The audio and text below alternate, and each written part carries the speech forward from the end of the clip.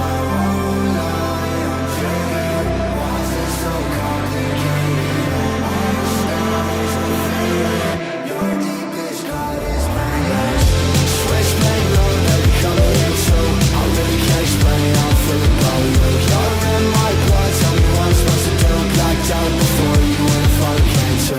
Switchblade love, baby, coming in too. I can take a little pain when it comes to you. You're in my blood, tell me what I'm supposed to do.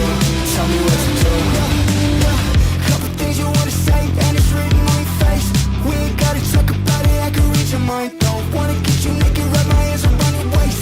Tell me how you want it, baby, let's see where tonight. I won't lie, I'm jaded. Why is it so complicated? All my scars are faded. Your deepest cut is painless. I won't lie, I'm jaded. Why is it so complicated? All my scars are faded. Your deepest cut is painless. Switchblade love, baby, coming in too. I really can't explain how I feel about you. You're in my blood, tell me what I'm supposed to do. Blacked out before you and if I came to. Switchblade love, baby, coming in too. I can take a little pain when it comes to you. You're in my blood, tell me what I'm supposed to do. Tell me what to do. Switch, switch, blade, blade, come on out. Switch, switch, blade, blade, come on out. Switch, switch, blade, blade, come on out. Switch, switch, blade, blade, come on out. Switch, switch, blade, blade, come on out. Switch, switch, blade, blade, come on out. Switch, switch, blade, blade, come on out. Switch, switch, blade, blade, come on out.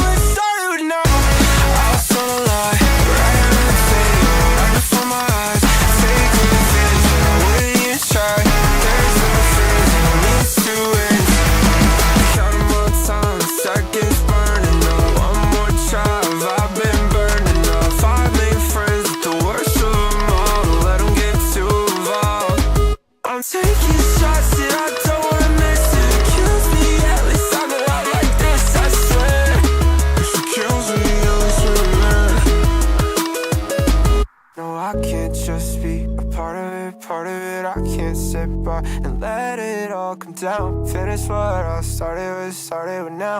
Finish what I started with now. Leave me all so cold-hearted with everything else. I can't be quieted down. Finish what I started with now. Finish what I started with now. I saw the light, right on the table, right before my eyes. Take chances when I wouldn't even try. There's no fears, no needs to win. I saw the light, right on the table, right before my eyes. Take chances when I wouldn't even try. There's no fears, no needs to win. No, I can't just be a part of it, I can't sit by and let it all come down. Finish what I started with now. Finish what I started with now. I'm sick of being toxic, yeah. I don't wanna hurt you, no. Nauseous, I hate feeling like this, but we both know I deserve to now.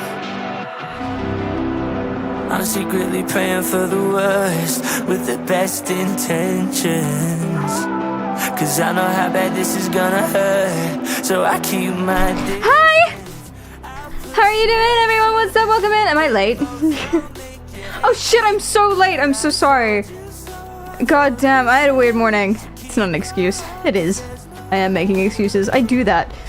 But hi. You're going to hunt me down like a wild animal. Wait, what? What did I do? Because I'm 3 minutes late, don't we think that might be a bit of an overreaction?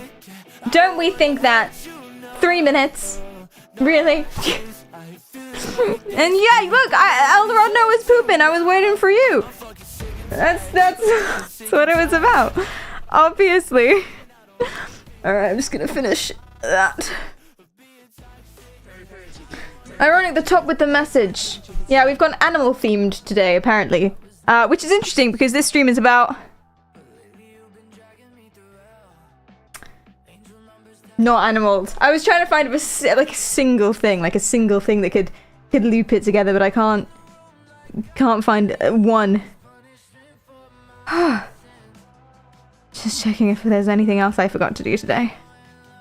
People are yelling at me. Everyone's yelling at me. It's fine. You need to do this. I know! It's okay. It's almost like, you know, I have a job. Human is a type of animal. Yes, there we go. That's true. But we're not actually talking about humans today either. We are talking about aliens. Discord, thank you. Boop. And then also like all of the other social medias as well. Totally forgot. Oh my god, you have new clothes? This is actually very, very old. I don't wear it on stream usually. But I was feeling it today. So, thank you. Oh my god, Kaylee, what's up? How are you doing? It's so nice to see you. Hello. It looks like snake leather. I mean, it was £3 from H&M. So, it's not that. But I'm glad that it looks that way. Okay. Makes me feel cool and fierce. And what am I looking? I'm like staring at the Hue. Can I show you this? I'm staring at the Hue home screen, not sponsored. And I'm trying to remember why I picked up my phone. Instagram. Okay. There we go. Everyone say cheese.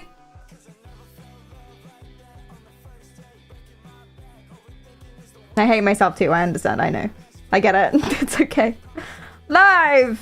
Yeah. I'm holding a sandwich. Sandwich a day. I'll put a link to me.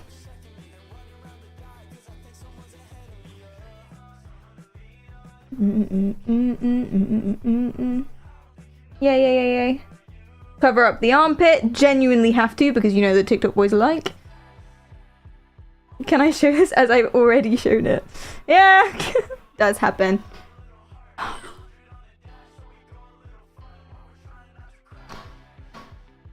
And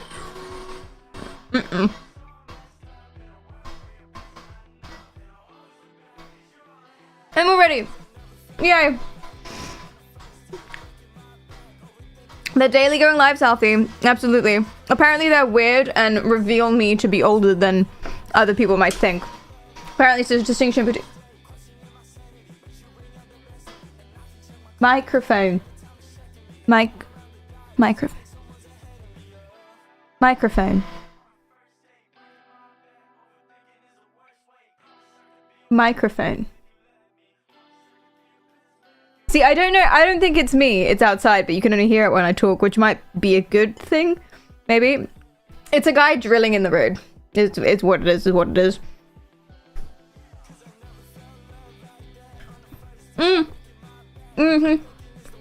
Armpits are a thing on TikTok. They are. There's this girl that I follow, and she blurs out her armpits in every single one of her reels because that's what, like, the chat is like. It's actually horrifying. But there it is. Who knew? Who knew?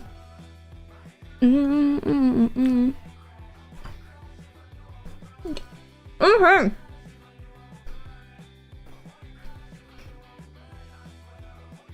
Apologies for being all over the place today. I had an experience. Okay, it was like a phone call. I had a phone call. I'm gonna make it sound way more dramatic than it was. No, I had a phone call, and the guy on the other end of the phone call said something very normal in a tone that made me think he was mad at me. And that was like 4 hours ago, and I haven't been able to stop thinking about it, so I did nothing else. And that's why I'm late, and that's why I haven't eaten breakfast. Actually, I feel like honesty is important. Actually, genuinely, that's what happened.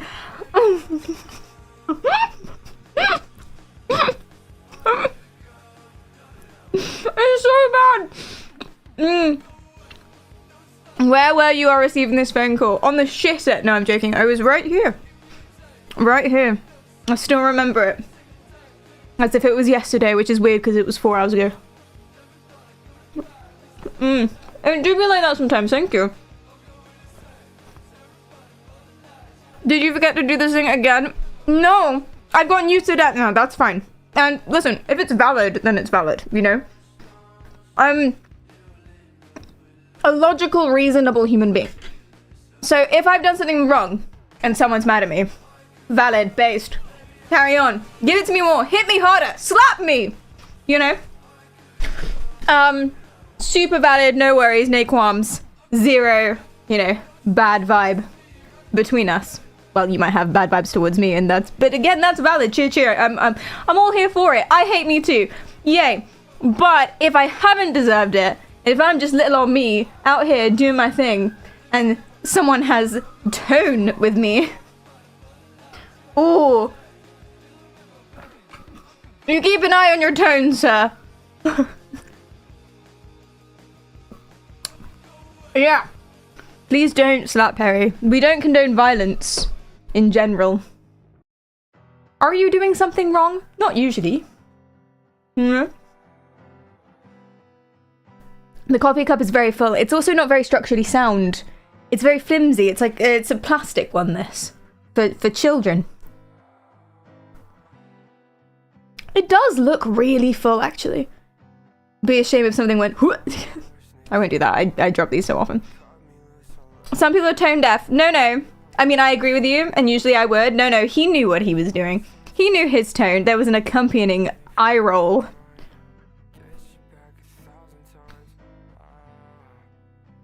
Bitch, all I said to you was good morning. Don't roll your eyes at me. I can't stop thinking about it. I can't stop thinking about it. Ah! It pisses me off so much. Can I ask what he said? See, it wasn't what he said, it's how he said it. What did he say? He said... Well, the thing is, he didn't really say anything. Oh, I can't talk too much about it because it'll give away what it was, if that makes sense. So I can't give too many details. He didn't really say anything, and that was kind of the problem. It was like, hey, good morning, how are you? Okay. It was like that. I rescind the good morning. I hope you have a terrible morning then. I take back my well wishes. So it was the way that he didn't say anything. Exactly. I rang up a customer today. When they answered the phone, I forgot why I rang them, and it was mildly embarrassing. That's really funny. What did you do? Did you tell them that, or did you say, sorry, gotta go call you back? Other person, it's bad luck, and Miherta, thank you so much for the follows. I appreciate that. And Paul, oh my god, thank you so much for the 8 months. If it helps, I won't hunt you down like a wild animal. Thank you, that does help. So one guy will and one guy won't. And so now we're balanced out again, I guess, in terms of the cosmic universe. That's good. Thank you, Paul. I appreciate that. Him being polite is what set you off. No, I said, hello, good morning, how are you? And he didn't say anything, and he rolled his eyes, and he said, okay. And I was on time to the meeting.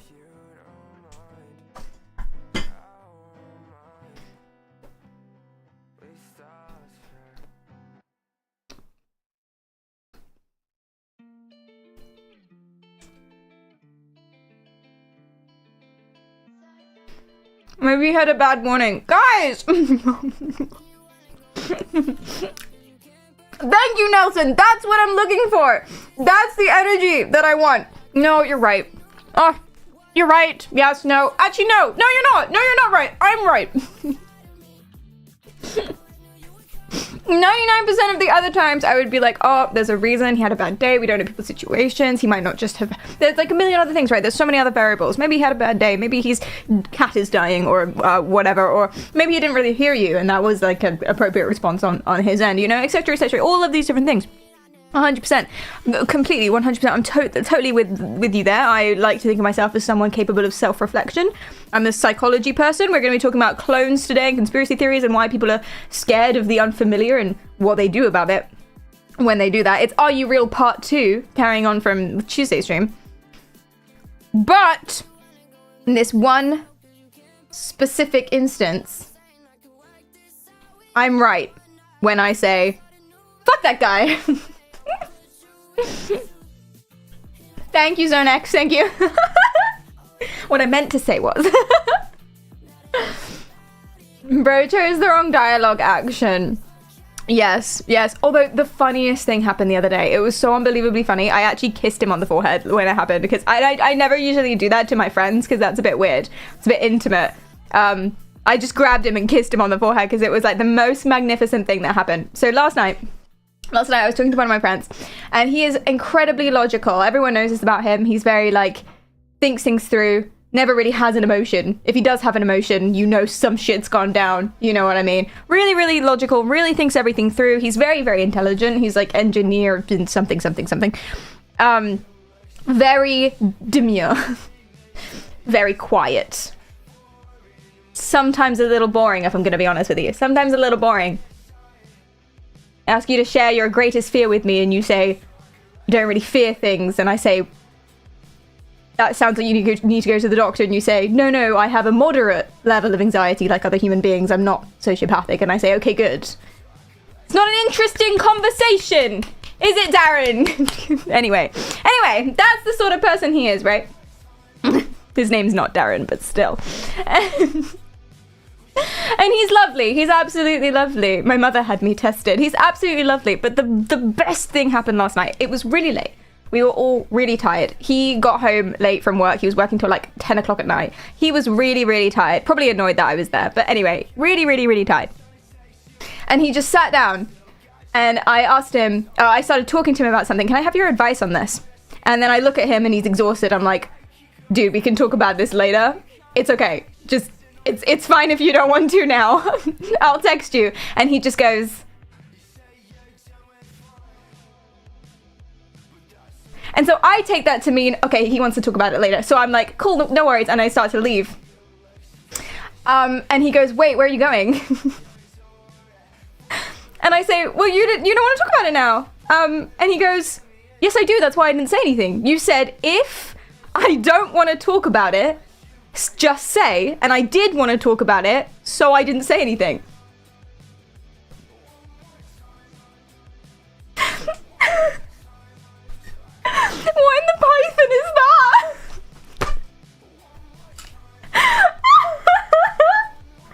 And then I I just grabbed his head and was like, oh, you beautiful man. What do you mean?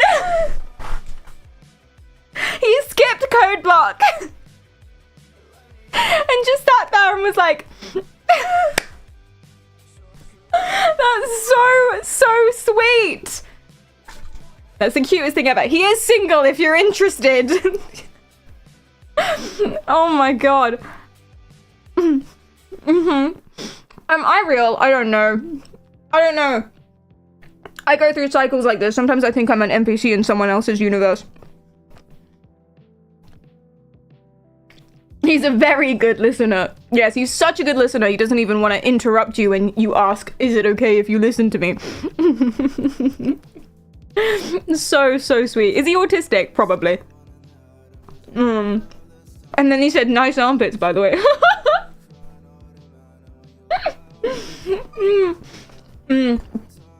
Oh god, it was just amazing. I'm gonna be telling everyone this. I'm gonna be thinking about it my whole life. I've never known anyone actually interact with someone like that. Nice armpits, by the way. No, he did not say that. Hi, Sharp, what's up? Can you break him with a paradox? Oh, we should give it a go. If we give it a go and then see what happens. I don't want to set him on fire, though. I like nice armpits. You do, Jonas. That's good. I'm not here to shame anyone. Okay. I don't understand why people are into, like, vaginas more than they're into feet, more than they're into armpits. You know, it's parts of the body. Anything can be sexy if you want, I guess. Not anything. Whoa, not anything.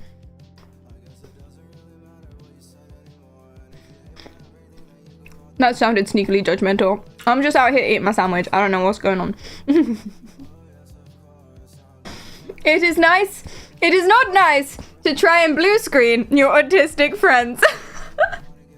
But like, he just stared at me. He just didn't say a single thing. And I did it twice. I asked him again. So you don't want to talk about it right now. And he got really confused. He just stared at me. He skipped code block because if don't want to talk about it, print, say you don't want to talk about it. Else skip or whatever. And so that's what he did.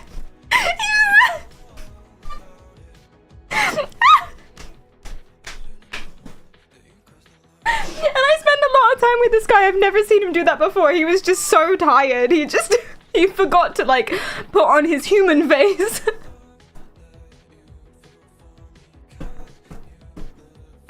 Oh my god, it was so good. Else pass. No prints in it by. Output got lost, return 0. I didn't define else. Maybe that's what happened. I didn't define else. I didn't say to him, if you do want to talk to me about it, say yes. If you don't want to talk to me about it, because then he probably would have given me something. He just oh, I can still picture his little face. And he looked so happy. He was just like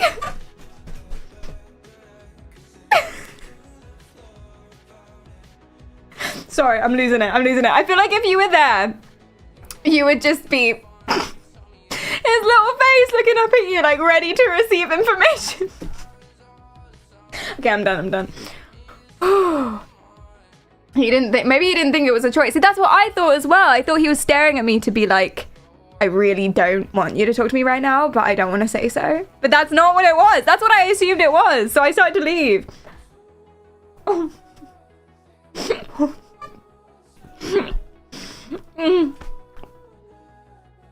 I did talk to him about it, yes. I did. Oh, it wasn't a big deal. I was like, I'm writing a story. And I was like, why would these two people be friends? That's what I mean. It was like really, I did not need to talk to him about it at that particular moment if he was so unbelievably, you know, tired. And so as soon as I started saying it, I was like, maybe I don't bother him with my hypothetical stories. Why would these two types of characters be friends? In your opinion? I'm good, Whitebeard. I'm glad you are too. Oh, wait, is that what you meant? Wait, what are you saying? All good by me. By me? By you. Are you good? Oh, thank you for the... Is it because I said... Did I say thank you for the follow? Thank you for the follow. And Chaxo, thank you for the follow too. I'm so confused. Thank you. Thank you, Dibble. I was... Oh, Dibby! Has your name always been Dibby?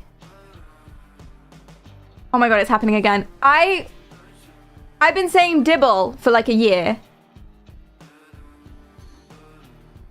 I'm so sorry. Oh, this happens like every day. I've been saying Dibble this whole time. Dibby, Dibby. Oh, I need to, That's an eye, that's a dot over that eye. Hi, Kapoor. I know. What's up, Bill? Reading is hard. Very good, one job, I know. Every streamer has a different way of saying it. That's really, really nice. It's a really nice way of putting that. Very, very diplomatic of you. Of course, I pronounced it completely wrong with a letter that isn't there. Oh my god, do you remember Anakin Skywalker? Yeah. A guy came in and his username was Anakin Skywalker, right? Spelled like that. And I was like, oh, that's an interesting name. Is it like Finnish or something? I don't know, Anakinski. It sounds pretty Northern European to me, and I was like, oh, that's cool. And the problem though is he didn't capitalize his username, and it was all in one. Anakin Skywalker is what it is. And I launched into this whole thing about how Anakinski is such a unique name. Anakin Skywalker was his username. You were the chosen one, Ski.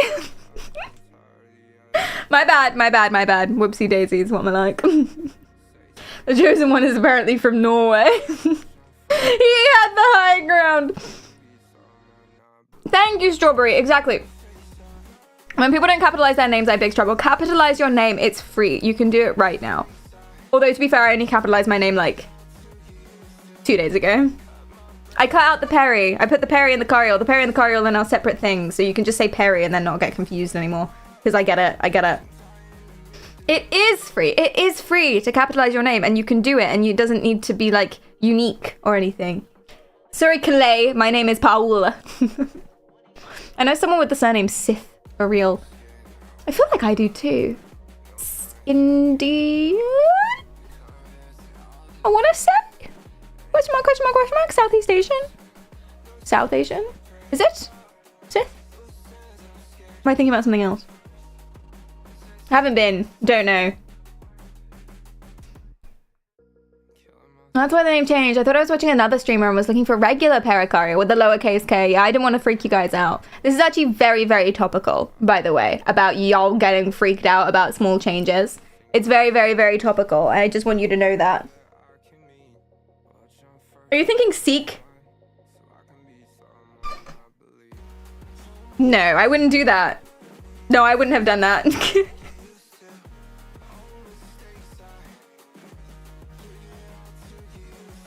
I had a friend who's a Sikh once, and I got to see his hair. I don't think he's a Sikh anymore, but he was in school when I met him, because I think he cut his hair now. But Sikhs, and you correct me if I'm wrong about this, and you actually know more about this. Beowulf, thank you so much for the bits. You're not wearing black. It's a small change, and it's going to give me a panic attack. Please stop. It's close enough. Change the color on your screen, and then it's black. Close enough. Or just squint your eyes like this, and then it'll be fine. Anyway, I had a friend in school who was a Sikh. And Sikhs aren't allowed to cut their hair, right? So that's why they wear like the hairdressing. Please correct me about this. I've only ever met one Sikh person, and we didn't talk about it that much, so I don't know. But that's why they wear the head coverings, because it's all their hair like plaited up and stuff. It's the turban, yeah. And so that's why they have that, because there's loads and loads of hair underneath, and it's like amazing. And it looked like really cool anyway, as was. But he took his hair down once. And it went down to his goddamn hip, and it was like long, luscious, shiny black hair, and I was like, oh sweet Jesus. And then he cut it, which makes sense because he wasn't a Sikh anymore, and it's annoying having long hair like that, and it's not like fashion. I was really sad when I heard that he cut it. Anyway. You asked their hair care routine first. I should have, man. I should have. Is that, what are we talking? Is that argan oil? Are we doing something with coconuts? Like, tell me more, please. Gringo, thanks so much for the bits. Not the bits, the follow. Beowulf, thank you for the bits. It must have taken a lot of maintenance. I know, I don't know how he got it to his hips. Because mine, I think mine stops growing around tipped area. I think it grows enough to cover my bits and bobs. Like some sort of beach person. And then stops forever. I don't know how you get it down there. He needed Kento to work his magic on it. Oh, I should have introduced him to Daddy Kento. Kento's my hairdresser. He's unfathomably hot.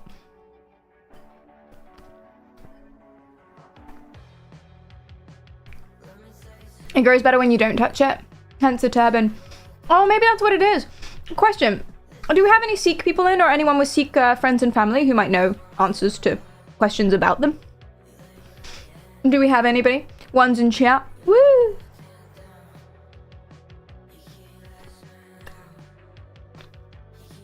You do? Oh, amazing. We do have someone. Oh, that's incredible. Is the goal to actually grow out the hair? Like, do you actually want long hair? Or is it just a matter of not cutting it? So it doesn't matter what hair you have so long as you don't cut it. Or do you actually want long hair? Is like long hair proportional to like dick size or something? Is that disrespectful? I'm sorry.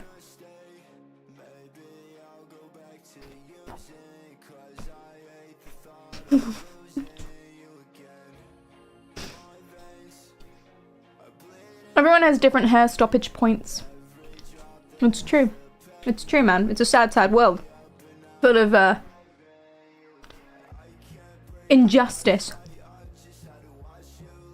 What?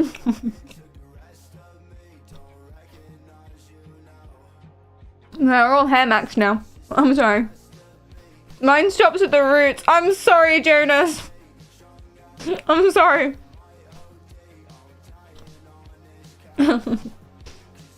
If hair became extinct, we can save humanity from the evil cosmetic capitalism. What about your face, though? Yeah, to some extent. I don't know if hair dominates. I think makeup and stuff still dominates cosmetics, no? Rip. Traditional long hair is expected. Most younger people cannot be bothered with long hair, similar to other Asian countries. Oh, okay. Cool. Thank you. We gotta extinct our faces then too, no choice. Yes, no one is allowed a face or skin or any hair. Everyone has to be the same height. Have the same amount of curvy bits. Same ass size. Same musculature. No teeth.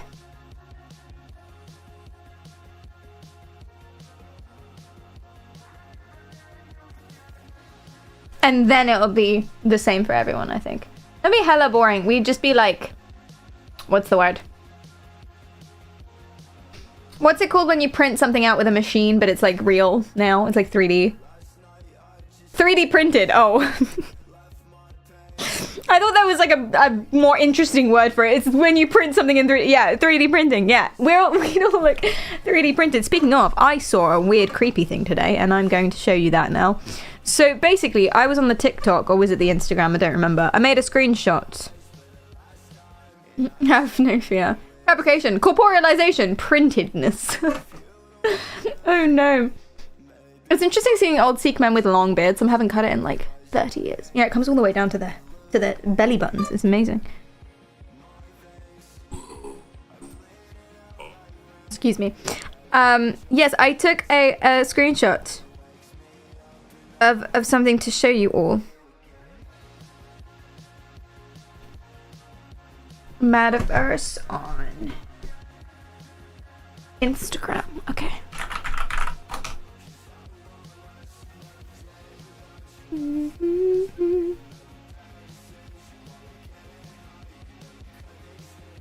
Metaverse. Verse with a 3. Robot. No results found. Oh, I hate Instagram search. I don't know how to search for anything. Okay, I'm just gonna show it to you on my phone. Okay, here, come here. Basically what it was, right? Basically what it was is they've made a robot, what with all of the different ligaments and muscles and whatever, and it does feel, as the comments say, very Westworld. It's basically what's happened. And I'm trying to find the video for it. But for some reason, I screenshotted instead of sharing. So, it's gone forever. Clean your screen. What's wrong with my screen? Oh, you can see all my thingy prints. They want to fuck robots so bad. Do you think that's what it is? That's pretty fun.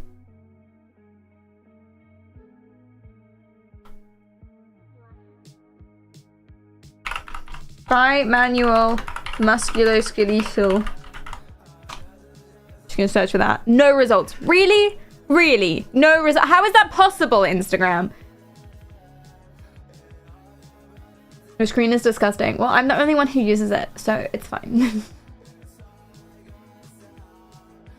Oh no, I took a screenshot. I don't have it on my phone. This is a picture.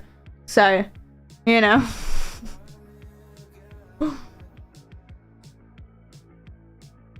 That's the company name.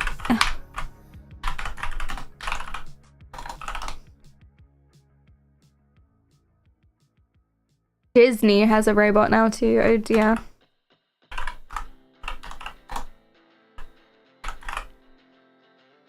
Ah, got it.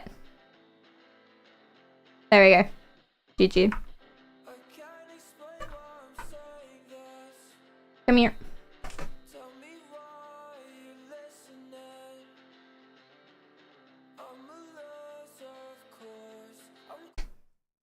Ah! Look at it go.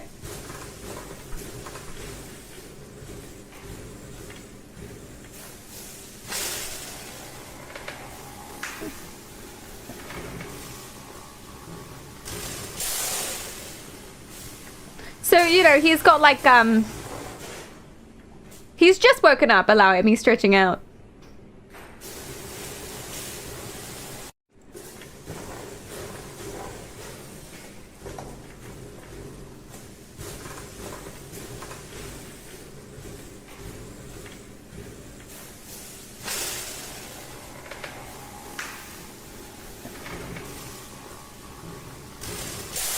I think they need to, like, yeah, but cool, right? And it is feeling very, very Westworld. So it's interesting. Oh, you think it seems like a gimmick? So you're not unconvinced by the actual usage of the little strands. Things can start as a gimmick then, or though, and then progress. Sometimes I wonder if my arm got chopped off, my insides would look like that. How often is sometimes, though? Just the right time for Halloween. Hell yeah, Dan. Hi, Luca. What's up? Dude, are you even real? Dude, I think I am. You know, that's actually pretty solid evidence. Rene Descartes. Is Rene Descartes the dude who was like, I think, therefore I am? Is that Descartes? That's a good joke, Luca. Hold on. Let me give you one of these. There you go. Will Coakley on YouTube has been making biometric robots for years. Ooh, thank you. All right, Will. Show me what you got. Oh, yeah. I'm sorry, what is that? No. Will! No, Will, what the fuck? What are you doing? No, Will! It's cool. It's cool as hell. How to build your own bionic hand. I love it when YouTubers do stuff like this because it's like, you know I can't do this, Will. Check out my Patreon page and consider supporting Look at me it go! if you want access. Wow. Now, mechanically speaking, the hand is essentially finished. On to programming. My control system is very bare bones because I wanted to focus on the mechanical side and not spend too much time with electronics and programming. The most important next step in this project's life right now is to improve the electronics and programming. What the fuck? I'll show you what That's I did so as a reference cool! point, or if you just want to get things up and running quickly, but I really would recommend you look into a better way to drive the servos.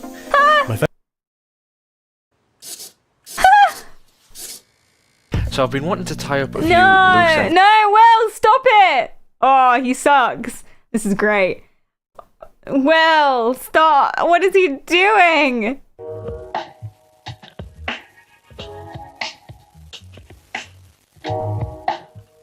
top comment. That is so heart-touching. That's not even a word. Heart-touching isn't As I even a mentioned word. a couple of months ago, one of the Okay. projects that I was interested Sorry. in coming back to and revisiting was my heart mechanism, which I originally started working on about. But one of the main things I got from looking at the references was that the vast majority of experiments with fabric and socks and stuff to try and Oh, that's so weird. Oh, he's so weird. Imagine someone gave you this for their birthday. I think he meant heart-touching. Is heart-touching a phrase that people say? You know, the more I say it, the more familiar it sounds, and I'm doubting myself. Heart-touching? You've touched me. Is that, without it sounding like I feel pain in my chest? Me too, but it could be just because of all the Nutella bread that I've eaten today. Heartwarming? Yeah. Weird. Anyway, thank you for introducing me to him. He's cool. I wonder if he could make a brain.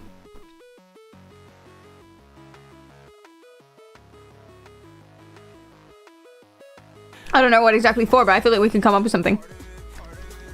Anyway. Did you... You sent me a link to a Wikipedia article, and this is the Wikipedia article.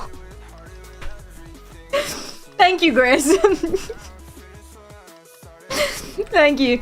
That's yeah. It is. This is a phrase. It is evidence that this is a phrase. Oh no. Oh dear. Asking for brain from a stranger on the internet is not really a good idea. Sometimes it works, but only really if you're on Tinder. Don't do that. Thank you.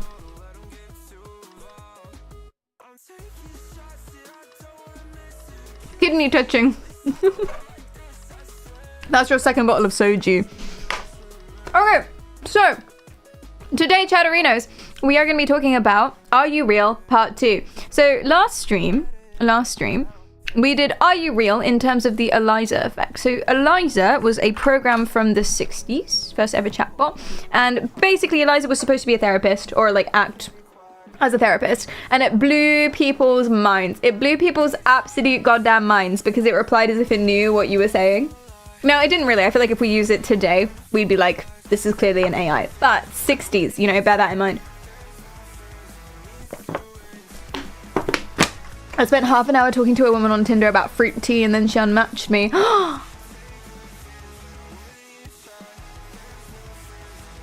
And do you have controversial fruit tea opinions? Will you like strawberry tea is the best tea? And she was like, what the fuck? What's the most controversial fruit tea opinion you can have? Fruit tea, listen, this isn't controversial, this is just fact. Fruit tea always smells better than it tastes. It always tastes kind of the same, and fruit tea, or the fruit teas, they smell like the fruit, like they're supposed to smell, and you're like, oh, this is delicious. And then you taste it, and they all taste exactly the same. Pomegranate tea is fucking good, though. Haven't tried it, okay. You did actually say strawberry tea is the best. Well, I get it then. I get why she unmatched you. That's unforgivable. What do you mean strawberry's the best? Well, it all makes sense now, Jory. What the fuck, man? I'm sorry that happened to you.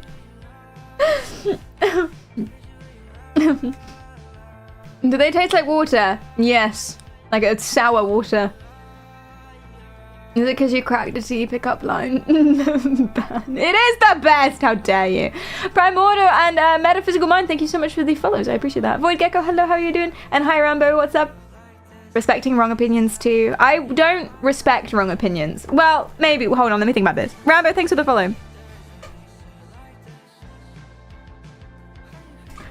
It depends how wrong they are. And it depends why.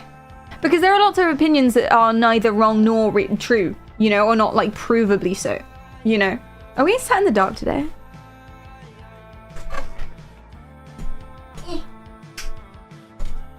Oh, that's better.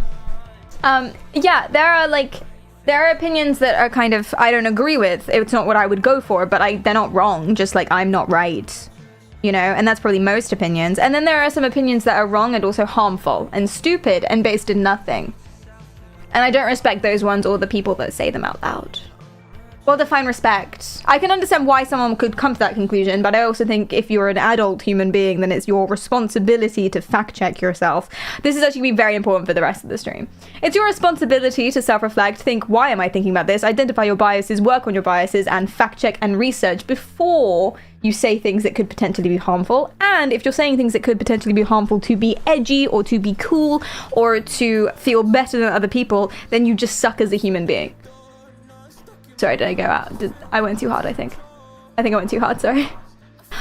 Licorice is amazing. But you just like put licorice in tea. Like, okay, I've never done that. I don't know if you're supposed to do that. But licorice tea is my favorite. Licorice tea is the best tea. Because it goes down like black tea, right? But then it has like a really sweet aftertaste and like coats your mouth in the sweetness, and it's so nice. Toasting bread before or after making a sandwich might be grounds for divorce. It's delicious. It's so much better. You're just jealous. You never had a toasty. Lynn, please. You're so jealous. Don't even. Have you ever tried making a Perry AI? Once. I didn't get very far. I didn't go very well. But I actually might do that. I have a few streamer friends who have done that. And I have the means. I just need to send a message. I want to do what LNV did. I don't know if you guys follow her. She lifts a lot of heavy weights and she's very cool. But she basically made an AI of herself and then did a stream where she interviewed it. But what I want to do is I want to take that a step further and I want to do a Turing test with you guys. So I'll be behind a screen. She'll be behind a screen or whatever. Either way, you can't tell who's speaking, or we won't be speaking. It will be silent. And you guys will ask a question and both me and the AI Perry would generate a text response. And then it will be like scrambled or whatever, or paraphrased by something else. And then you have to decide who's the real Perry. Isn't that fun? Isn't that fun as hell? That'd be so fun. Are you talking about the kid who killed him? Oh, the 14-year-old. Oh, I saw a tweet about this.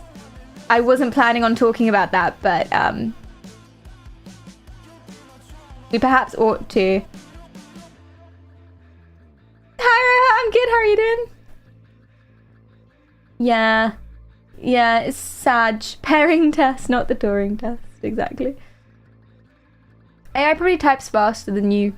But you wouldn't be able to know that though. Because they'd be released at the same time.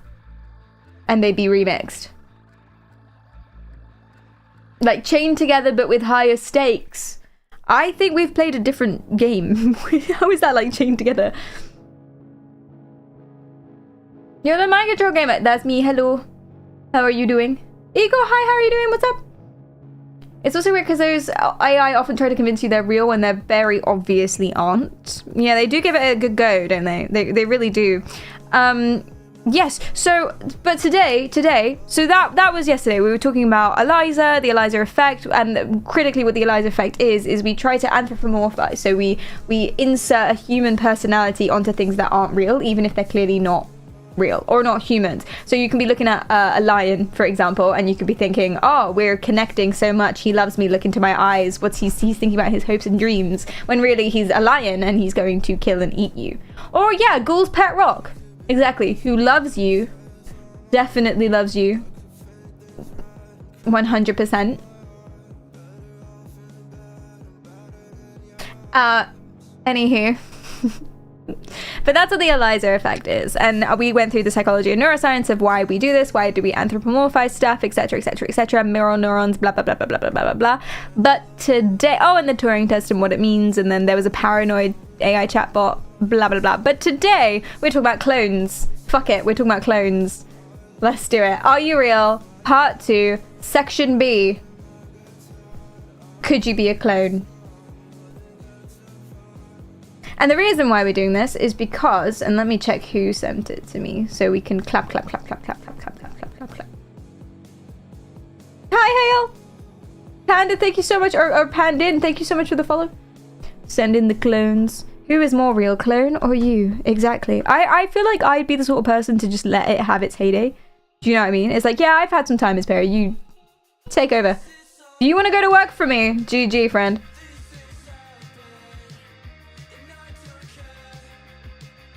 I'm too distracted.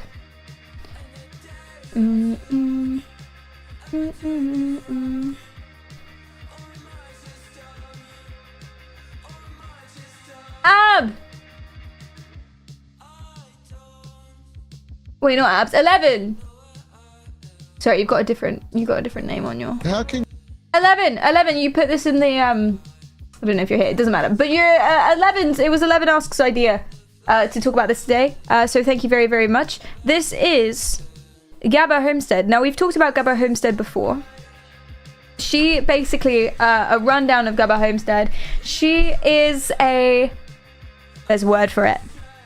Forgot what it was. She's like a romanticizing naturalist, if that makes sense. Basically, she wants to go back to how things were before. She wants to go back to nature. She wants to homestead. She wants to grow all her own food. She doesn't trust medicine. And there's nothing wrong with that. There's nothing wrong with this at all. Going back to nature, GG, carry on. You know, the Unabomber wanted to do that, and I was all for the Unabomber until he started bombing people. Absolutely valid, super based of Gubba. But the thing is, she's also incredibly paranoid, and she basically believes every single conspiracy theory, and she makes TikToks encouraging people to drink raw milk, which is, you know, dangerous advice. And she makes TikTok saying that you shouldn't go to the doctor, you shouldn't go to hospitals, no drugs are actually gonna help you feel better, don't wear sun cream because it's all a government conspiracy, it doesn't help you and they're trying to kill you, etc, etc, etc, etc. Now what I didn't know about Gabba is I kind of thought that all of her conspiracy theories were about living a natural life, right?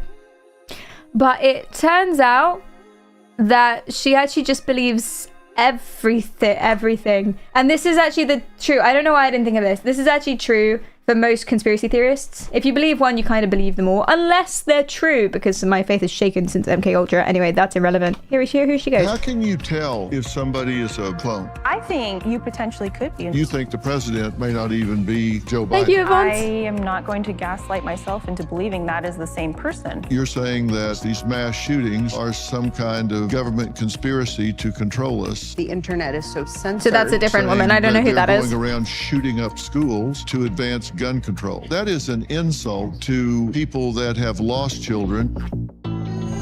Okay, now full disclosure, I did a whole stream on Dr. Phil himself. I don't like Dr. Phil. But this time it's not about him. She was a Twitch streamer too. Oh yes. So thank you again, 11, for this topic. She was a Twitch streamer. She's not still, right? What did she do? I didn't know that. I thought she was just a TikToker. What did she do on Twitch? Oh, I guess she can't be a Twitch streamer now. Because... oh, maybe you can. Does she have enough solar power? I don't really understand what she does. She was a streamer too. This could be you. This could so be me. Is he a real doctor? No, not really. He was a qualified something like 10 years ago, and then he lost his license, and I don't think he's really a doctor. I remember writing this down. He wasn't qualified for much, even when he was qualified. Where is my... sensationalizing problems, unethical treatment, bringing on vulnerable people in crisis states, inadequate professional help, bum fights, vitamins, and immortality. Those are my notes on Dr. Phil. I guess I didn't write down his qualifications, maybe because there weren't any.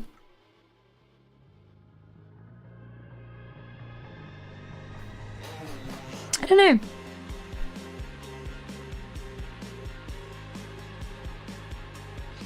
When you lose your license, start doing clown shit and make people make you famous. Well, to be fair, I don't think he lost his license for doing anything bad. I think he just didn't use it and it expired because he was already, you know, Dr. Phil. So he blew up because of Oprah. Interesting. All right, let's jump in. I think conspiracy theorist is a term to downplay anybody who finds truth. So whenever you speak anything outside of the narrative, you Crimson are labeled Inbox, a thank you guys conspiracy for the theorist. follows. When you see the stripes in the sky flying and you're saying, hey, they are geoengineering, they are... The stripes in the sky.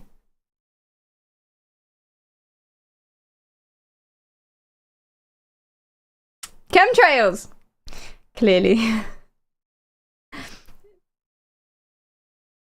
modifying the weather, you're instantly a conspiracy theorist, even though Yeah, babe. there are patents and there's research to back it up.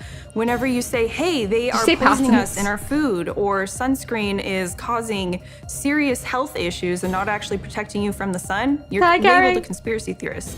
But I know for me, it's a conspiracy realist, because these things Conspiracy realist goes hard though, to be fair. Okay, so in her defense, right? There are lots of conspiracies that turned out to not be conspiracies. There are also lots of shit that people are doing. There's corruption everywhere. Everything sucks. Everyone's out to get us. It's okay. We're all gonna be dead in 50 years. Who gives a fuck? But really, sorry, I'm of the apathetic generation. I can't help it. It's just what comes out. But there's loads of corruption and loads of stuff that goes on. I'm sure there are sunscreens that are really bad for you and don't put them on your face, etc., etc., etc. But they're turning the friggin' clouds gay, is the vibe that she's going for. Exactly. Hi, thank you, commenting. And you're gonna see conspiracy. Okay, just because there's a sun cream brand that has parabens in it doesn't mean that the government is controlling the weather so that you can't see the aliens taking place behind politicians' faces anymore. No. Oh my god, people absolutely freaked out about marine cloud brightening. Do you know about marine cloud brightening? I know way too much about marine cloud brightening, and because I know way too much about marine cloud brightening, I'm going to tell you about marine cloud brightening. So, come over here. There is an effect, I forgot what it's called, maybe one of you nerds will remember. There is an effect where if you have transparent beads, like transparent beads, if they're bigger beads, boop boop, they look, fuck, I've forgotten how marine cloud brightening works. They look either brighter or darker than smaller beads. I forgot how marine cloud, I hate it when this happens. So one of these will look brighter than the other. Does anyone remember what that's called? So I can show you an image. Totally forgotten. Oh no! This was like a whole part of my identity for so long and it's gone. It's gone. Do you remember that as well? Identity is very key. Small balls, big balls, brighter. I'm just gonna go on this cam in case that brings up something unsavory. Testicle size can vary from person to person. Okay, I made the right choice. Images. No. Alright.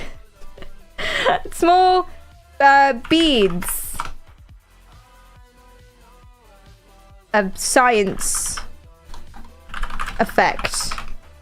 Does anyone know what I'm talking about? Google doesn't know. Oh! Yes! The Tooney effect! The Toomey effect! Come here. This! Okay. So, instinct's good, thank you. I made it up. No! So, basically, the Toomey effect is such. If you have completely transparent beads, if they're bigger, they look darker altogether, like this in this bottle, than if they're smaller, then it looks lighter altogether. Right? And that's because the smaller ones reflect more light. Yes. So, what people are doing, basically, is they're throwing salt particles from boats or from wherever up into the clouds to add more particles, make the particles smaller, and therefore make the clouds brighter. And if you make the clouds brighter, it means they reflect more light and it helps prevent global warming. Or not prevent, but like makes global warming better. It's a global warming initiative. Does that make sense? Throw salt into the clouds, make the particles smaller, make the clouds brighter, reflects more light, less heat on the sun. Or on the earth. So they're doing a bunch of that. Conspiracy theorists absolutely freaking lost their minds about marine cloud brightening. Less heat on the sun. Yeah, that part might not be completely accurate. They lost their minds about marine cloud brightening because they said finally they're admitting to changing the weather. Chemtrails confirmed for real. Oh dear. Oh dear. All right, anyway, let's resume. Things are happening, and it's truth. I think the pandemic was completely orchestrated by the world leaders, and then on top of them, whoever's pulling the strings, and at the top we have Satan. Satan is behind So if anyone was thinking, nah, she's based. There it is. every single conspiracy, everything evil, everything malicious, everything greed in our world. He uses the government leaders, he uses politicians, he uses celebrities, and all of that probably makes up the Illuminati. A lot of different world leaders, Right. celebrities, whoever needs Good morning, one, Varsity. is wearing 5-second masks. And what 5-second masks are is they are disguises that were created by the CIA. They made these silicone masks Gus, that thanks you for the would put follow. on in 5 seconds. They contorted with your face and your facial movements. The CIA head of disguise in the 80s, Yana Mendez, went and met with President George Bush Sr., and he didn't even know that she was there. He just thought that it was somebody else. Until at the end of the meeting, she took off the mask and he couldn't believe it. At the end of the day, I want All right, do we want to fact check this? 5-second masks. What are these? Listen. I want her to be right. It could keep you safe. It could keep you from getting shot. It could keep you alive. A mask could. But what do they look like? Okay, so there's just like really realistic synthetic masks that you can put on to disguise yourself. Cool. Yeah, but it's not gonna be like you can't be a whole other person for a long extended period of time with a 4K camera talking, like looking at you speak. You know?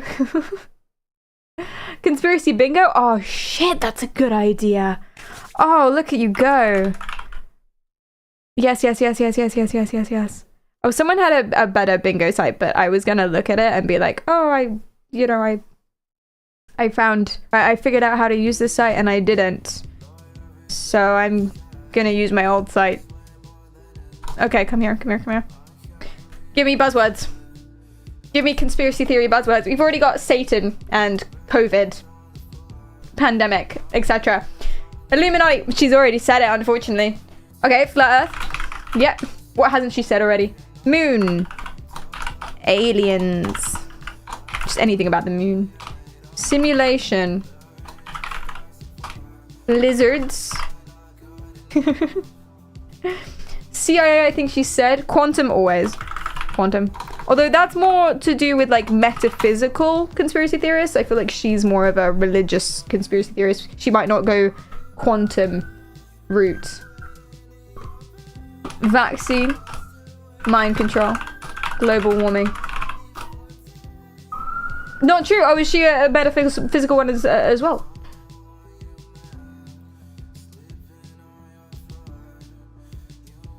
Did she not say government already? Well, GG if she didn't. Oh, do you think she's going to talk about 9/11? Oh, I really hope she doesn't talk about 9/11. That would be lame. Matrix. Abso-fucking-lutely. Children. CIA. Time travel. Oh, so she's wrong, Dion. Because I thought that's what they were as well. It's not that it takes 5 seconds to put them on. It's that if you look at them for more than 5 seconds, you'll realize they're fake. So for a glance, it'll be good enough. That makes way more sense. Like, way more sense. Aren't Simulation and Matrix kind of the same? Yes. Although, if she actually says the word Matrix, I want to give us extra points. Press, news, love it. Radio waves. Or just like any waves in general. Food is poison.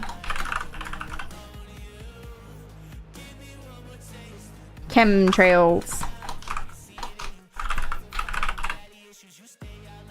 Military. Did I already write that down? Don't know. I love the little brackets sorry afterwards. I'm sorry too, and you're probably right, but I'm not putting it on the board.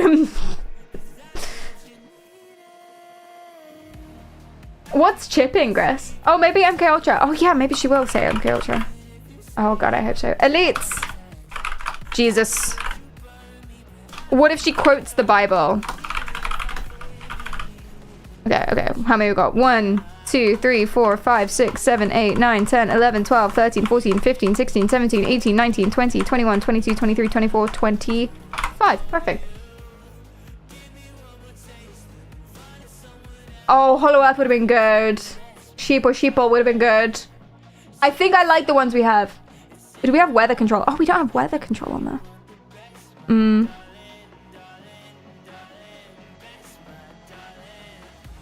Yeah, watch her say something entirely different way or wrong. I might take lizards off.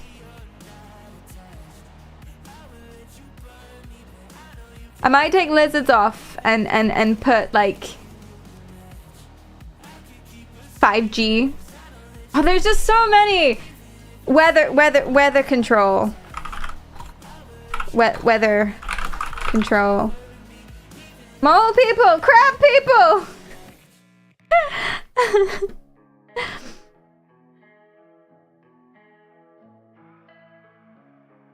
There was one more that I wanted, but I totally forgot. I don't know how long this clip is either. Oh, we should put 5G on there. We really should.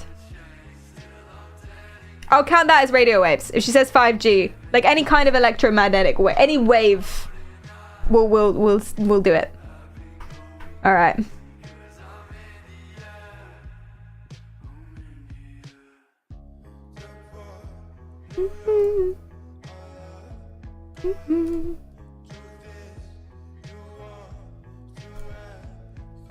Cool.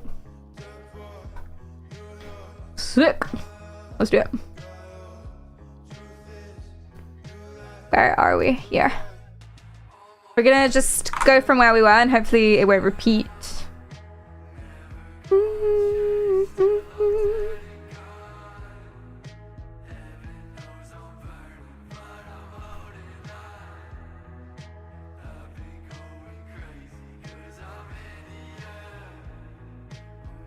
Let's do it. Oh, what is that? Dude, buddy. Okay. Let's go. Ready? Until at the end of the meeting, she took off the mask and he couldn't believe it. At the end of the day, I want you to question everything. Because if you don't, we'll be stuck in the Matrix forever. Oh! She said Matrix! I did not think that she would actually. That happened so quick.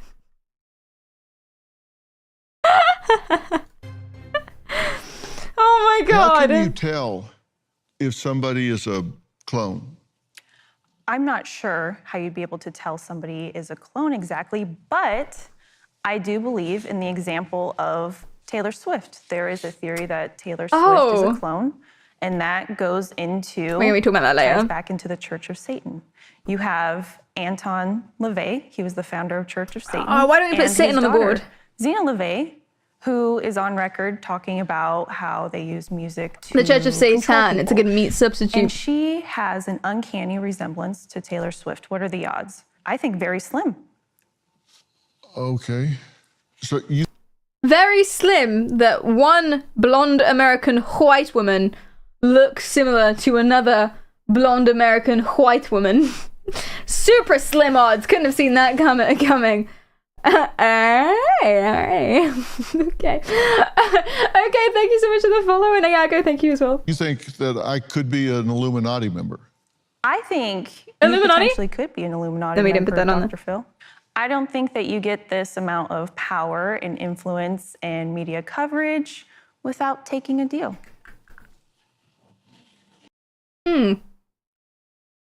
What does that sound like to you? Not that we're psychoanalyzing anybody, except we are. But, what does that sound like to you?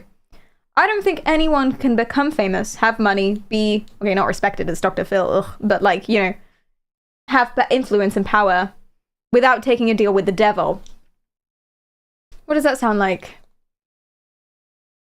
Jealousy? Or like any other, yeah, or like any media TV contract, yeah. Yeah, she sounds jealous. She sounds jealous as hell. It's cope. It's copium. I'm not famous and successful because I'm not greedy and I didn't take a deal with the devil. Bitch, okay? You have a podcast. You're on every social media. You post every day. You take sponsorships. Okay? You started beef with another homestead on your YouTube channel. You're not for lack of trying, are you, darling? Sounds medieval, doesn't it, Jess Ricky? Her name is Gubba Homestead. She's a TikToker. She was a Twitch streamer, but now she believes that Dr. Phil is a clone. Well, not specifically Dr. Phil, but just clones in general. With who? The Illuminati. Well, how would I know? They would come and say, Dr. Phil, we can offer you all the money. We can offer you power. We can offer you influence. You just need to take a deal with us. You haven't been offered a deal. I haven't been offered a deal to sell my soul for power or influence. What's happening to me is when I'm sharing truth on social media like TikTok, I'm being banned. Oh, I get shadow banned all the time. I saw you on TikTok. Trust me, they throttle. She is terrifying. She is real. She's terrifying. Yeah, I don't think getting banned on TikTok and getting your post taken down is evidence that you're not part of the Illuminati. I can fix her! Me down. I get banned all the time. I believe do you, Dr. Phil. things in favor of Israel and speak out against anti-Semitism. I get videos kicked off the internet all the time. That wouldn't happen if I was part of the Illuminati, would it? Unless that's their narrative that they want. Unless that's their narrative. So the So Illuminati. here's another thing, cognitive flexibility. I'm going to go ahead and skip over what Dr. Phil just said and, jump, hop, skip straight over that part and talk about her again. But it's flexibility. It's cognitive flexibility, I suppose you can say, which sounds like a good thing. But you know what flexible people do? They somersault over shit all the time. They're just tumbling all around the shop. I know that. They tried to get me to tumble once and I almost broke my nose. It was a real tragedy. Blood everywhere. Anyway, couldn't do it. But they hop and they skip and they somersault over shit. And for everything, they can... I've run out of this metaphor, actually. I've totally run out of this metaphor. Anyway, the point is, for every single thing, there is an answer. But I get banned too. But that's the narrative they want you to believe. But this doesn't really make sense. They're trying to throw you off the trail. For every single thing, there will be some sort of comeback. The Earth is round. We took a picture, but their cameras are this. But your scomometers or whatever they're called that measure the whatever it is of the Earth in that documentary, that they literally did an experiment and proved themselves wrong. But their tech was corrupted because they got their tech from the internet. For every single thing, there is a reply that still justifies. Yeah, it's interesting because it's rigidity of belief, for sure. But it's also this very bendy way of getting round and back to what you believe, if that makes sense. They're bendy, but their feet are stuck on the ground. They're like the stretchy man. You can't reason someone out of position they didn't reason themselves into. I love that, and it's so true, because it doesn't matter about facts and figures. That's not what it's about. Illuminati owns Hollywood, the media, the food industry, and controls the government. I believe so. Can we take food as poison, And though? they're agents I'm going of to take food Satan. as poison. I believe so. Really? Government? You said that Taylor Swift is a clone, and in 2016 she disappeared for a few years. She could be a clone. She could be multiple Well, clones. she didn't disappear for a few years. She went off grid. Yes, she did. There was the Kanye controversy. She actually just went off grid for the 1 year after her incredibly successful album, and then everyone was super mean to her. That was like the year of Ellen and people like that. And then she just she posted another album, which probably took her a year to make. She just wasn't present between one album one time. She didn't disappear for 3 years. She disappeared and went radio silent. And then she erased all of her social media and came back with a snake representation. Not Her the first snake. song- A what? A snake representation. It filled all of her social media. we're getting close towards the Bible. Symbol that she came back with. And what's that mean? A snake could be symbolic of Lucifer. Can I take the Bible one? Can I take the Bible? Bible? Am I a clone? Oh yeah, shit, I'm wearing snakeskin today. It's not real. It's I would say it's not even plastic. I don't even know what it is. I'm taking the Bible. Yeah. Woo! It could also be a snake. These celebrities, they have very satanic symbols that they put into their music videos. Yeah. And you say they could. To be fair to her, have you seen what's been happening with Doja Cat? Listen, I don't subscribe to celebrities are demons conspiracy theories, but Doja Cat and like the Balenciaga stuff, if anyone's gonna be a demon in disguise, it's gonna be them. is what I'm saying. Sometimes a snake is just a snake. No, not Freud. Freud did not say that. Sometimes a cigar is just a cigar. Doesn't sound like he did he say that? That's adding more nuance than I would have given him. She's brainwashing me. Oh, I'm so sorry. I'm so sorry. Could be wearing mask, and Yeah. it isn't really even them. Yes, Could I be wearing a mask? you could. Could I get up and look? I don't know. How are you going to look? I'm just gonna. Yeah, go ahead. This is weird as hell. This is weird as hell.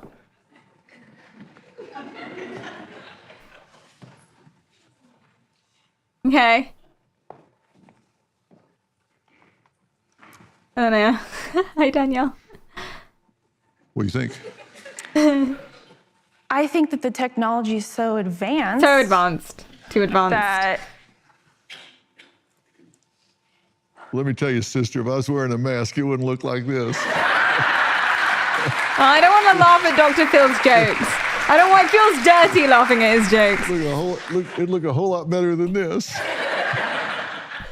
I think Dr. Phil potentially could be in the Illuminati because I don't think you can get very big, have a following, be saying some of the Shifting things that he does goalposts, yeah, that's a good one. without being a part of that group. He could have That, yeah, it wasn't a proper test because if she didn't touch his ears, if she didn't like tug on his ears and stuff, it doesn't count. You gotta get all under his chin and give him little scritches, and that's how you know. She didn't do that. Exactly, Jones, exactly. a clone here who's doing the show, but then the real Dr. Phil is off on an island somewhere on the beach while the clone Dr. Phil's doing all the grunt work, 40 hours a week plus, but real Dr. Phil's out there just enjoying life. I don't know, but I'm willing to have. What does that sound like again? He's got a clone that's doing all the grunt work 40 hours a week and while he's just enjoying himself on the beach. What does that sound like? Is she jealous? Is she slavery? Well, yes. Is she jealous? A good idea. This is the plot of The Substance. It is the plot of The Substance. I like The Substance. The Substance was good. Although I wanted to, I mean, I understand why it didn't do this. And like, I'm not going to be like, I didn't like the film because I wanted a completely different film. I loved The Substance. It was fantastic and phenomenal as it was. But I want to know more about the company. I won't give it away. But I want to know more about the company. Like, did she even pay for it? Like, what's their goal here? Like, why would they do that? You know, the company that gives her The Substance. Why? What is their end game here? Why? You know? Is a clone doing only 4 hours a week? I mean, if I had a clone who didn't have thoughts, feelings, or emotions, or like didn't get tired or anything, he would be 24/7. He would be giving me abs. He would be doing crunches in the gym.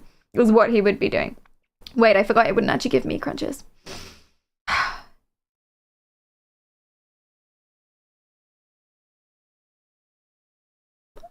He would be replying to all my emails.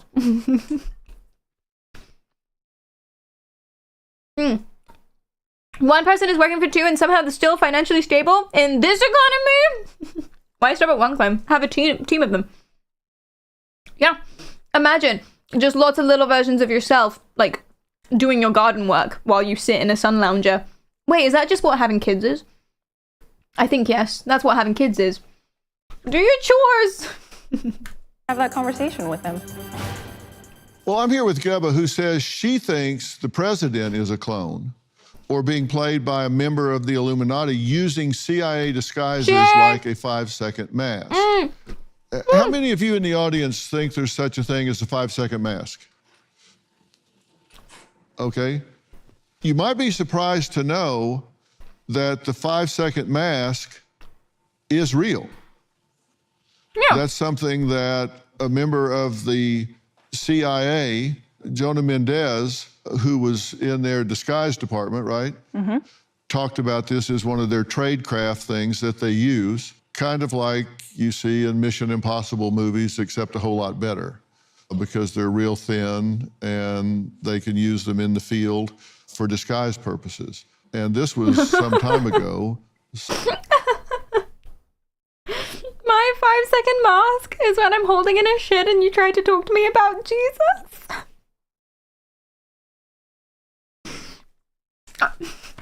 This is so cliche. Yeah, that's why bingo works. And you know what? You're kind of onto something there because it's like, if.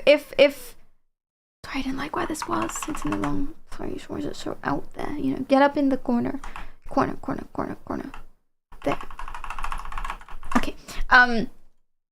But yeah, it's like if they were trying to discredit all conspiracy theorists by throwing in the real conspiracies with like the nonsense ones, and then they like give her, I reckon she's I have a Gubba Homestead conspiracy theory. She and people like her are industry plants, okay, that are made famous with all their conspiracy theories so as to discredit the conspiracy theories that are real by mixing them all up with like the bad ones. Yeah. That's what I would say, but how would you water them? I don't know. What's the biggest masking you guys have ever done? Like Els. What's the biggest masking you've ever done in your life? So technology's probably Michael, thank you so much quite for a 3 bit better months. Thank since you. then, Am I right? real? Yeah, Is I anyone would real? assume that it has. It's a good thing that they have that technology, right? But you think the president may not even be Joe Biden. Yeah, I don't think that it probably is Joe Biden. If you look at Joe Biden from 10, 20 years ago and the Joe Biden now, I am not going to gaslight myself into believing that is the same person. Well, he's So Joe Biden when he was 55 and, you know, conscious, whoa, not political, versus the 75-year-old man with whatever problem. It's called aging. Yeah, that's going to be a trend. People are in denial about aging, and that makes sense for lots of reasons. You're in denial about mortality. You're in denial about someone you once loved and respected not being real to you anymore in the same way because, oh, they're different now. So it's all cope. It's all cope. Aging is a conspiracy theory. And I think that's why people just love Keanu Reeves and Paul Rudd and people like that so much, or it's one of the reasons. Well, to be fair, I love Keanu Reeves and Paul Rudd. But I think we really do like people who don't change. We like familiarity. Didn't I say I'd come back to this when you guys were like, oh, Perry, you capitalized the K in your name. Oh, we hate it, stop. People love familiarity and they get freaked out when things change. So if you're an actor who can look exactly the same as you did 30, 40, 50 years ago, I think you're liked more. Yeah, people even love Tom Cruise, even though he's a Scientologist, which is weird. Keanu looks very different from the Matrix movies, but he doesn't look old though, if that makes sense. You know, he doesn't make me fear for my mortality because he's cool. Exactly. Exactly. aged pretty much. Yeah, he's aged, but if we pulled up a photo of you from 20 years ago and you now, I feel like, yes, there's age, and there's also photos and him on camera where it looks like he's scrunching a mask. So I think it is plausible to believe that he's potentially wearing a mask and they have somebody under there. Well, I look pretty much the same. I've been bald. Yeah. I've been bald since Anton, I was 12. hi. So You look the same, and a lot of Illuminati members, some of them and the celebrities, they will not age, or they're wearing masks. yeah. What would be the purpose in all of that? Because they're not actually in control. They are giving us the facade that someone like Joe Biden is controlling us when there are people who are behind him pulling the strings. Okay, well, there are. It's called Now, system you of think government. Bones Is what that is what that is. And now what's happening here is another fear. So a lot of this is cope, right? Another fear, and specifically why it's around celebrities, jealousy, but why it's around political figures, because that's power. It's about being afraid of being out of control. If the people in power are actually like, they don't have your best interests, or you don't really know who's in charge, you don't really know what's happening behind closed doors, and you don't because it's government. So like, obviously, who knows what's happening? It's all corruption, you know what I mean? Not to be political. Because you don't know about that and it's really uncertain and it stresses you out. That's basically what it is. It stresses you out. And so you need a way to feel better. And it's pretty much that simple. You just need a way to feel better about it. And for some reason, thinking that it's one villain that we can take down, one big injustice, and if the people just woke up and realized that's what's happening, I can change it and I can save the world, takes a lot more power back into your hands than if you believe, well, this is just the way things are and they always have been this way and it's not black and white and there's no easy fix. That sucks. but thinking there is one easy fix if we just storm the gates and overhaul everything. That's nicer. Sadly, not real necessarily. The world is complicated. Making it simplified is comfortable. Exactly. Maybe it's just carbon monoxide poisoning. Oh. Oh, maybe. It's another way to make them feel important as well. I know the real truth. I can see something no one else can see. So even though you bullied me in school and I got bad grades, I'm not stupid and I'm not worse than any of you. I'm better, actually. Yeah. It's very sad, actually. I always feel very bad for people who are really caught up in conspiracy theory because it's very hard to pull them back down. And there's lots of reasons why they feel this way and act this way. And it's all usually from a very sad backstory. But we're not actually talking about that today. We're talking about, are you real? In the ground don't prove that dinosaurs existed. No, I absolutely don't. She doesn't think believe in just that. because Oh, there's a bone in the- we didn't put dinosaurs on the bingo. What were we thinking? We didn't put dinosaur. Ah, we should have the ground done. means that dinosaurs existed. I just didn't think What we'd go is back that that far. I think that bone could potentially Well. be dragons. It could potentially be other animals that have gone How much a extinct. mistake. I know. But We're like, the hi, idea Pet Pets. of dinosaurs, I think, is a fairy tale. You know, The audience when you nodding. fact check that, you know, dragons are mentioned in Revelations, but when you talk about dinosaurs, We didn't put dragons on the screen there is either. science So silly, that so silly. verified that these bones are there and have been there a long time. You're just saying they're not necessarily Hi, Zonk. dinosaur bones. Well, I might have to fact check that because carbon dating for the bones only goes back 50,000 years. So then they have to make their guess on the sediment. And we have these ancient cultures who have depictions of, not dinosaurs, depictions. Sorry, there. I'm gonna go ahead and fact check that. How does how does that work? How do they date dinosaur bones? I actually don't know the answer to this.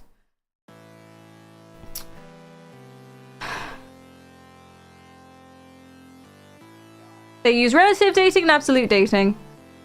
They use a bunch of different things. They measure radioactive decay, which makes sense. What does she mean when she says it only goes back 50? Carbon decay, yeah, carbon dating.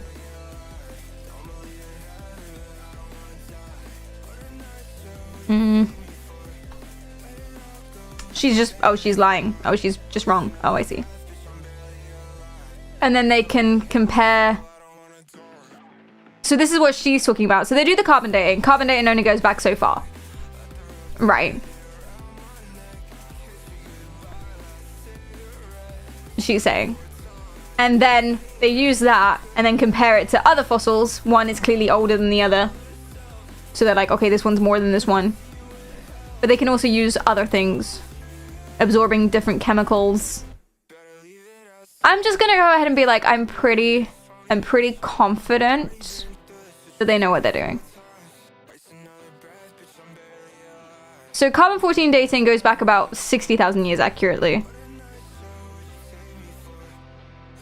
So is she's right, but then what do they do?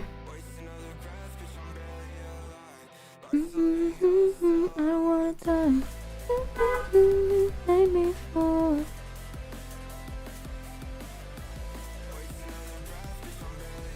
Anyone know?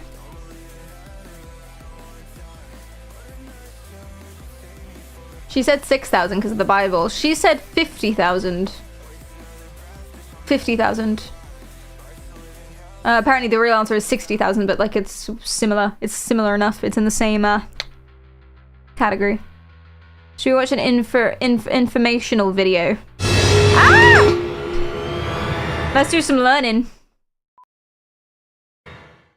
How are there still footprints of dinosaurs? I mean, it feels like they would have washed away. I don't understand. You're probably right that 90% of all tracks that were made did wash away, but if you have just the right consistency Wait, of what? the substrate, the sand or the mud, it would take a very nice impression, and it could also dry out, so it becomes more like cement. That's cool as hell. How What the do we fuck? know when these marks were made. You think that's staged? Dr. Lockley explains that paleontologists primarily date fossilized markings, like the scratches, by determining the age of the rock on which the impression is left. Yeah. That's often done with a process called radiometric dating. Woo! It's Top comment, I hope these paleontologists had a nice time with their fossil dates. a method that relies on elements found in the rock.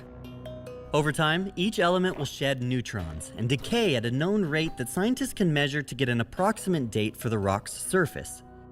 But the key elements found in sedimentary rock where fossils are usually discovered decay too rapidly to be a reliable dating source for such old surfaces. So that's what she's However, saying. there are elements that She's saying that the problem is that, you know, they decay too quick, and so if it's more than 60,000 years old, you won't really be able to tell.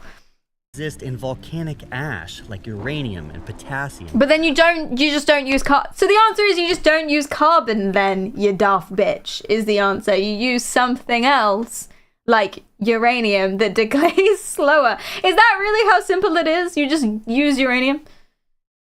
Which decay more slowly. Oh. So geologists will look for layers of ash above and below the rock in which the fossils are found. By dating each layer of ash, they can determine an age range for the rock There you and go. the fossils in question. And then there's all those other things too. Yeah, GG. GG, alright. I mean, I just asked them out. I'm sorry. I think some people here are fishing, although maybe we've just gone in that way. They can't directly date the fossils. Not accurately, you need like other things around them. Blah, blah, blah, blah, blah. Anyway, okay, so that's what she's saying. And other people are saying, well, you just use something else then. And it's a mistrust. Ultimately, that's what it is. It's a mistrust. Thank you, Taffy. It's a mistrust of scientists when they say they're doing something. If you don't know how it works, or actually, let me be her for this. If I don't know how it works, then they must be lying. If I don't understand something, it must not be real. Because it's very scary, actually. It's really, really scary to put your faith and trust in someone and just take their word for something. And with a lot of science, we don't have a choice but to do that. Really. Because some of it is just so unbelievably complicated and so unbelievably out there that all we can do is when someone says, oh, I'm going to go ahead and do this and I'm going to go ahead and find this concept. When someone says that, it's so out there and there's so much lore and there's so much to research and look up and all these different words and all these different processes that it would just take you so long to be able to understand it well enough to know if they're doing the right thing. So you just say, yeah, cool, go on. You trust the guy with the 7 PhDs and the 40 years of experience to know what he's talking about and to be like, you're doing this right. And for some people, they don't mind doing that because they trust the scientific institution in general. For some people, they really don't want to do that, and they can't do that. And for some people, their brains are actually different. So there's a part of the brain called the anterior cingulate cortex, or the ACC, and basically they've done fMRI studies where they measured the blood flow of oxygen, the oxygenation of blood in parts of that brain. And they found that people who have or are more likely to believe in conspiracy theories have lower activation in the ACC, which basically translates to them being less able to trust sources of information more or trust people's words for things. Only 7? I don't know. See if you. What's your number? What number would you want? Personally, I only trust people with 10 or more PhDs. My dad is a professor and he was interviewing someone for a job once, and what was a red flag for him is it was something like 6 master's degrees. She had 6 masters, and and his question was just, why?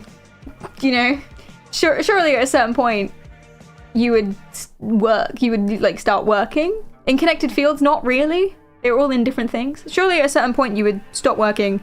And for him, and the last master was only completed like a couple months ago, so for him it was a sign of, do you know what you're doing, and or do you have like some kind of fear about commitment? And do we need to talk about this? And are you going to quit in 2 months? Woman, pick a career! I mean, they ended up hiring her, but it was just a little red flag. Remember to ask about this in the interview. This is a bit strange, sort of thing. It is, yeah, I don't know. It is odd. Yeah, it's clearly even, actually. Stop it, right? Was she unable to get a job in any of those fields? You had to keep picking and choosing? I mean, I really admire people who can just chop and change their career in the middle of everything. My, for all intents and purposes, mother-in-law was a music physics person, and then at the age of 40, she fucked it all off and did a medical degree. Crazy. Love that. Love that. Not the same thing, though. But anyway, let's go. Dinosaurs. Of dragons and picture their guests on the sediment. And we have these ancient cultures who have I can support you, Tupac, yeah. of not dinosaurs, depictions of dragons. And this is in a time when these cultures weren't talking. So why are they depicting dragons in writings and in art and in... I'm sorry, wait, when did... So Wait. why are they depictions of dragons? And this is in a time when these cultures weren't talking. These cultures weren't talking? These cultures weren't talking. That's not true. We've been talking forever. What do you mean? Ugg makes noises to indicate sad. When did we start talking? That's a good question. Are we gonna fact check every single thing she says? We're never gonna get through this video, man. Last fact check. When did humanity start talking? Or language? The evolution of language. 200,000 years ago, Neanderthals. So like, yeah, Ugg goes brr. Yeah. Oh, she meant to each other. Oh, the culture's talking to each other. You're right, I'm being mean. I didn't listen properly. Okay, I'm going back. Depictions of not dinosaurs. Oh, yes, because they're isolated. That's what she means. And this is in a time She's when saying, these cultures weren't talking. My bad, So that's why are me. they depicting dragons in writings and in art and in different forms of their culture. Well, creationists try to discredit. You wasted the last fact check on this. I know. I'm so sorry. Education says that carbon dating is one of the most reliable radiometric dating methods of all. So it's pretty precise. It only goes to 50,000 years for the bone, though. 60,000. And then they make a guess on how old that bone is based on the sediment. Okay. So it's a guess. So you're And pretty uranium. suspicious of like food and big pharma, Absolutely. sunscreen. Yes. You're concerned that we're being lied to. Yes, I absolutely do believe that. And what's the purpose? The purpose is to make us sick because when we are sick, we generate revenue. They don't want us to be healed. All right. And you think That doesn't work in the UK. They do not want sick people in the... Oh my god, pure high. They don't want sick people in the UK. Do you know how much that costs the NHS? They try not to treat us when we are sick, let alone actually making... That only makes sense in a country where you have to pay for healthcare. And even then, insurance. Most people have insurance, so it comes out of when you're ill and you have to have a surgery or whatever, that comes off the back of the industry that you work for. So really, who's suffering? Big business. Who's suffering? Moguls and capitalism when people are sick. It doesn't, even in America, it doesn't really make sense. But it definitely doesn't make sense for anywhere else. In the UK, they don't want sick people. They have to pay for our healthcare. Chin chin. Yeah, exactly. Oh, even with insurance, you still have to cost to pay. That sucks. Oh yeah, you have like an overhead, don't you? That's annoying. That's upsetting. But still, it's off the back of the company who's paying your insurance as well. If only insurance was that convenient. I'm so sorry. How does it work? That sucks. They make us ill, so we must rely on public healthcare and the state. Those lizards. Yeah, that just wouldn't make sense in the UK at all. That would not make sense at all, even slightly. I'm waiting for her to try and peel Dr. Phil's face mask off. I'm ready. I'm ready to see that. Funny that I'm currently fighting 2 trusts and a hostile MP over mum's healthcare. The NHS is charging for healthcare. Oh no, what? Oh no, what's happened? Oh, I'm so sorry. That sucks. It's not all free. Damn. Yikes. Has she considered not wearing sunscreen? Hey, that's not me saying that. That's Gubba saying that. Okay. I think that the kids that are growing up today in public schools are being conditioned in what way? First of all, they're being taken away from the family most of the day. They have to ask for permission to go to the bathroom. They sit in a desk for 8 hours a day. Yeah, that's fucked. I'm with her on this. Uncomfortable lighting. They are going through curriculums that are made by the government. You don't know your teachers, so they are being Oh, conditioned children. to just go and work a 40-hour job. You send them to school when they're 5 years old. They start their Preach. 40-hour school week, and they're just conditioned to go out into the job force. That one I'm on board with. We didn't get a bingo, man. Don't worry. We're going to be talking about GUPA for a little bit, and we'll keep working on this as we go. But yeah, no, I'm with her on that one. School sucks. School sucks. Listen, Kabesh and Albinactus, thank you so much for the follows. I appreciate that. School is the worst. If you're currently in school and struggling and thinking life sucks and it's never going to get better, school is the worst. It is 100% objectively going to get better once you left school, because school is the worst. So if you're struggling now, that's okay, because this is bad. And then your teachers will be like, oh, this should be the most fun time of your life. They're lying to you. They're sad. Why do you think they work in the school? Okay? So, you know. What is this song? Ah! I'm sorry, what? What did I just hear? My bad. It's banger there. PSA won't necessarily do get better. No, please do also go to the doctor and the GP in therapy. In the UK, once you turn 16, you can go to the doctor by yourself. Please do that. And before the age of 16, I think you can go through school, or if you have siblings, I don't know, it's really, really hard to get seen under the age of 16 without telling your parents everything. Schools. You can go through your school. Yeah. Please do and go get help for whatever that it is. It's not necessarily a phase. You won't necessarily grow out of it. It's not necessarily just your hormones. There could actually be something wrong. Please do and go get treatment. Don't let people gaslight you. Well, you're just a teenager. I was also a moody teenager. Yeah, okay. So the thing that I heard a lot from parents who say, I was also moody just like you, undiagnosed bipolar. 100% undiagnosed bipolar. You were moody, just like me. Not like me, but like my friend's family. I'm my friend in this scenario. You're moody, just like her? Yeah, I believe you, bitch! Therapy! My fucking god. Thank you. Well, you're not autistic, because that would make me autistic. Yeah, Mum! That's what I'm saying! God damn it! But it's not a phase, Mom. Also, if it makes you feel better, sometimes it is a phase. Sometimes it actually is, which is nice. But that doesn't mean you shouldn't get treatment for it in the time. Listen, a lot of people think with mental health, right? A lot of people think that you need a diagnosable thing wrong with you to get help for it. And if you don't have a diagnosable thing wrong with you, then you shouldn't get help for it, right? So going to the doctor to talk about your mental health or going to therapy, it must mean that you're absolutely psychotic. You're diagnosable with schizophrenia. You should be locked away. First of all, schizophrenia just got like a random drive-by there. Nothing wrong with schizophrenia whatsoever. It has a bad rap. Anyway, it was just the first one I could think of.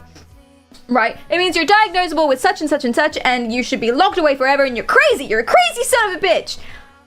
But if you think about like any other type of healthcare, it doesn't make sense. If you have a headache, you take paracetamol. Are you diagnosable as a person who gets headaches? No, you just have a headache like anyone else. You know what I mean? Same thing. Same thing with depression or anxiety or executive function ADHD issues or weird whatever, or psychosis in some cases. That one's usually a bit more serious, so do go and talk to someone. Same thing, yeah? Same thing. You don't need to be diagnosable with anything. It's just like anything else. If you break your leg, you shouldn't be afraid to go to the doctor, because what if they, you know, write broken human being on my piece of paper? Your leg will heal. It's fine. You know? I can be your medicine. Don't know what that means. Thank you. If you have migraines, then yes. Yes, and then stronger medication, which, you know, doctor for, but that's okay. That's okay. What if I break my other leg? Don't do that. What if they break my other leg as well? Oh, that's a bigger conversation.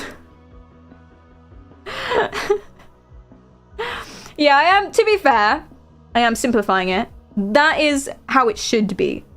That is my idealistic take on how it should be, which I'm going to keep saying, because if we all pretend that's how it is, then eventually, hopefully, it becomes actually like that. So, that's my dream, I suppose. What do you guys think?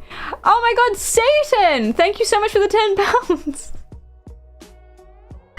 I appreciate you, Satan. Thank you for the 10 pounds. Joel's in chat, though. Joel's in chat. That's really generous. Please don't make fun of my disciples. Thank you. Which one, Gubba or Dr. Phil? Sponsored by the devil. That's pretty cool. That goes pretty hard, actually. By Satan himself. Thank you, thank you. Took the deal, huh? You know me. What's Diddy doing in the recommended? Wait, where? Oh, shit. God, what is my algorithm? What is my algorithm? It's weird American TV shows. My ex is a pedophile. Diddy. Lunchly. And then Yumi at 6 Loverboy instrumental karaoke. Which absolutely goddamn slaps.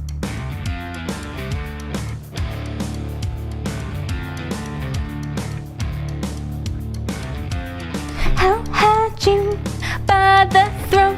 You never got to heaven, but you got it real close. Okay, no.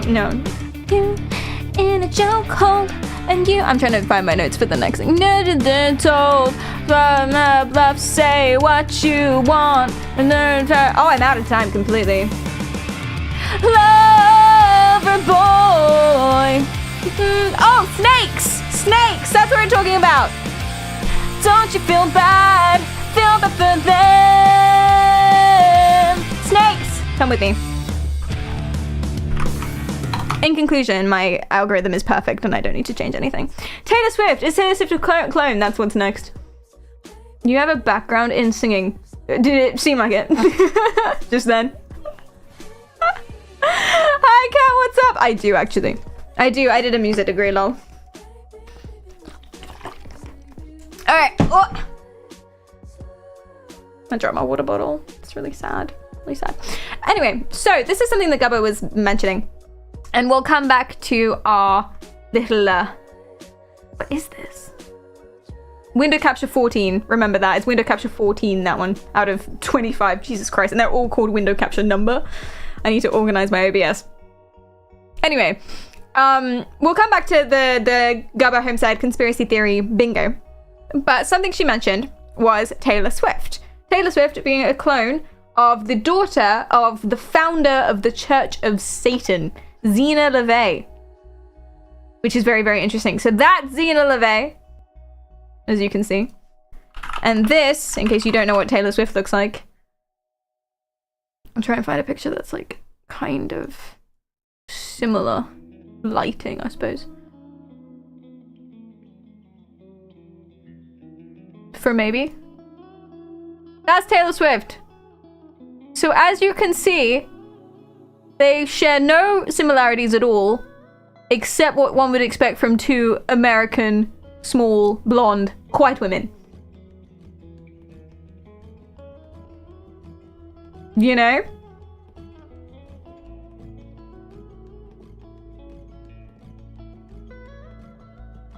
Also, I feel like 90% of the similarity comes from eyeliner and a red lipstick. I would look like that too if I put my red lipstick on. Shall I go and do it? I would look exactly the same way, okay? My girl is 90% foundation right now, and I am not saying that that is a bad thing. You slap that on, you look amazing and you know it. But we are not seeing any real skin in this picture. And again, that's fine. There's no qualms with this. But we are not. We are not seeing any real skin, and therefore you have no idea. So there she goes. They look exactly the same because they're wearing the exact same face. And they also don't even look the same.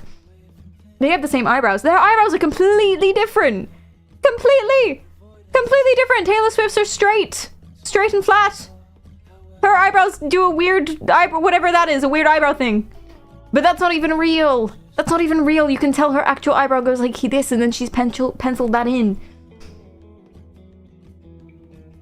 Not seeing real skin because it's a mask. It's a 5-minute mask. Hi, Paracarial. What's up, Harryden? Just crimson lipstick within. Oh, this is lip balm. This isn't. Oh, that was irrelevant. No, I have a red lipstick, but it's, I don't know, it's a bit much for me. So I put it somewhere and I forgot where it was. This is a balm that's shaped like lipstick, so you can feel fancy. It smells like blueberries.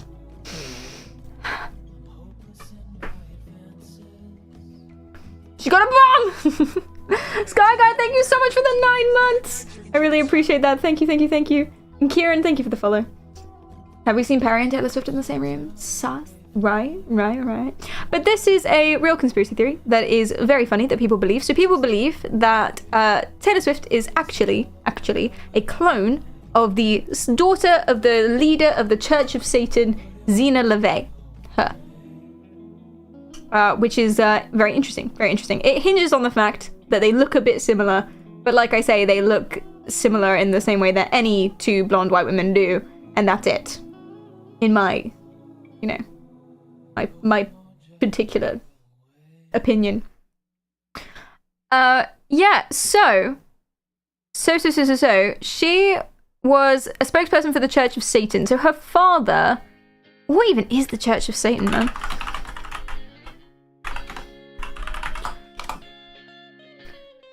Xena Shrek. There's her now. Looking super like Taylor Swift. Exactly the same as Taylor Swift to the day. The Church of Satan is I don't even know what it is. I don't even think it's a cult or anything interesting. I think it's just another breakaway group of, as I say here, the breakaway group of Christianity.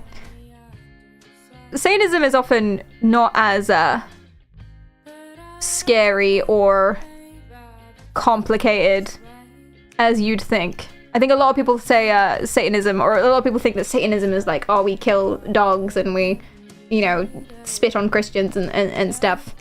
But it's not. Usually it's just a group of people, just like any other religious gathering, and they'll just be like, they'll just say some stuff, and they'll be like, be free, be nice to your family, amen. Or not amen. Yeah, they're pretty nice, I think they're pretty nice in general. I don't think they really do anything. They don't even believe in Satan, this group. They don't believe in Satan. It's just an archetype for freedom. It represents being free from a not benevolent ruler, I suppose. So it's blasphemous as hell. But if you don't care about that, why would you care about that? It's fine. We don't hate each other. Yeah, hail Satan, exactly. It's not like a big deal. But this guy is freaky looking. And wait, I thought that was LeVay. Oh no, that's not LeVay. That's Peter Gilmore. So he's a high priest. I thought that was LeVay.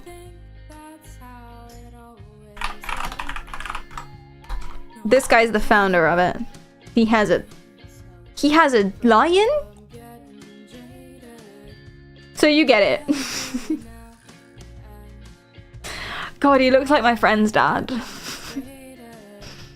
My friend's dad, who has parties in his house, like intergenerational parties, which are pretty cool. So he invites his friends and his wife's friends, and then his son invites his friends, so me, and then we all party in the same house at the same time. It's actually really, really fun, and you can have really interesting conversations with people 20 years older than you. But still, he looks like my friend's dad, and my friend's dad posts he paints oil paintings of himself nude, and then puts them all over the house. Completely uncensored, and then wants to talk to you about them while his friend tries to sell you Mandy. It was a weird party. Wait, for real? Yeah. Didn't like that party, to be honest. Intergenerational parties are fun in general. Oh, when I say friend's dad, when I say friend, he's the one who dated a 16-year-old when he was 20. Friend at the time. So you get it. You get where, like... you get the history. It checks out.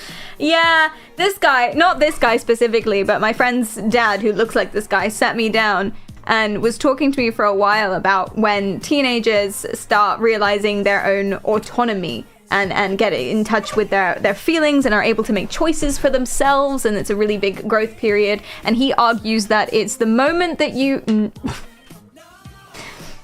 I don't know if I want to say that.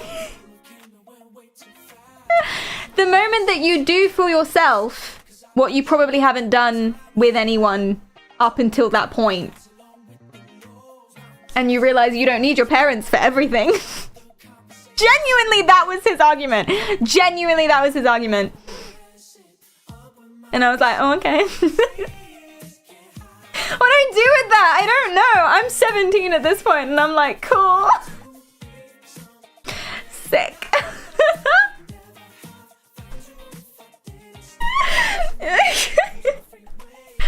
Yeah, like getting a job. Yeah. Glad you escaped. Yeah.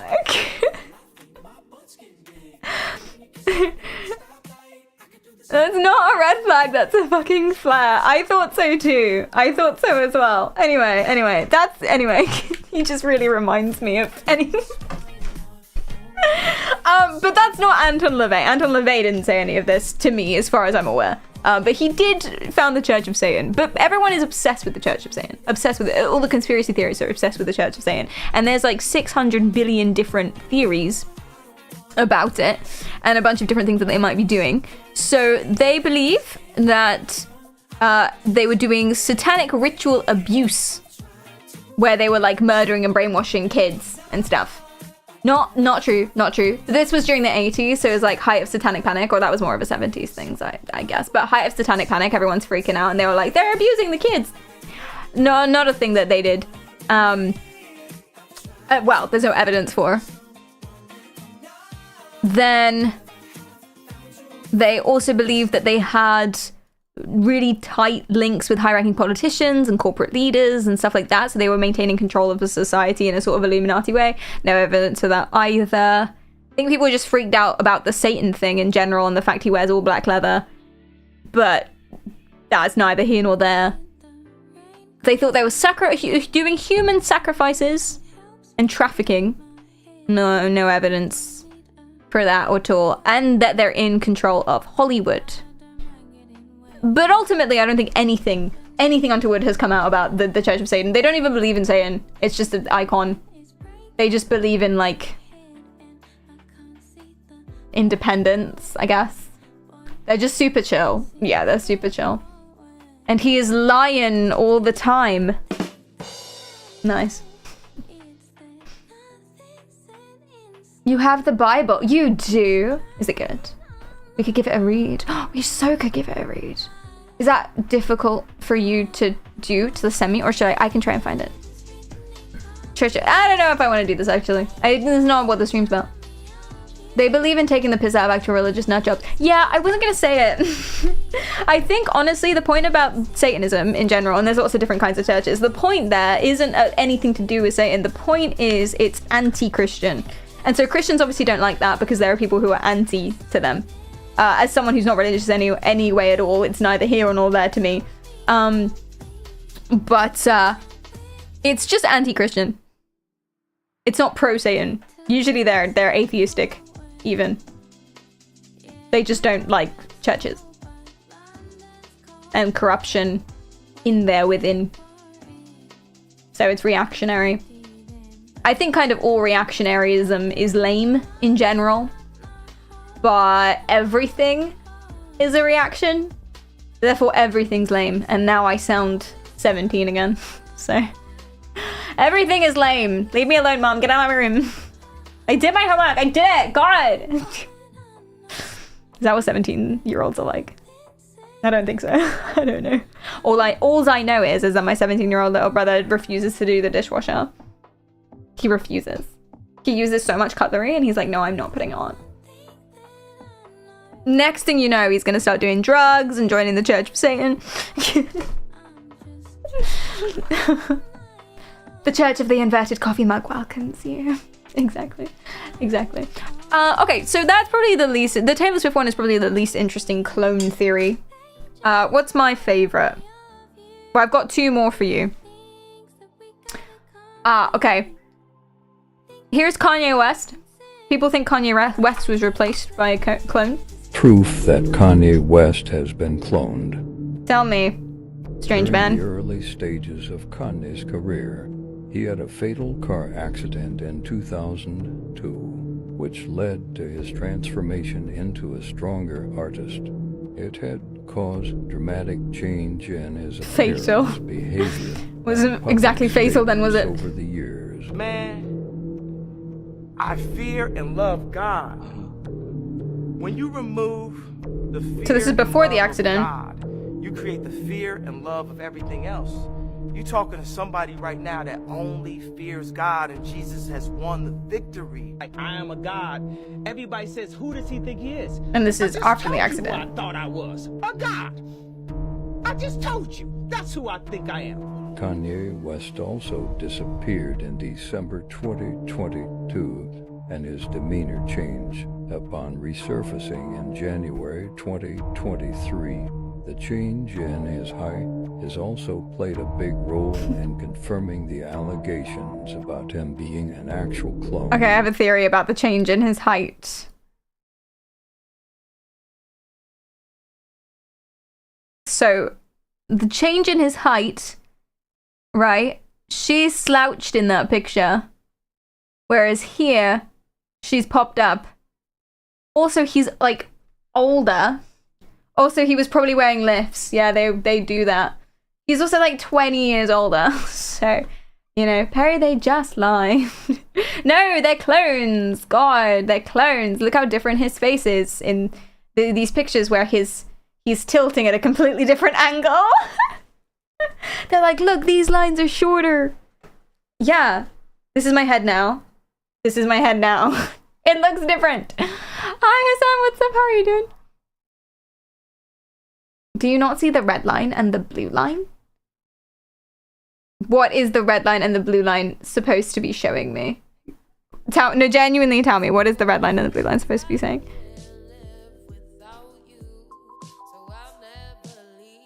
I'm not seeing a single meaningful difference.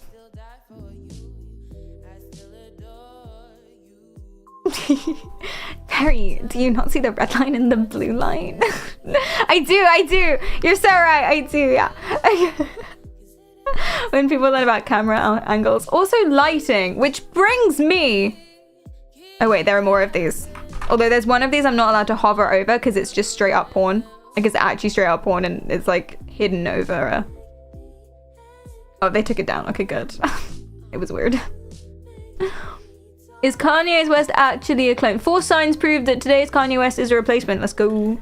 4 signs prove that today's Kanye West is a replacement. Woo! Kanye mysteriously vanished after making offensive remarks at the end of 2022. I wonder why. When he reappeared in the public eye months later, people noticed he seemed like a different person. First, Kanye's height has increased. His official height is 173 centimeters, which is the same as his current wife Bianca's. However, photos of the two together show that Kanye is noticeably taller than his wife, even without shoes. Secondly, his facial features have changed, with noticeable differences in his nose and ears. From 2 comparison photos, it's clear that Kanye's skull shape appears significantly higher after his return.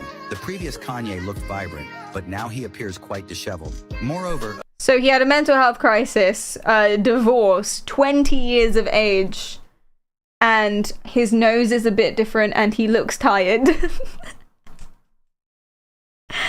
Kanye finally hit puberty. Oh my gosh, it's amazing. It's fantastic. Lethal high. If someone's gonna clone him, they would do a better job. Oh no. How do we know it wasn't his wife that was cloned? Hey, that's a good point. Observant fans have noticed changes in the tattoos on Kanye's body. Thirdly, Kanye has had conflicts with Balenciaga, yet some netizens spotted him shopping at Balenciaga with his new wife, which is quite unbelievable. Finally, it is well known that Kanye has a passion for... I have issues with Primark. I still get my jewelry from that. Okay, stop. He had public beef with Balenciaga, and yet someone saw him go into a shop. That is quite unbelievable. Oh my god, you stopped at a place. No way. Shoes, which led him to collaborate with Adidas to launch Yeezy. However, the current Kanye is often seen going out barefoot. Moreover, Kanye once said, "If I ever disappear and come back, No, that's this not has to me." be satire. All these contrasting changes have led people. He loves shoes and now he doesn't wear shoes. That has to be, this one has to be satire. There's no way. There's no way. Hi Northern, thank you for the follow and rate as well. Sky Guy, did I say thank you for the 9 months? Thank you so much for the 9 months. And SHD, thank you for the follow. And Kieran, thank you as well. That's so funny. To suspect that he has been replaced. What are your thoughts on this situation? What are my thoughts? What are the comments of this one?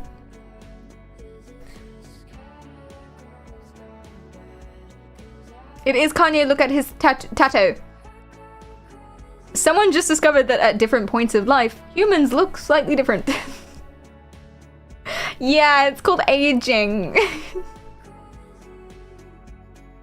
Yeah, also he's gone through a bit of a crisis. Why might he be suddenly taller now? Now that he's gone through a allegedly bipolar crisis and he's lost his goddamn mind and he's I don't like to use the word narcissistic because I think it's used too much and out of place, but he thinks he's Jesus, basically. Why might he be a bit taller now? I don't know. Is he wearing heels? Maybe. Okay. I want to see more of these. These are great. Ye tried to tell us. You can't. Would you believe that he's been cloned? Clone Ye. New footage. Okay. Kanye West spotted again with Ice Cube. Is that Kanye West? Oh, it is.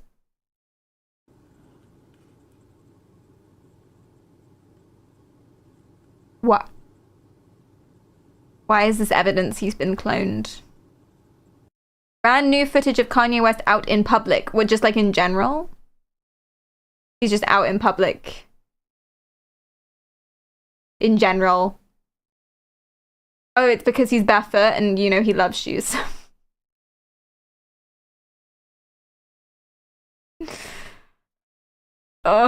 He looks rough. Yeah, well, it's severe mental illness that he's not being treated for. We'll do that to you. Cool. Also, political leaders. People go nuts for political leaders. Absolutely nuts. I didn't even give a specific one for this. Cloning proof. Let's go. All y'all saying cloning isn't real. Good morning. Could they be possible? What's happening? Our administration believes that there are loopholes that could allow the cloning of human beings if the technology were developed. Therefore, today I am issuing a directive that bans the use of any federal funds for any cloning of human beings. Effective immediately, no federal agency may support, fund, or undertake such activity. That's cool. Of course, a great deal of research and activity in I this assume this was area off is supported Dolly. by private funds. Yeah, Dolly the sheep. That's what I was thinking, That Jim. is why I am urging the entire scientific... Yeah, so cloning is a real process that they did with sheep. Dolly the sheep. Dolly was cloned, but it took ages. Most of the sheep they tried to do before her died a lot. And then they did make Dolly, but she died pretty quickly as well. And with humans, it would be even harder to do. And so I think at this point, they were just like, let's not try that. Let's not do this. Because it's going to be really painful, really expensive, and it's going to absolutely break the hearts of all of the surrogate mothers who participate. So let's just not do that, shall we? And they banned it. Let's not do that with humans. And I think that is a shout. and medical community, every foundation, every university, every industry that supports work in this area, to heed the federal government's example. I'm asking for a voluntary I'm pretty sure that's what moratorium he's talking about here, which on is like cloning of human normal beings and like fine. until our Bioethics Advisory Commission and our entire nation have had a real chance to understand and debate the profound ethical implications of the latest advances. But they're using this clip to be like, see, cloning is real. And it's like, yes, of course it is. They've done it, just not with humans, and they shouldn't do it with humans, and it probably wouldn't work. And when you do clone something, so Dolly the sheep wasn't, it would just be like having a kid, basically. They'd have your entire, it would be your DNA, right? So they'd be genetically you, but they wouldn't have any of your memories or emotions or anything. They'd just be like, and it's like having a twin. It would be the same as having a twin. If you have a twin sister, what's the word?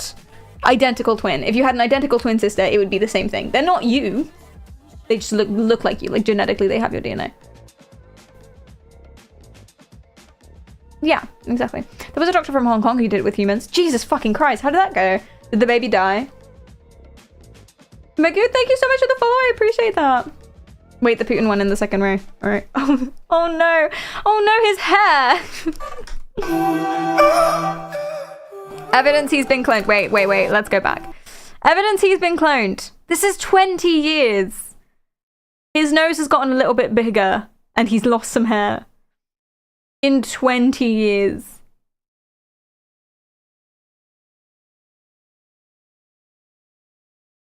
Aging isn't real. Top is an old photo of Putin. Longer, rounder face and wider eyes. And now it's... So, he's got more of a double chin. He's leaning back. And he's put on a bit of weight. Because he's 20 years older! And he's smiling! Oh, he has wider eyes. Yeah, look. Okay, different eye shapes. Hi, Harvey, what's up? I just realized I got the Putin hairline. Oh, I'm so sorry. Oh, no. Oh, no, I'm sorry.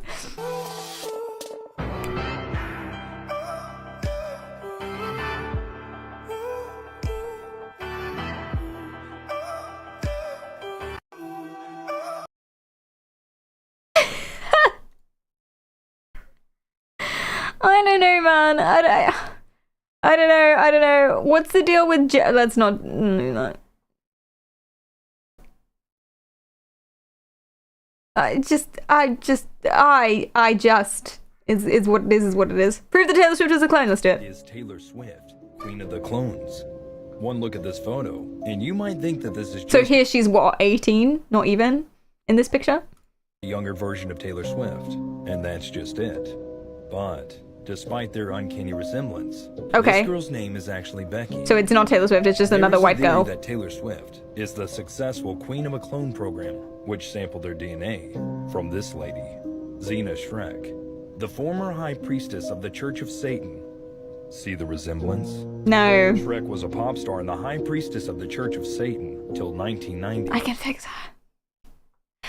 Damn, mommy, stop. And coincidentally, Taylor Swift was born in 1989. No. Both Taylor and Zena use serpents as their symbols and have similar successful careers, crossing over from country to pop music, leading many to believe that Taylor Swift was created to take over where Zena left off. So, is Taylor Swift Queen of... I believe it. First of all, they don't look anything alike at all. She was just wearing a lot of makeup that happens to be the same way Taylor does her makeup. Second of all, you can't just show another random girl. One look at this photo. You can't just show another random girl, because you know who that looks like? That looks like Newbie. As well. Doesn't it look like Newbie Muffin, the other streamer? You guys know her? So, like, you can't just show some random girl in, like, 140p quality of a random teenager with long, straight blonde hair and be like, therefore, there's a whole cloning program. You think that's Diddy? Oh. Taylor Swift was actually born and not created in a laboratory? Oh, no. Oh, no. Oh, is that Taylor Swift? No, it's just some random girl who happens to kind of look like Taylor Swift. But they must be clones. It's evidence. Okay, but anyway, my favorite of all time is this one. This is the Avril Lavigne conspiracy. Now, this was a meme, but it started off as real, and then it became a meme and everyone was taking the piss out of it, and now it's real again. Now people believe it properly again. So you guys have probably heard about this, unless you're like brand new to the internet. This was such a huge meme, but it started off as real, and now people believe it again, and they're like the conspiracy theories like Gullah Homestead and people like that are talking about it again.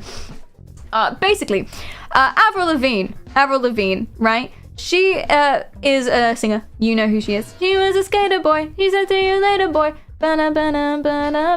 She basically became super famous like Taylor Swift when she was a teenager, pretty much. And she's still super famous and she still does music now. But weirdly, interestingly, 40-something-year-old Avril Lavigne doesn't quite look the same or sound the same as a teen-year-old Avril Lavigne.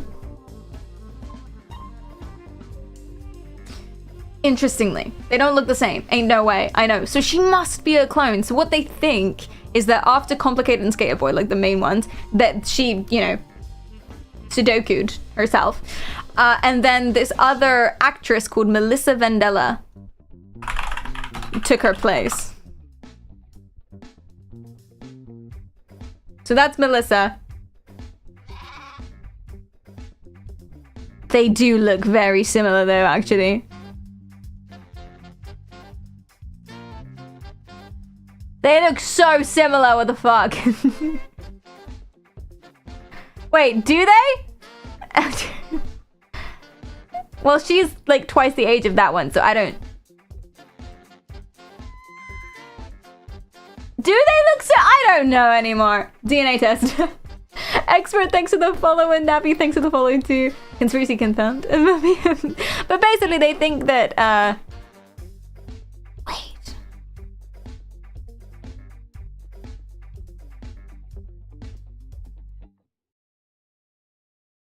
Oh, okay, so I think these are both Taylor Swift.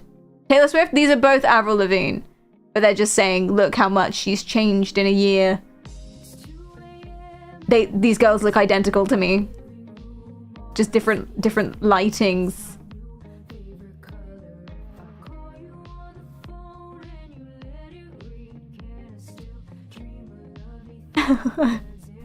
I think this one's a joke. This one's a joke. This one's funny. Did you read any of it?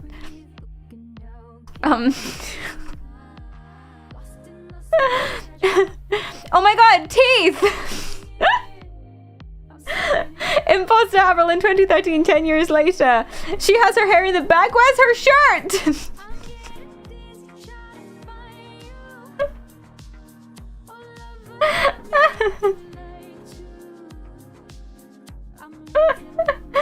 It is like a what's the difference between these two pictures? Clearly a clone, clearly. This Avril has teeth and this Avril doesn't. This Avril is slightly darker in skin tone than this Avril. Oh no. Clones don't wear shirts. Well, where is her shirt though? Because real Avril wore shirts. Argue that one, scientists. Anyway, I found some things to play for you.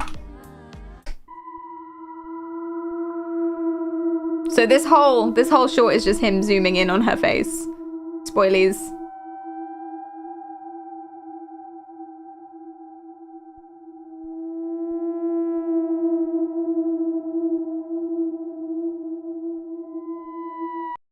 Enhance. Evidence. People are saying, that's Melissa.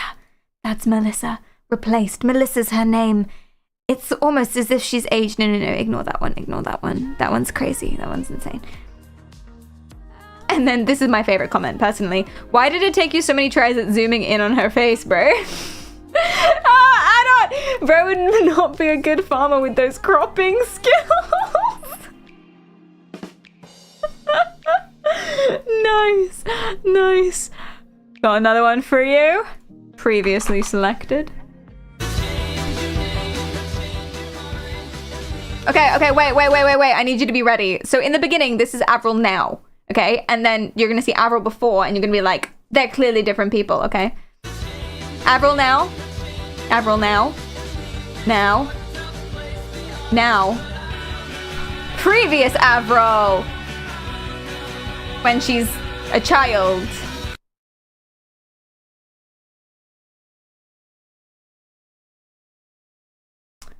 I think they just have no object permanence. You know, like, yeah, you're right that they look really different. Because one is 16 and one is 45 or however old.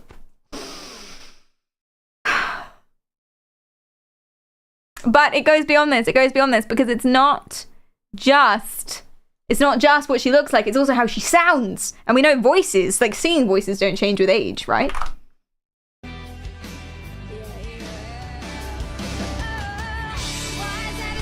Now? Back then.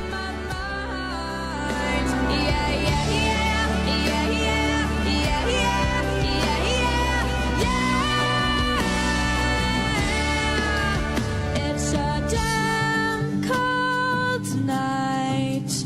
Now? Figure out this life. Won't you take me by the hand, take me somewhere new? I don't know who you are, but I'm with you. I'm with you. Then. So there's what, like 20 something years in this? It's almost like her vocal cords are different because of her life. And the mic quality is different, the mixing is different, the equalization is different, the band is different. So. Vocal cords don't change. The sound of your voice, the timbre of your voice absolutely changes, especially if you do things like smoke, which I think she does. I don't know about the biology of vocal cords and blah, blah, blah, blah, blah. Audio engineering does not exist. Are you saying mics were better 20 years ago? I'm not saying they're better. It does sound better, like the previous one, but there are different kinds of mics that do different things, right? So this mic is specific in certain ways. They have different innate equalizations and stuff like that, and they pick up different sounds. They also pick up different sounds from different areas. So it's not just the EQ of the mic, so how much your highs and lows are. It's also about where the sound is coming from. So some mics pick up the reverberation of the room, some mics are super pointed on you, some mics like this one, I treat it like a shotgun mic. It's not a shotgun mic. This one is a God, I used to know this. Condenser. It's a condenser microphone. So it like takes this bubble. You can't see. It takes like this space around it, like here, and then blocks out here, if that makes sense. So you can hear everything in front of it, but you can't hear anything behind it, basically. But anyway, regardless, there are loads of these different kinds of mics with loads of different kinds of setups that are plugged into lots of different kinds of sound systems with a recording. Besides, this is on TV, so you have to allow for that as well. Ellen! Oh my gosh, you're so sweet! How is your stream? What's up? Welcome in! Hello, hello, hello. Thank you so much for the raid. What were you up to? What were you doing today? How is your stream? If you guys don't know me, my name is Perry, or Pericarl, and I'm a variety psychology streamer, and today we're talking about cloning. Are you real? Part 2, cloning and conspiracy theories and why people believe in this and why they maybe shouldn't. And currently we're comparing different versions of Avril Lavigne, which started out as a joke. And then, like, people actually believe it, and people are talking about it, like, now. As if last week, people are bringing up Avril Lavigne again. So we're doing our due diligence and comparing. OJ, thank you so much for your prime. And Usakia, thank you so much for the follow. And welcome in, everybody. Ghost, what's up? You're overwhelmed already. Oh, no. Hi, Ninja. We were trading and talking. Oh, I love that. I love that. I love watching your...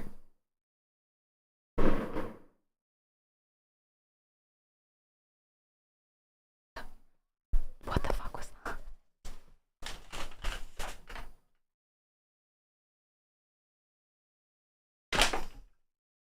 It's fine, I live in London. It's like stabbing's not that loud and we don't have guns, so I'm sure it's okay.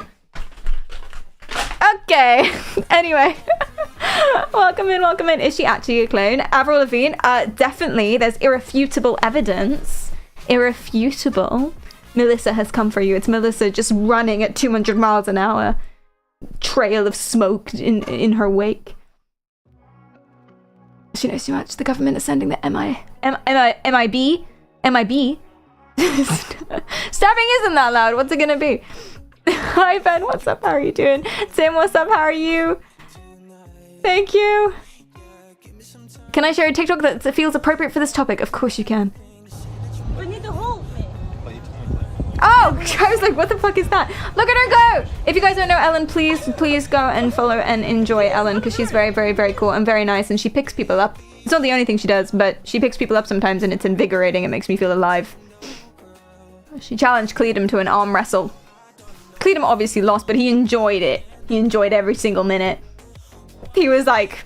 He said to me before he got up and joined your table, he was like, there's no way I'm winning this, is there? And I said, no, absolutely not. And he goes... Okay, I'm ready. Let's do it. Train me, mummy. Hi, Illuminati, what's up? Did she pick me up? I don't remember. I don't know. I don't think so. It's yet to happen. I'm okay with it though. She may have picked me up, and it's very likely I may not have remembered. Because it would just all go to my head, wouldn't it? It would just all be like, woo! And I can't remember anything for the next 3 days. NASA contacts Ellen to chuck things into the stratosphere for soft launches. Oh, that's how they caught the little missile that came back. Not missile. The little tube thing that came back to Elon. That makes sense. That makes sense a lot. Okay, guys, what do you think about this? Oh. What do you think about this, okay? Avril Lavigne. I keep almost saying Taylor Swift. What do you think about this?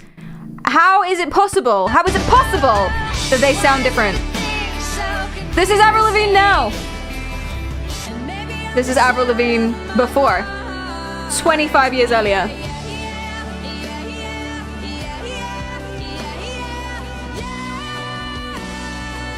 Are you telling me that her voice changed in 25 years? I don't believe you. How is that possible? Vocal cords don't change. This is her now.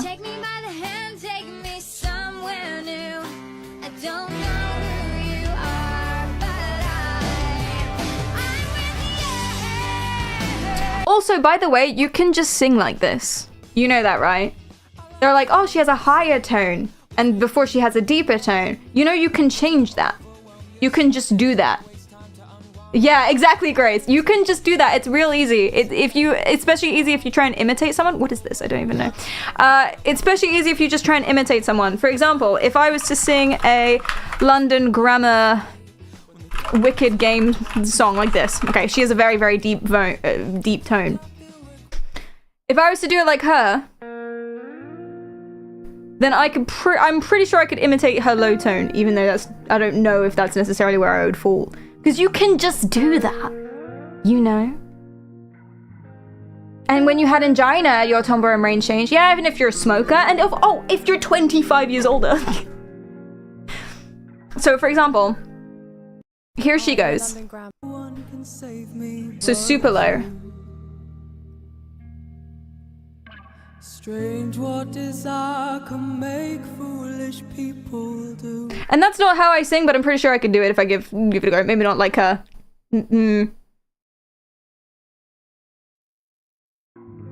Let's try it.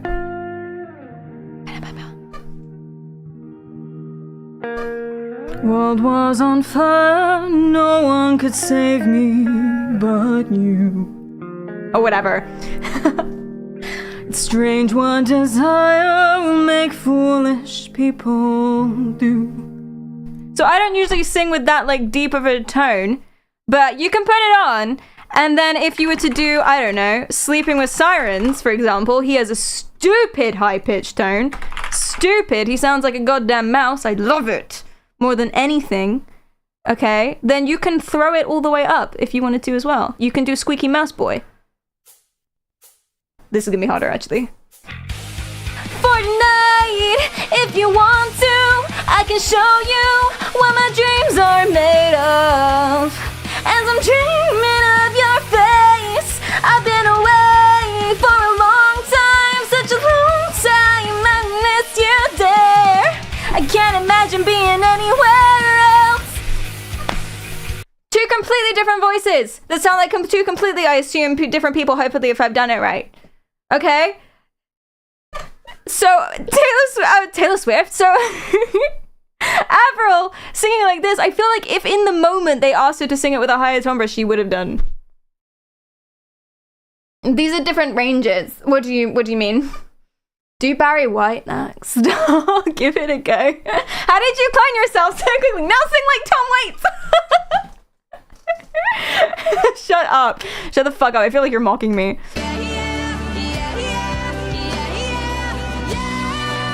Wait, do you know what? Why don't I try and do this? Like specifically, why don't I try and do this different?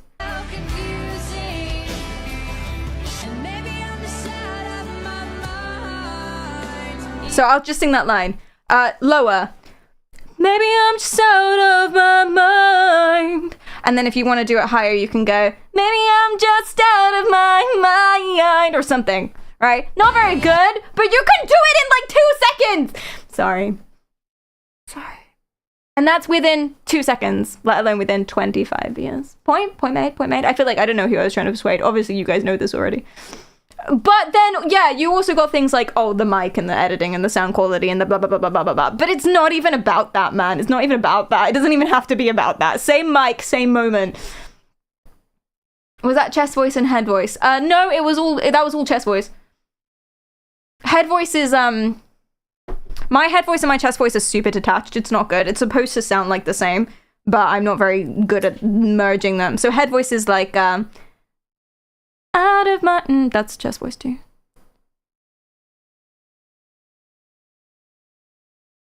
As I'm dreaming of your face, I've been away. Right, that. But if I wanted to do that in head voice, it would be... chest voice. I don't know. I don't think I can. I don't know. You're making me think too hard. Wait till these guys find out about the Scanian short halt. Tell me, clone conspiracy bros will have a field day with him. The Scanlan short halt. This feels like something out of Game of Thrones. Scanlan short halt. He's from... well, he basically is out of Game of Thrones. Dungeons and Dragons. Tell me more, Van. Tell me more. Lies, you're using software. Ah, yes. Here's a TikTok about being real. Thank you. Dude, are you real? Dude, I think I am. That's actually some pretty solid evidence. Renee Descartes! Oh, this is the joke you were making earlier, but in meme form. I love that. Thank you. Thank you. Yeah, I have a friend who genuinely sometimes doesn't think that he's real. Like, genuinely sometimes he doesn't think that he's real. Oh, he's the Wheel of Samsara dude, if you're keeping track of the friends I tell stories about. Kat, thank you so much for the follow, and Vale, thanks for the follow too. Yeah, so I have a friend who's obsessed with the Wheel of Samsara. He thinks that life is meaningless, and sometimes he'll just like, well, when I lived with him, he would just like come home, stick his legs on the stairs, and just lay head down, like lay upside down on the stairs. And he'd be like, "You're okay, buddy." Calls me up at 2 a.m. to be like, we're all on the Wheel of Samsara turning, and existence is pain, and the only goal is to get off it. He doesn't want to go to therapy because he thinks that therapists are just trying to scam him into kneeling to capitalism. And what are they going to say? That, you know, he's right, but he should just be okay with it?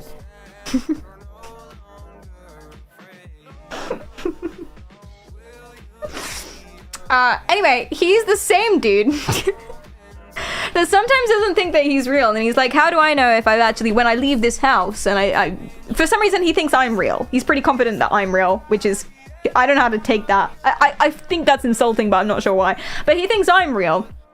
And so he's like, how come when I leave the house, right, I have no way of knowing if I just sort of like zone out of existence entirely. And then when I come back to the house and you see me, I just have memories of what I did that day. Whereas, you know, did I actually do anything that day? Or do I just have memories of doing stuff that day so that when you ask me, how was your day, I have something to tell you?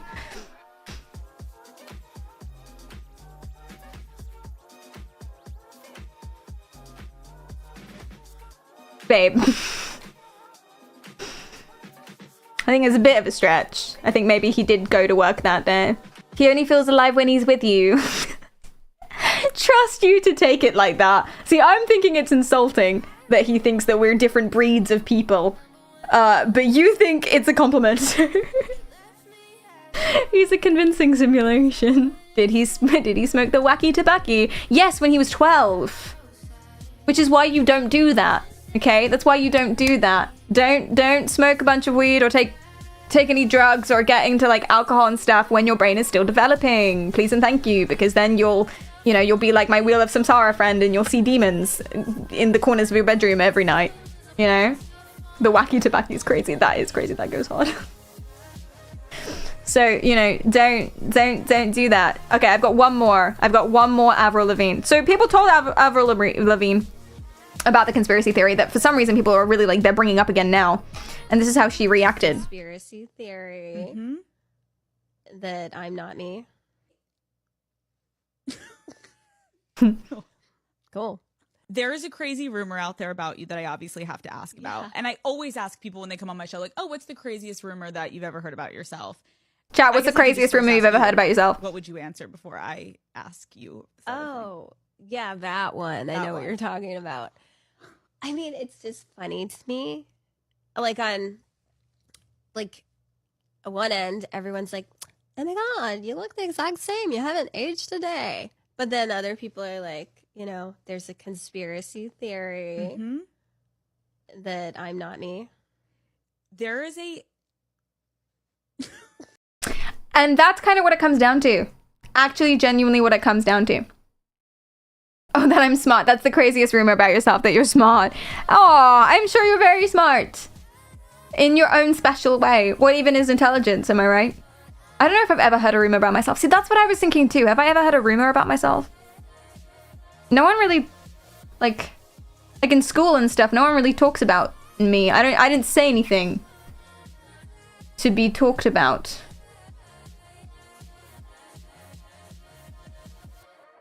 There was a rumor that I had no friends. Like, because I switched between the ages of 16 and 17 to go to a different school, because a lot of people do that. My school didn't have a sixth form, so I had to join a new one. But the school that I joined, they did have previous years. So, like, 70% of the student body, they knew each other from before, and then we had, like, 30% new students who joined the sixth form, right? And there was a rumor about me that I had no previous friends from school. But that one was true. That was true. So that's not crazy. It's true. I'm trying to change that, buddy. God, stop. Oof. I went to a small school. It's fine. It doesn't mean anything. I have friends. I definitely have friends. No one can say that I do not have friends. Anyway. The craziest rumor I've heard about myself is that I'm mentally stable and a nice person. Aw, Joro! Crazy. I do try to spread a rumor that I kicked his cat. Did you kick his cat? That's... Why would you do that? Oh, shit, I remember one. Okay, so when I joined the sixth form, actually, there was this dude that wanted to date me because I'm, you know, so cool. There was this dude that wanted to date me, but he was weird. The first conversation I had with him, he told me absolutely everything about his life, which is fine. I'm fine with that. But then he tried to check with me that it would be okay that if we got married, I would live with him and his mum. Because in his culture, the sons stay at home. And this isn't like first date. This is first conversation.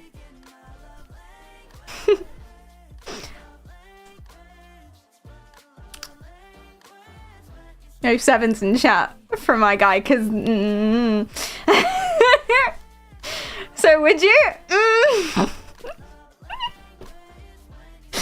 No, no, weird, right? But I was, you know, naive, and for some reason that didn't deter me, and I was like, he seems nice though. So I said yes. He asked me out eventually to go on an actual date, and I was like, cool, yeah, let's do it. Let's do Friday. And it was Monday at the time, and this is important. It was Monday at the time, and I said, let's do Friday. Then that evening, I was thinking, I don't know if I really actually want to go out with this guy. Because he's kind of really intense, and not just that conversation. Every conversation was really intense. He told me absolutely everything about him and his ex's sex life. Everything she was into, because he thought I should know, which is a huge red flag, isn't it, Jazz? It's a huge red flag. And I thought that was weird, but I thought I'm never gonna meet her, so I sort of in my head I excused it a little bit, because I was like, well, she probably goes to a different school now, I'm never gonna meet her, whatever. No, she was in our year. I just didn't know who she was. But she was over there. A girl she was in my chemistry class. How awful is that? How disrespectful is that? Oh my god. Anyway, so it was stuff like that, very intense for the whole thing. And so I was like, okay, it's now Tuesday. I don't think I want to go on a date with this guy. Date planned for Friday. And so Tuesday evening, I message and I say, actually, not feeling it. Sorry. And that would have been our first date ever, right? Not feeling it. No point, leading you on. Sorry, bye. And I've only known him for a couple weeks, so it's not like deep, You broke up with him? Okay, so that's how he reacted. He went crazy. He was messaging my phone like insane amounts, like over and over and over and over again. The text kept coming for hours and hours and hours over like 2 days. I had to turn my phone off, and the texts were things like, "How could you do this to me?" And shit like, something like, "Oh, I thought pretty girls didn't do this. Thanks." Thank you. But also, what? What in the sexism is this? Anyway, and it was really, really fucking weird. Like, loads and loads and loads and loads and loads of text messages being like, how could you possibly, how could you treat me this way? Yeah. Then, okay, back to the rumor thing. So that's Tuesday evening. Date was scheduled for Friday. Okay. I find out a week later that he's running around telling everyone that I stood him up.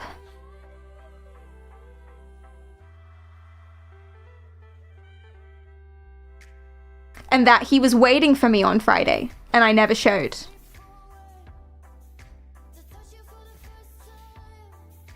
Now, actually a part of me, as I've just said that out loud now, like 6, 7, 8 years, 9 years? I don't know, many years later, I'm realizing, God, maybe he was there waiting.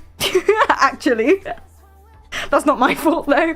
Yeah, he told everyone around the school that I was a bitch and that I stood him up and that I was secretly seeing 3 other people at the same time. I wasn't seeing anyone.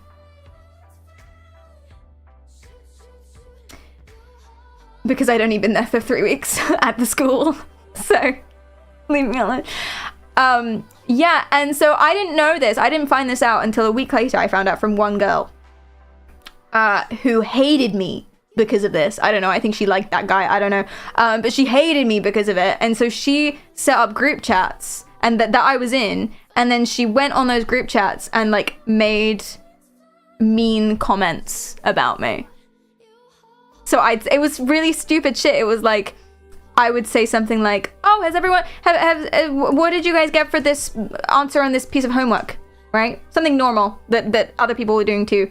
And she would, reply to that message and be like, "Do your own homework."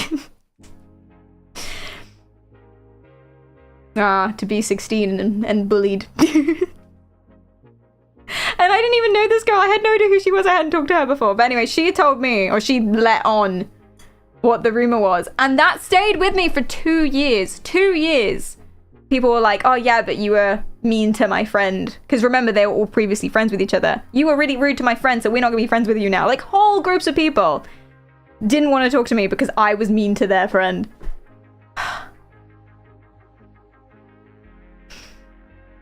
There's a rumor. Yeah, we were 16, which makes more sense. It lends to the story. Why was he having sex at 15? Do people do that? With the other girl? At 15? Do people do that? Yes, they do. Wow. Okay. Stay safe out there, everyone. Protection and blah, blah, blah. I had a classmate who got pregnant at 16. Oh no, hence protection and blah, blah, blah. Oh no, the Catholic gasp. Yeah, people do it a lot younger than that. Ooh. Where there's a boner, there's a way. Stop. Gross. He probably lied about that too. The girl was his right hand. I think it was worse than that. I think he really did genuinely tell me everything about her. So unnecessary, so uncalled for. Anyway, oh, he would also do this thing. Okay, I'm just gonna bitch now. He would also do this thing. Okay. So what he would do, right, is he would sprint in front of me to open doors for me. He wanted to open every single door, which I guess is nice. I mean, I don't need that. It's weird. He's 16, whatever, but you know, I guess it's nice. But he would sprint in front of me to open every single door, even when it's really inconvenient, even when there's a really big group of people. He would like bash other people out of the way to get to the door. Even as my hand was going for the door to open it, he would like knock me out of the way to grab it first, and then he'd make this massive show of opening it and being like, buddy, pal, friend, dude.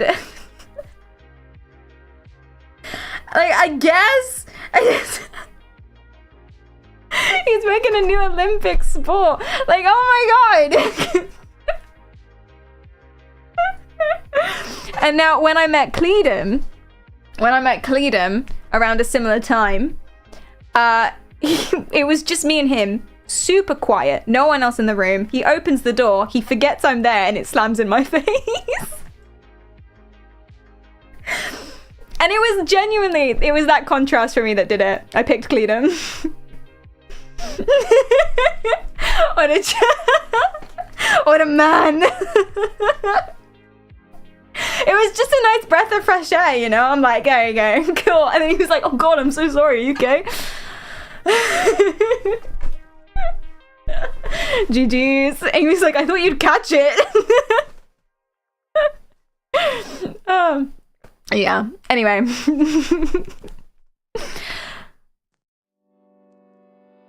I missed Mr. Right. Yeah, if Mr. Right was a bullet, I really felt that I missed it. Girls always pick the bad boys. Sorry, no one has ever described Cleedom as a bad boy. That's very funny. You got 4 ads? Oh, sweet Jesus. I promise I put the ads to minimum as possible. They give you 4? That sucks. Welcome back. Catch it with your face. Fucking noob, learn to catch the door. Big L. Literally, that's what it was. Literally. This man hates automated doors, and you will never believe why. Okay, sorry. Clones. So let's go back to Gubba, because she's the MVP of this stream.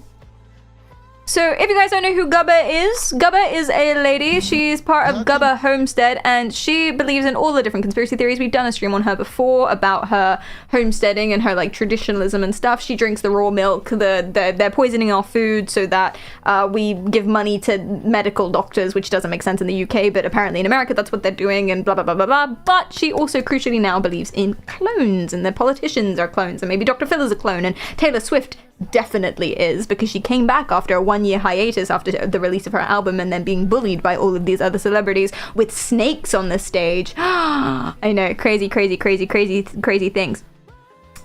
So I want to talk to you about why I don't know her specifically, but why people like this believe in cloning. And there are multiple reasons why. Now, cloning itself is actually real, like with Dolly the sheep and stuff like that. What they do is they take cells, and I don't really know, but then you make a new baby with the same DNA as a human being, and then you birth the baby, and the baby has your DNA, but genetically it's the same as having a identical twin. Like, they're not you.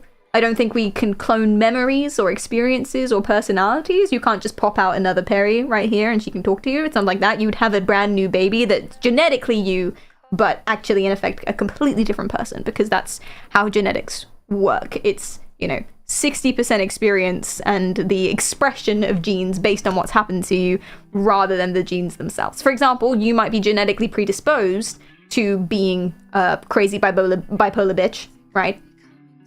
But that doesn't mean not that being bipolar makes you a crazy bitch. This one just happens to be a crazy bitch and bipolar. Thank you. Okay, but it doesn't mean that you're necessarily going to become that unless you have those experiences that then trigger that happening, if that makes sense. And pretty much everything is like that. It's about the expression of genes and your experiences and blah, blah, blah, blah, blah, blah. So it's a completely different person, which is very disappointing. When I found out they cloned the sheep, Dolly the sheep, I was like hella hyped for this. It was disappointing what it actually was. Still cool though, but it died. It died like after 3 years. Which is when they banned them trying it on humans. Anyway, here are the reasons why people believe in this. That they want to believe that their celebrities or their politicians are actually secretly clones. We're going to start with psychology, then we're going to go for the neuroscience. Psychology. It's as simple as comfort. People like familiarity. They don't want things to change, especially if they love someone, like a celebrity. If you love someone and they're everything to you and you absorb them as part of your identity, I want to be like Avril, etc., then it's very, very, very tricky if that person in your mind changes. So for example, her changing here, and especially her music changing, her voice changing, it feels like a loss. If you super, super loved this version of Avril when you were a teenager or whatever, and she looked like this and she sounded like this, she had a deeper voice, blah, blah, blah, blah, blah, blah, blah, and she acted a certain way, and now you come back to it as an adult and she's slightly different. She looks slightly different. She sounds like she's slightly different. She has a thinner, higher tone, right? Then that is very disturbing and very upsetting. And a whole part of your identity, a whole part of your life, it feels like you're mourning something. It feels like you lost something. It's the same when people who got Russell Brand tattoos had to go and get them lasered off. Same thing, right? Upsetting. So you want to do everything you can to get away from that. So instead of, you know, she's the same person, this is just what it is now, it's actually, no, the Avril I know and love is still the Avril I know and love, but there's an imposter taking her place. And that is more palatable, for some reason, that is more palatable than actually Avril herself has just changed. You see. Why aren't you a teacher? It would be, I would love to be a teacher, actually. That makes sense, but still dumb. Yeah. Well, this is the thing. With believing in conspiracy theories, there's always loads of stuff that goes into it. So for a thought process like this, for us, we'd be thinking, okay, but you just deal with that, right? You might feel the same way, that you're like, oh, it's changed. Not that I feel that way about Avril. She's still gorgeous and she still sounds great and she's still got the same personality. She just happens to be a bit older now. You know, it's not a thing. But if you did feel like that and you're like, oh, it's changed, everything's changed, and I feel so sad now because it's not the way I remember it, you would just sort of deal and you'd be like, oh, that's okay. Whatever. You know?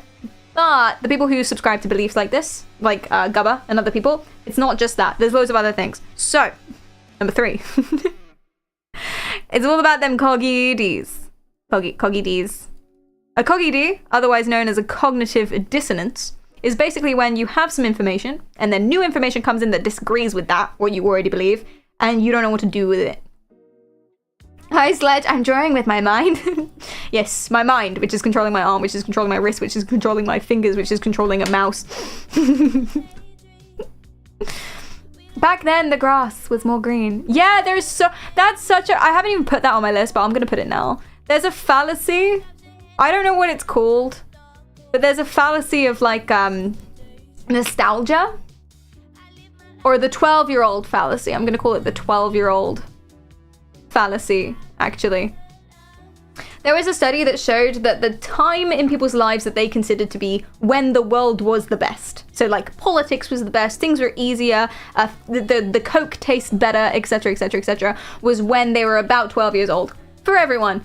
Pretty much everyone they interviewed, on average, when they were 12 was when they thought subjectively or objectively for them the world was in the best condition. And apparently you can kind of go back and back and back and back and back and back and back, and all of these writers, all of these researchers, even into the like ancient Greek era.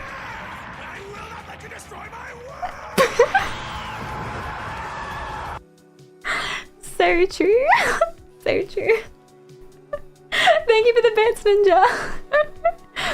Exactly that, exactly.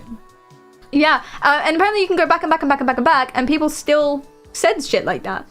Back in like ancient Rome, people were still saying things like, I remember when men used to be men. My father, such and such, when we went on trips when I was 12. Does that make sense? Like every single time. Nothing cool happens when you're 12. I'm sorry. Maybe not for you. Then, no, maybe not for you. 12 would have been the age you'd recount. But it's pretty much my idea, and I think you guys hit the nail on the head. The idea about why that is because you know fuck all when you're 12. Or that's the turning point of when you start to learn stuff and your mental health issues kick in. You know? that's when it changes. You know, fuck all about the world. Your parents don't really open up. You don't really see your parents as people. They're more like figureheads. You go out and you play, and your biggest concern is, does that girl like me? Am I running fast enough for my capture the flag tournament? You know? And you don't really know much about the news or politics or anything because you're sheltered from everything, or you don't really know what it means. And then after that point, you're like, things are more complicated now, and you accrue responsibilities, and you start to realize how fucked up everything is, and then your parents are people, and they piss you off, and then all of this stuff happens, right? And then you actually like develop like a lot of big issues. Not saying that kids before the age of 12 can't have really big, serious issues. Of course they can. But for most people, up to that age is pretty peachy, or hopefully it's peachy. It should be peachy. And beating your friends in Roblox, very important. Exactly. So when you think of the time that was best, chat, let's experiment with this. I mean, I've sort of told you what I want from you, so don't let that sway you, because I could be completely wrong. This is just what I read. What for you guys was the best time? When the world, you remember it being the best? I find that hard to answer for London. I've lived in London my whole life. I find it hard to answer for London because, I don't know, whatever. I remember my favorite age. Yeah. Okay, if I answer it for Canada, I've been back to Canada. I used to go to Canada all the time. Constantly. And I've been back recently. And my best recollection of the world and how great everything was when I was about 12 in Canada, in Mississauga. Like the world in general, our immediate world. So not the time when you were happiest, the time when you thought the world was the best. Like if you were to say, what was the best culture that people had? What was the best society? What was the best politics? Or when did it feel that way, if that makes sense? So the normal discussion, or the discussion that you might hear a lot about this sort of stuff is when were men, and now everything's changed. When you say society's crumbling, or society's getting worse, or kids these days, when was it good? What point are you comparing that to? I was like 5 before school, the 90s. Interesting. Hi, Wooden, welcome in. Before COVID, oh yeah. And Pokemon Go was released. Oh dear. Men aren't men anymore, apparently, according to the TikTok boys. It's hard to think about, actually. No, you're gnomes now. Men aren't men anymore, they're types of gnomes. We're all frogs now. And then they're turning the frogs gay, and that's how you get, what was I gonna say? Custom earrings? That doesn't even make sense. I don't even know what that means. I was trying to make a joke there, but I probably shouldn't. Is a ninja penguin. Oh, you are a ninja penguin. Oh, I see. Valid. GG, carry on. Gay frogs with custom earrings. That sounds so lit, though. I would love to be that. That sounds great. Thanks for the hydrate, Johnny. See, when I think about the internet, what the internet was like. When I was 12, the internet was the best. Because no one took it seriously. We had Vine. No one took it seriously. Everyone was making stupid videos. Club Penguin was a thing. Every single Linkin Park had a karaoke version.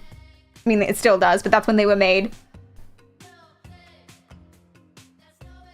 Hell yeah. Exactly. And now there's like pedophiles everywhere, and that's worse. There's no algorithm. To be fair, maybe objectively the internet was better back then. I don't know. But I don't know, I just think that. Although, when I was 12, I watched a lot of Onision.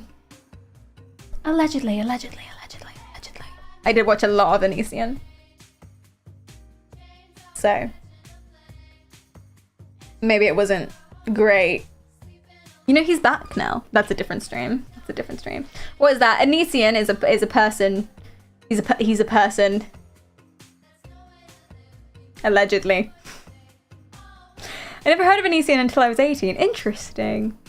Yeah. Yeah. Hi, men. What's up? It was not a big problem back then. Paul Walker was a creep and no one talks about it. He was?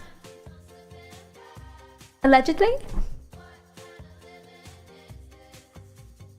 He's technically a walking, breathing, alive being. Onision. He's back now, and other people, YouTubers are making videos about it. About how he's back. How is he back? Why is he back? What the fuck, man? You know? But that's a whole other stream. We can do a stream on Onision. That's fun. He was the roommate of Sia. You might know who Sia is. C-Y-R. What did Onision do? You know, I actually am not sure specifically, so I'm not going to talk about it. Because I don't want to make alleges. I don't want to allege anything that isn't real. Yeah, Sia. Him and Sia used to live together.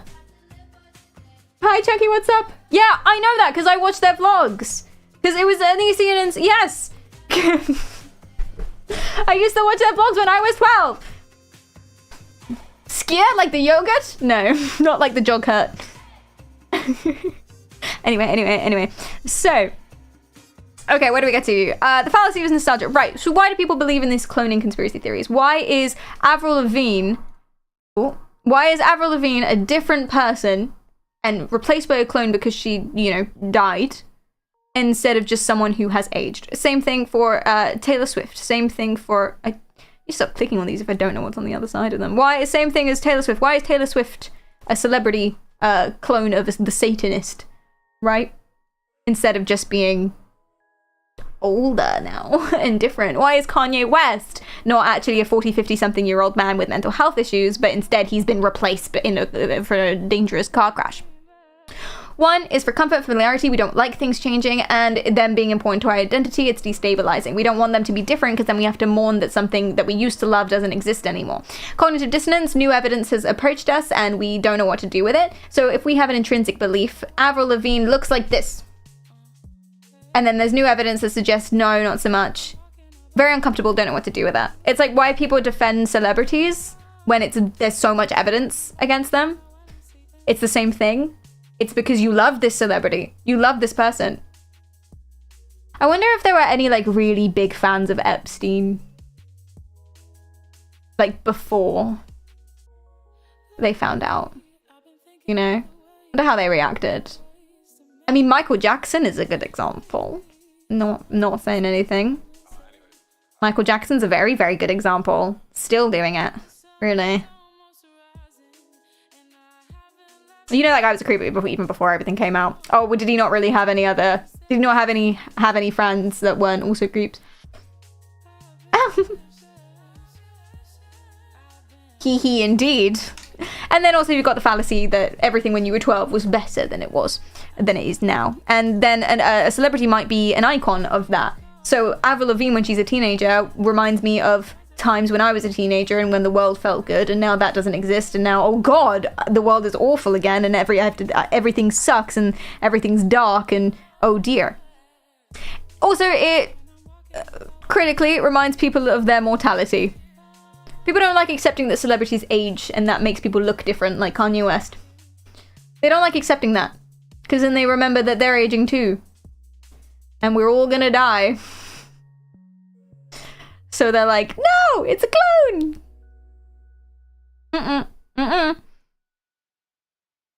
And then you've also got confirmation bias. You've got echo chambers as well on the internet. You think someone's a clone and then all of the evidence just pours in very naturally. Very naturally.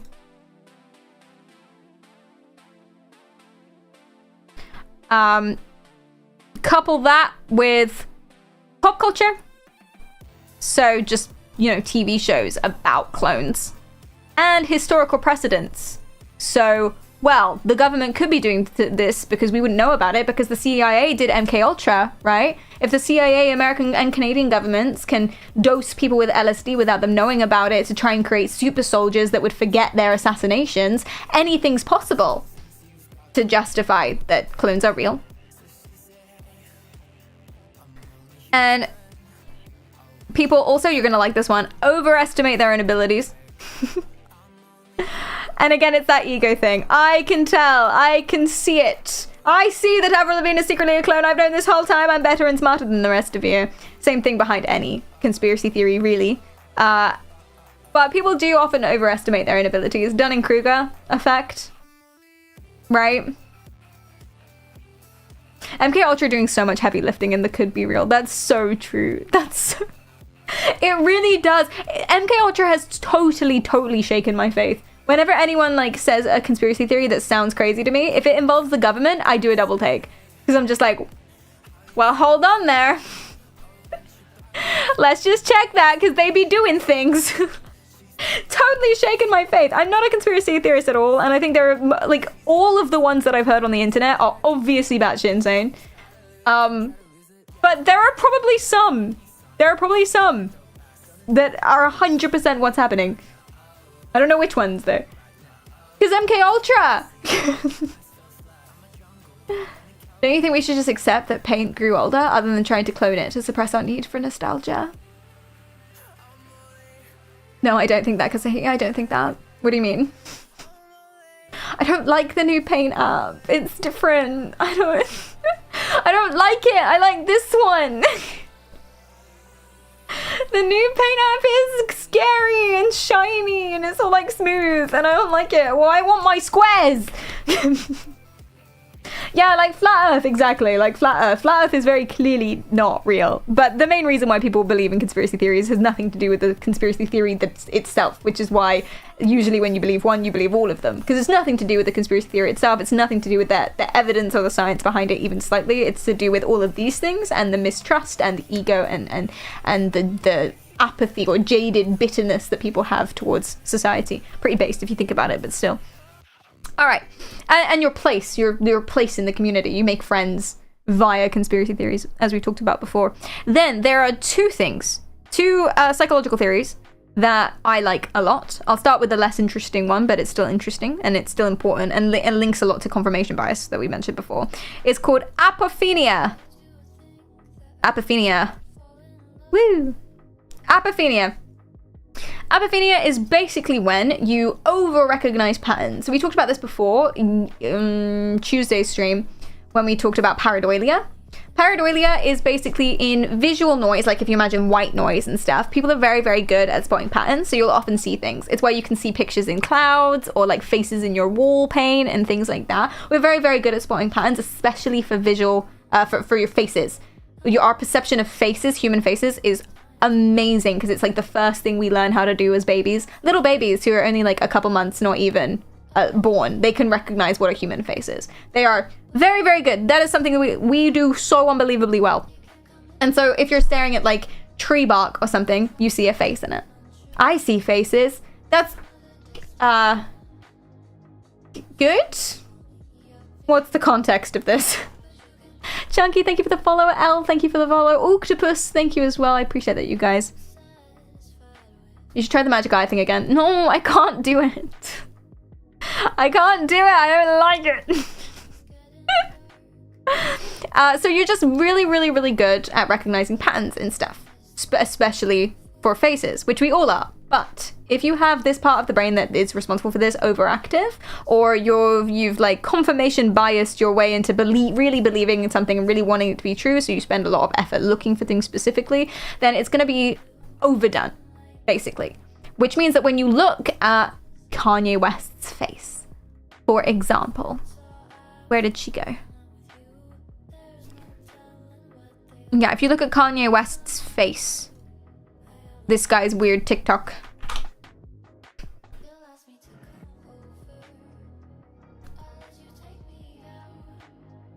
So he's like, he has a slightly different face, I suppose. And his nose is different and his head is a bit different and his height keeps changing. Yeah, etc, etc, etc. And people think that that means he's a clone. And if you look at that, it's because people are focusing in on the faces and details and changes in the faces way too much. Where was that blue thing that we looked at before? Was that just another random one? Remember with the red and the blue lines?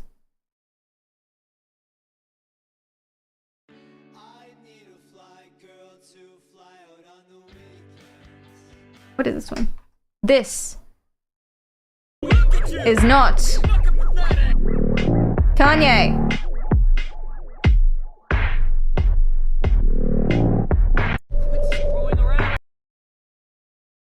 Breaking. People look different when they age. But people will take pictures like this and absolutely go to town analyzing it and being like, look at all the things that are different about this. And that is because they are noticing tiny details. They're over noticing tiny details. They're dismissing that one detail of the face could be influenced by lots of things. Position, lighting, age, trauma, right? Yeah. Weight. Oh yeah. People don't necessarily remember that weight changes your face so much. Especially for some people. It changes your face so much, right? So some people can be like, oh, but she used to have really lovely heart-shaped round features and now she's all like sharp and pointy. Yeah, man, she lost like 100 pounds. Like, what do you, of course. She's beautiful in both ways. Shut up. And cosmetic surgery. Yes, especially amongst people who have the money to do it. Thank you, Dende. Welcome. Exactly. I don't have to be a dentist to recognize his teeth. Guys, what? Yeah, like Joaquin Phoenix, he looks so different than the Joker. So actors who have done really extreme roles are a really good example of this. Unless they're clones too. So if you look at Joaquin Phoenix, usually, you know, there he is. Look at his little cheeksies and his little apple face. He's got like the whole apple ball thing going on. But then if you look at him in the Joker, he lost loads of freaking weight for this role. Like, he lost stupid amounts of weight for this role. There. Ooh. Would you say that's the same person? If you didn't know.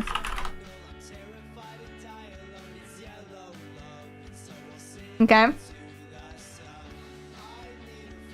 Clone, definitely. The thing that's happened here is facial hair, but mostly weight. But actually, not even mostly weight. Fucking lighting. Look, let me show you. Lighting. Okay.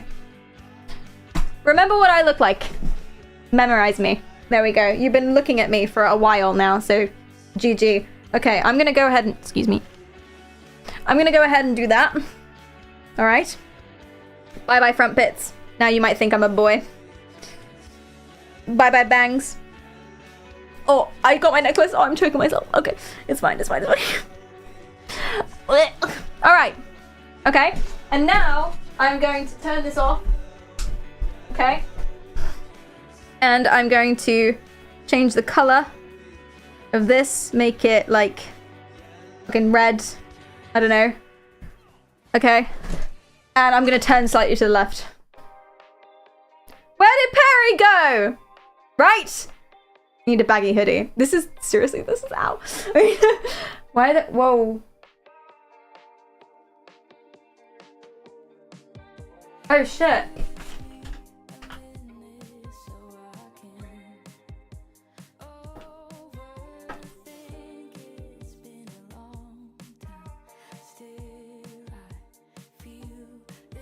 No, it's fine. It's probably fine. You know how we had loads of really loud noises outside? There are like loads of police outside now. But they don't seem particularly stressed out. Okay, one guy has like a buzz cut and he's been rubbing his head like this for a long time. I don't know what that means. They don't seem particularly stressed out. They're not really doing anything. But there's like a bunch of police outside. One police officer is walking into the park. Oh, to sit down. She wanted to sit down on the bench. See, they're not particularly vexed. I think they're waiting for something. I don't really know. Anyway, lighting. What? Maybe for self-soothing. Maybe. Weird. But yeah, so lighting. But you still think that it looks like me because it does look like me. And also, you saw it all changing. All of those changes you saw. But if we took a screenshot of me like this, with all the light and all the hair and the headphones and everything, if we took and looking at you head on with big eyes, if we took a screenshot like this, and then we took a screenshot of me like this with the other lighting and stuff like that, and then we put them side by side, and then I drew little lines on it in green and said, oh look, my nose looks slightly pointier in this one, or my forehead looks bigger here, or my hairline's totally different, or whatever it is, or my skin tone, or whatever it is, and I identified all these little changes, you could be like, oh, maybe that is a different person.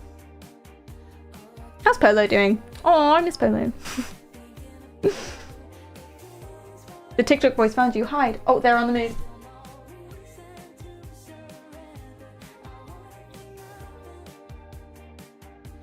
Yeah, they're just not doing anything. They're just standing and waiting. What are you waiting for, buddy? She's stressing me out. What are you waiting for? I don't know anything about police either, so they've got like all these gadgets on them, but I don't know what they are or what they're for. That would give it away, probably.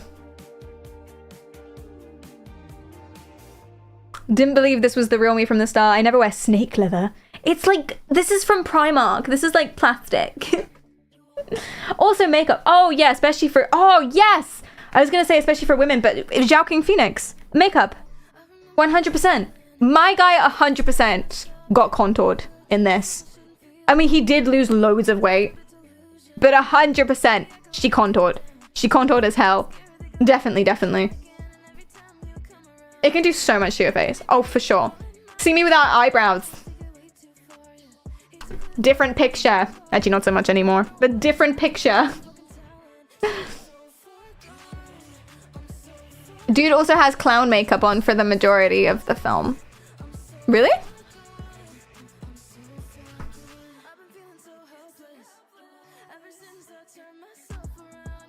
I don't see it.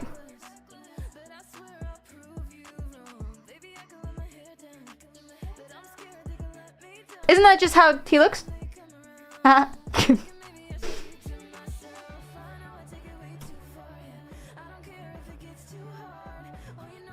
About to raid your neighbor's house.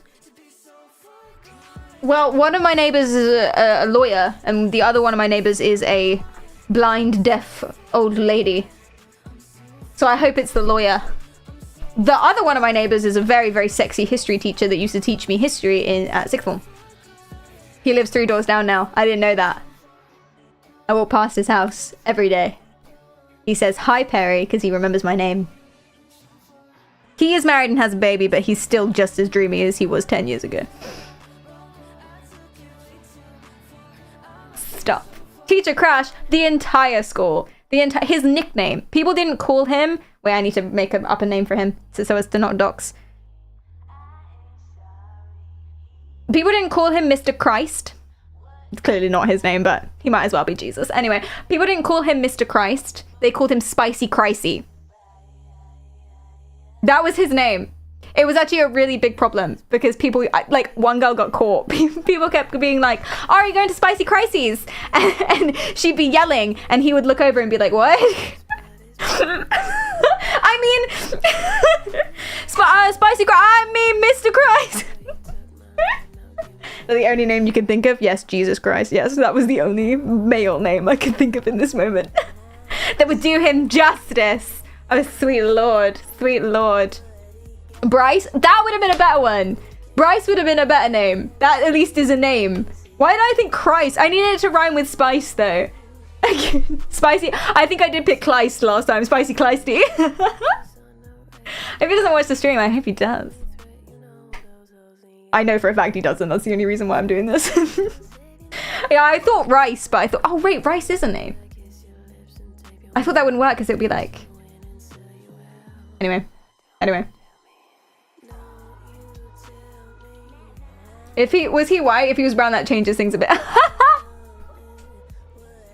Okay, so when we said spicy, we mean because he's hot. We didn't mean... Yeah, you're right, it could have been racist. But it wasn't. Oh no, it wasn't. Did you know that Michael Caine, the actor, discovered his wife on a Brazilian coffee ad and decided to come to Brazil to find her, and turns out she lived in the same city as him. He married her and still is until now. Turns out? How did it turn out they live in the same city? if he moved cities to find her. Have I misunderstood something?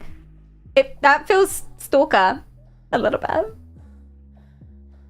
And then you find out Spicy Christy is watching the stream. He just asked around. Interesting. Okay. All right.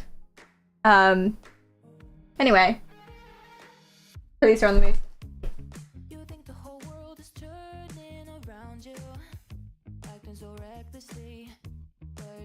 I actually I just don't know what they're doing though.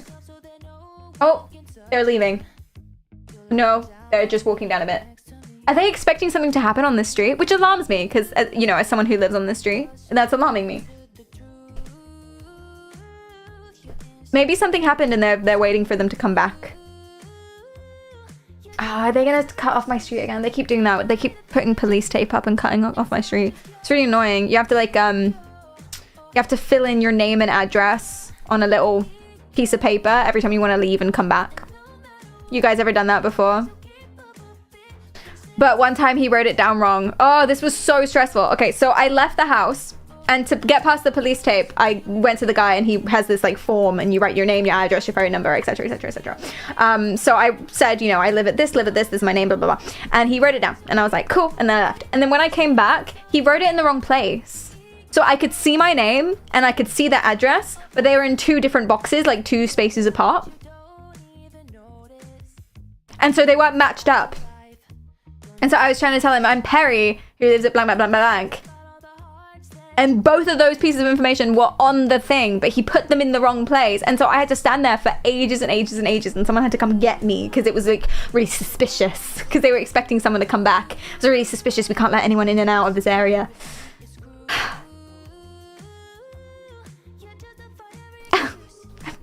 Well, they were going to arrest me. Perry's a no, what have you done? Oh, you actually did it! You screenshotted it! Thank you! This is perfect! Okay, yeah, so this is what I'm saying. This is what I'm saying. Exactly. Okay, so if you look at this, it looks like my eyebrows are straight, right? But now you can see a turn.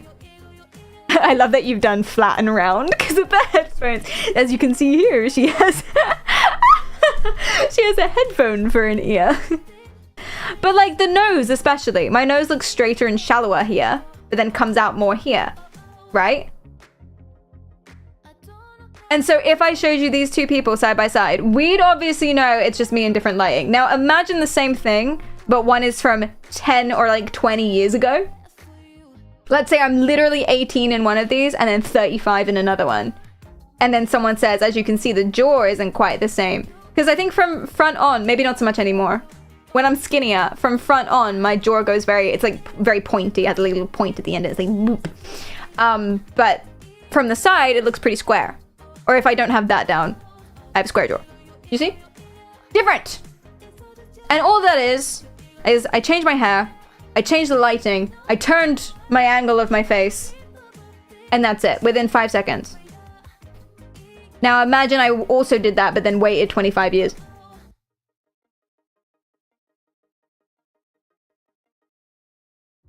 One is a clone and the other is also a clone. Can you tell the difference? Clearly one of these has multiple plastic surgeries. Clone! It would be easy to tell they're the same person because not many people have colored circles and lines on their face. That's a good point as well. Yeah. Part 2 stream in 25 years. Yeah, set the count now. Set the count and we'll take another screenshot. Oh no, but thank you for taking a screenshot of that. That's a really good point. Spot the clone. Okay.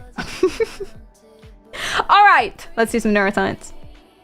Wait, was there a number 10? Oh yeah! Okay, the last psychological reason, my favorite psychological theory as to why people want to believe in clone conspiracy theories, beyond all the stuff we talked about previously. My favorite. It's called hyperactive agency detection. Okay? Now, what this means, over... Agency is an agent, someone who does something, detecting. So I'm detecting agents too much. What is an agent? Someone who has their fingers in the pies. Someone who is actually actively causing something. I'm detecting agents too much. So instead of thinking that things are up to chance, I'm thinking someone has to be responsible.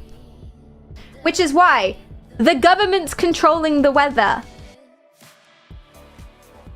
Or like the weather, you know, or it's the weather. Like climate change, maybe. Or, you know, you have a freak storm that you've never experienced before because they're 1 in 200 year events, but they do actually happen every 200 years. You're just 35, so you haven't like seen that before. But it must be the government. The government's controlling the weather. Are they? Yes.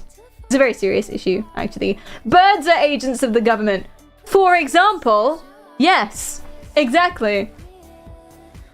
That sounds very handy in the world of MK Ultra, though.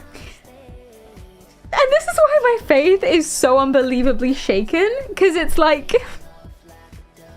maybe it's just a bunch of people doing a fuck ton of LSD, you know? But no, it was the government. It was genuinely the CIA. Actually, genuinely not a conspiracy theory. The CIA was giving people a bunch of LSD.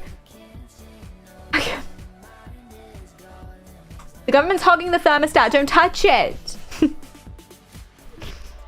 What do I have against 35-year-olds? Oh, I have I don't know. That's just the age that comes to mind. I feel like it's a good middle age. You know, it's just an all-encompassing age. Like, everyone feels kind of 35. You know? You keep talking shit about them. I do? I'm sorry, I just use them as an example of someone with an age. My bad. She doesn't believe in the weather. No 35-year-olds believe in weather. I'm 35 and you feel like I'm 35. There you go, yeah. You know, I'm not 35, but I feel close enough to 35. Like, I could imagine being 35. I feel like anyone 50, 60, they also kind of basically feel 35. Maybe the 18-year-olds don't feel 35. 18-year-olds? Can you see being 35? Or is it too far away? It's like more than double your age. I'm 34 and I feel like 35-year-old guy. There you go. Yeah. There you go. I feel called out. I'm 34. I'm sorry. I didn't mean middle-aged. I meant a middle age for everyone of this particular demographic, not of all people in the world. 35 is actually less than double 18, one to be exact. Thank you, Nelson. Yes, you're right, Nelson, yes. I'm 26 and I'm not ready to turn 35. Well, it's happening. You've got about 6 minutes, say your prayers. It's an in-between age, exactly. I'm 21 and I can't. You can't. Valid. It's a bit far away. Okay. I think I couldn't imagine being in my 30s until I made some friends with people in their 30s. And then I'm like, oh, you're the same as me. I keep being surprised when people are in their 30s. And I'm like, you literally exactly, you talk like me, you look like me. It's just more of the same, isn't it? It's like the fine. You've just been alive a little bit longer. Yeah. So when I do a weird, awkward, too polite thing, you roll your eyes a bit more. That's pretty much it. Thank you, Adeline. I appreciate that. Thank you. Some people do have their shit together by 35. Not the people I make friends with. Yeah, like I was making friends with someone who I thought was younger than me the other day. Turns out he's 29. And when he told me he was 29, I was like, no. And then he was like, what do you mean? And I think he thought I was going to compliment him. I think he thought I was going to be like, but you look so good. But actually what I said in my very me way was, but you act like me. You act like a baby. But you're a mess. What do you mean? The jokes you've just made in this last half an hour are not the jokes a 29-year-old should be making, sir. You told him he's a child. Yes, I did. Well, he was, so GG. I act more mature than my age. No, I don't think that's true. I think you think that because you can't see the mess in this bedroom. For shame on you, sir. Exactly. Well, he wasn't 30 yet. That's true. When you hit 30, you become a real person, a real adult. Yes, please. That'd be nice. When I hit 30, will I actually, like, clean things? Will I vacuum my room, finally? I hope so. I'm waiting for the day. I'm 31 and I'm still making childish jokes. Yeah, you do. Yeah. Yeah.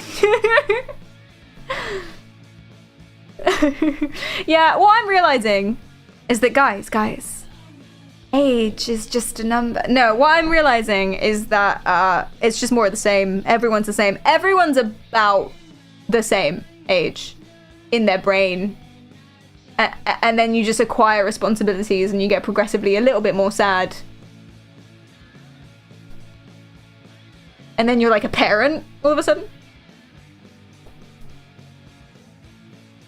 You know? And then eventually you can retire. I think that's what it is. Did I tell you about my, for all intents and purposes, father-in-law who had a bit of a crisis after one too many Prosecco's at his 50th birthday? He didn't have a crisis. He just, well, I think he did have a crisis. So he turned 50 and he had some Prosecco. He had about 2. And he really wanted to hammer home. So he pulled me and he pulled Cleedum aside. And he was like, guys, listen to me. It's gonna happen to you too. Okay? It's gonna happen to you too. One day you're just gonna blink and you're 50. Okay? One day that's what's gonna happen. You'll be looking around and you're looking at the house that you own and you're gonna be looking at the kids that you've had who are looking at you like that back, and you blinked and you're 50 and now you have kids. That's what's gonna happen, and I feel the same. I feel the same inside. I feel the same inside, and I've felt the same since uni, okay? I haven't changed even slightly. I'm just as immature as before. I don't know what I'm doing, guys. I don't know what I'm doing at all, but I blinked and now I'm 50. And it'll happen to all of us. Absolutely freaking out. Oh, it's so funny. I blinked. Last week I was 23. Oh, Jesus. Everyone stop blinking! It's everyone, yeah. Oh, dear. If you blink and you have kids, I think you might be doing it wrong. One hit wonder, am I right? Sorry. Fast forwarding his midlife crisis. This existential crisis stream on Twitch. Well, it's not me. It's all the clone conspiracy theorists being like, oh, she's a different human being because she's now 35 and they remembered her as 18. It's not her fault. Leave Avril alone. Anyway. All right. Here's some neuroscience. Are you ready? Let me hit you with something. Something new. So this is another reason why people believe in this. 1. Dopamine. If you don't know, oh my god, I can't believe I almost went a whole stream without saying this. If you don't know, your brain is made up of 86 to 100 billion neurons. Pretty much. Komodo, thank you so much for the prime. I appreciate that.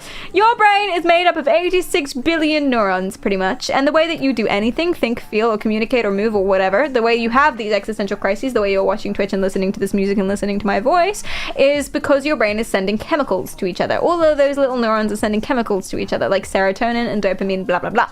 And when they do that, it causes these little action potentials, so spikes of electrical activity. And that is what's running around your brain constantly. You're buzzing with electricity. And that's how you do everything. That's a brain, right? And different parts of the brain are responsible for different things. So activity, electricity, and or chemicals are in different parts of the brain, do different things. Sometimes your brain can get fucked up and not work as well. And different chemicals bind to different places, which then do different things, right? So, dopamine is one of them chemicals that it passes along. What dopamine does is about reward and pleasure. It comes from the nucleus accumbens somewhere here. I don't know, somewhere in there. The nucleus accumbens somewhere. Anyway, and that's where dopamine gets released or binds to. I don't really remember, or something has something to do with that. It's the dopamine place. But dopamine is about reward and pleasure. So if you do something that's good, your brain goes, yeah, do it more. Your brain doesn't always know what's good though. So you get a lot of dopamine from eating food, which is good. Food is good. You should do that regularly. Yay. And exercise and things like that. You also get a lot of dopamine from gambling, because that was fun. We won a prize, you know, or you could. Korean, hi, how are you doing? Thank you. I appreciate that. I don't think so, but thank you. Hi, Walter, what's up? Am I real? That is a really good question. My friend, I see us as little specks floating in the air, landing on the grass. Animals eat grass, we eat the animals, we die, and then we begin the cycle known to me as the cycle of life. Have you seen The Full Metal Alchemist? You'd like it. That's real. Yeah. That's based in... Full Metal Alchemist. Brotherhood if you want the anime. If you want the manga. I don't know if I preferred Brotherhood though. I'm gonna be honest. I don't know if I preferred Brotherhood. I think I preferred the original. That's a controversial take. Controversial. I just like the ending. It was weird. It was quirky. It was unexpected. It was like, oh, London's being bombed and you know. Spoilers. Actual wrong opinion. Yeah, I think I preferred the original anime. Spoilers? Yeah, but not enough.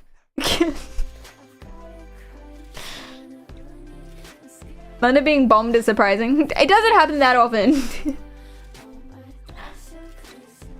The little girl hybrid scene. Yeah, well that happens in both of them, to be honest. To be fair. The Chimera part happens in both. FMA had a better ending, but Brotherhood had better story points. I will concede that. Yes. Yes, I will. Okay, anyway. So that's one of those things. So dopamine is reward and pleasure. You do something good and your brain goes, yeah, do it more. Ah! And to make you do it more, dopamine makes you feel really good. So it basically just like, it feels great. Take a bite of chocolate if you like chocolate.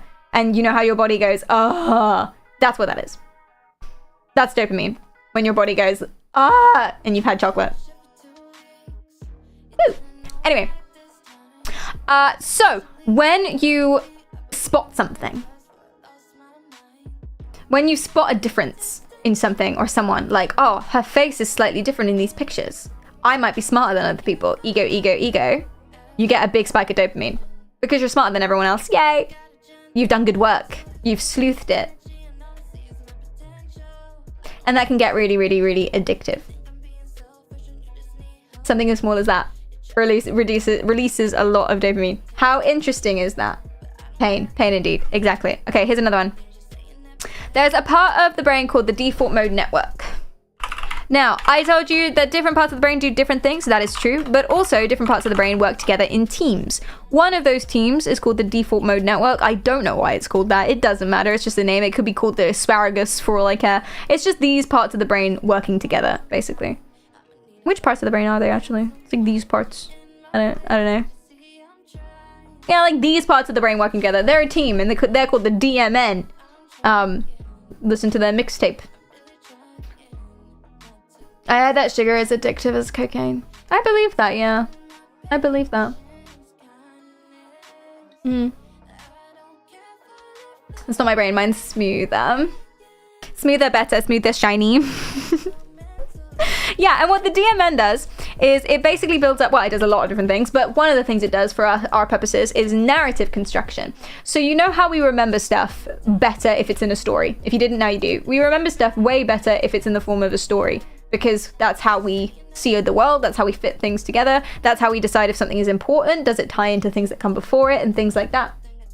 That is how humans process information. We put things in a story in an order. This causes this, therefore this. And that's actually how you write a good, well, according to the creators of South Park, that's how you write a good story. Instead of being like, this happens, and then this happens, and then this happens, and then this happens, that's a bad story. What they say is that it should be, this happens, therefore this happens. Therefore this happens, but this happens, therefore this happens. And that's how you write a good story, which is interesting. I learned that the other day. Anyway, completely irrelevant. But the point is, so the parts of your brain that process the narrative and can sense that about a South Park episode and be like, oh yeah, this shit slaps, this is a good story, is the default mode network.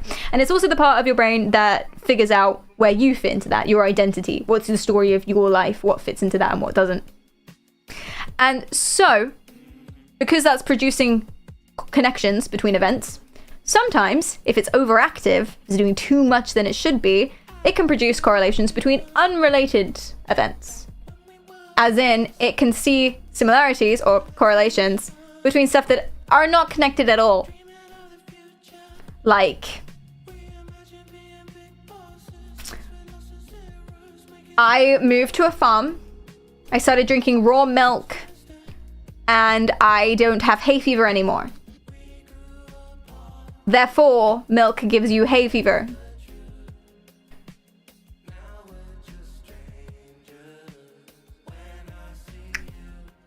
Bit of a fallacy, that, isn't it? Bit of a fallacy. Not amazing. Sound logic in my book. Oh no, yeah. Correlation isn't always causation. Absolutely. But you can kind of see this with conspiracy theories. So with Gubba, for example, she talks about everything. Even in the first like few bits, she talks about literally everything because she's connecting everything together. Her DMN is popping off. I think you potentially could be. You think the president may not even be Joe Biden. I am not going to gaslight myself into believing that is the same person. You're saying that these mass shootings are some kind of government conspiracy to... Whenever you speak anything outside of the narrative, you are labeled a conspiracy theorist. When you see the stripes in the sky flying and you're saying, hey, they are geoengineering, they are modifying the weather, you're instantly a conspiracy theorist, even though there are patents and there's research to back it up. Whenever you say, hey, they are poisoning us in our food, or sunscreen is causing serious health issues and not actually protecting you from the sun, you're labeled a conspiracy theorist. But I know for me, it's a conspiracy realist because these things are happening and it's truth. I think the pandemic was completely orchestrated by the world leaders, and then on top of them, whoever's pulling the strings, and at the top we have Satan. Satan is behind every single conspiracy, everything evil, everything malicious, everything greed in our world. He uses the government leaders, he uses politicians, he uses celebrities, and all of that probably makes up the Illuminati. A lot of different world leaders, celebrities, whoever needs one, is wearing 5-second masks. And what 5-second masks are is they are disguises that were created by the CIA. They made these silicone masks that you would put on in 5 seconds. They contorted with your face and your facial movements. The CIA head of disguise in the 80s, Yana Mendez, went and met with President George Bush Sr., and he didn't even know that she was there. He just thought that it was somebody else. Until at the end of the meeting, she took off the mask and he couldn't believe it. At the end of the day, I want you to question everything, because if you don't, we'll be stuck in the Matrix forever. The Matrix. I just wanted to get to the Matrix part of that speech. So what you see is that she is linking everything together. Everything. All of the different conspiracy theories. Every single thing comes together. It's all related. Luke_XY says, whenever you have theories involving some kind of conspiracy, you are labeled a conspiracy theorist. It's so unfair. Thank you for the bits. I know. God, I just want to talk about how much the pandemic was a complete hoax fabricated by the aliens that live in the White House, and all of a sudden, I'm a conspiracy theorist. Joking, that's on me. She got the moon landing. She did forget the moon landing. I'm sure it's there somewhere, just not in this 11-minute clip, unfortunately. But yeah, so she's connecting literally everything together, and that's because of these parts of her brain being super overactive and just like flying into each other, which is very, very, very, very interesting. We've also got... It's your favorite. What is it? What time is it? It's almond time. The amygdala, which is almond shaped, for some reason in all of the textbooks, they really hammer home that it's almond shaped. They really want you to know that. Well, that's why it's called the amygdala, because it means almond and whatever. Anyway, it doesn't matter. But the point is, your amygdala is your fear center. Basically, it's your emotion center of the brain, or one of them. It's very tied to the bit underneath it, the hippocampus, which is about emotion and memory. And so your amygdala is mostly fear and stress. So it's the emotions that your body has to protect itself. So all of your survival instincts and stuff comes from your amygdala. And that's why a lot of people with anxiety, or a lot of people with paranoia and stuff like that, to whatever degree, they have overactive amygdala because they're just scared all the time. It's really freaked the fuck out. Almond shaped? I know, they don't really look like almonds to me. Yeah, but apparently they are. It's a huge conspiracy by the almond lobby. The fact that they keep bringing up that they're almond shaped. I totally agree. I think it should be investigated. But yeah, so if you're constantly distrustful, and you just don't believe what other people are saying, you feel like people are out to get you, the government's out to get you, everything's a conspiracy, no one has your best interest, sunscreen, they are poisoning the food and they're poisoning the sunscreen on purpose so that you get sick. Her amygdala popping off something nasty. She's scared, she's anxious, she don't trust anybody because she's got overactive little brain balls like this. Maybe. And then similarly, you've got the ACC, the anterior cingulate just the cingulate cortex. So this part of your brain, right? But like the anterior parts are like here. This part of your brain, that's way too big. It feels stupid saying this now. This half of your brain, that's not true. But the anterior part of this part of your brain is a lot of where trust and sensations of reliability and delegation happen. Obviously, it does so many other things than that too, but that's where that happens. So in fMRI studies, like I mentioned at the start of the stream, people who were more likely and prone to become conspiracy theorists, so were more likely to be distrustful of information that was given to them. Like if someone said, "This is a statement, do you believe me?" Most people would say, "No, you're lying," you know? Most people who would say that had way less activity in their ACC, so they're less able to literally process trust and just believe people. And so instead, they have to assert their... Harlot says, bless all of you in chat and streamer. Oh, thank you, Harlot, and thank you for the bits. But yeah, they have to exert their individualism so that they're set free from people who are lying to them and misleading them. Which is interesting because they end up all believing the same conspiracy theories. But that's because of that whole echo chamber. I'm right. I came up with this myself, but then he said the same thing, so it must be true, sort of thing. Mehem, thank you so much for the follow. I appreciate that. They're putting chemicals in our water and it's turning the frogs gay. All of the foreigners are eating cats. Didn't Trump say that recently? Not political. Yeah. Confirmation bias too, absolutely. My boys, stop. Yeah, it's actually not far from the truth of the frogs thing. Yeah, there is a chemical. I don't remember what chemical it was. It's in soap or something. And it triggers a biological process in frogs that happens anyway. It happens anyway, but statistically significantly makes it happen a little bit more. If frogs live in that water with that chemical for a long period of time. It doesn't make them gay, though. It makes them change organs. So it makes them have female reproductive organs. Frogs do that anyway, I know, or that type of frog does that anyway. They do that just to procreate. Weird. But they just naturally change their organs sometimes. Because they're better than us, exactly. So that it was triggering that biological process more frequently than without the chemical in the water. Which made previously biologically male frogs have sex with other male frogs. But actually they were becoming biologically female and then having sex with the male frogs. So they're not technically gay. So.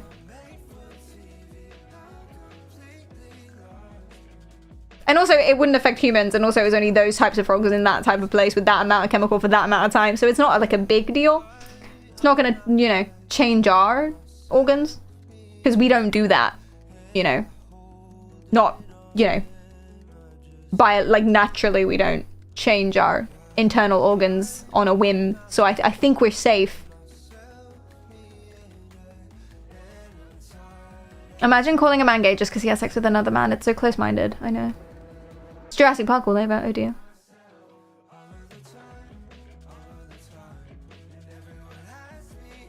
Fish also do that. Oh, they do? That's interesting. Yeah, it would only affect lizard people. Oh, which is why it's the politicians that are scared of it. Oh, it's all coming together. Guys, our default mode network might be overactive. It's all coming together. The politicians are scared of the chemical in the in the water that turns the frogs gay because they're secretly frogs. And they would like to stay biologically male and not grow a uterus. There you go. There you go. Our brain's pink. They're more of like a mushy gray pink. I mean, yes, because they've got blood in them. When you see brains, you see them as like purple. But that's because they're dead. Hopefully the brain is dead. I think. Fact check me on this. I've never actually seen one in real life. If you said secretly gay, you might be closer. Oh yeah, true. Alex Jones is more right than we want to admit. Well, the thing is, he believes in absolutely everything. So every single conspiracy theory ever. So one of the things eventually that he says is going to be right in a small way. I mean, he's not really right about the frogs though. Those details are important. He left out very important details. So, you know. Cerebral entropy is modulated by axonal dilithium crystal interactions during REM sleep phases. Axonal dilithium crystal? Yeah, I don't know what that means. That's out of my wheelhouse. You've gone too neuroscience. Axonal dilithium crystal. That sounds like something out of Rick and Morty. Is that real? I asked Copilot to come up with gibberish that sounds like neuroscience. I fucking knew it. Dilithium crystal interactions? Okay. He believes his audience will believe every conspiracy theory, and he guess he's right. Well, yeah, because this is the thing. With everyone who believes in conspiracy theories, it's very likely that you'll believe in all of them. You don't just believe in one, because it's not about the facts. It's not about the theory, it's about why you believe in the theory, and it's about all of these psychological reasons. Your need for fear, comfort, identity, your need to remedy cognitive dissonances by making all your evidence agree with each other, confirmation bias, community, getting in an echo chamber, all of these stuff, and that's true for everyone. So it's never gonna matter what the conspiracy theory is, really. What have we... God, I had so much to talk to you about today, and I just didn't. There's a woman who thinks she's an alien. Do we have time? We might have time. I could do a different stream on that, I guess. Give it more time. Are You Real Part 2 coming out? Part 3. Are You Real Part 3 tomorrow. We'll talk about aliens and alien hand syndrome and the rubber hand illusion, which is pretty fun. I'll try and get a rubber hand. That'd be pretty cool. But for now, let's talk about...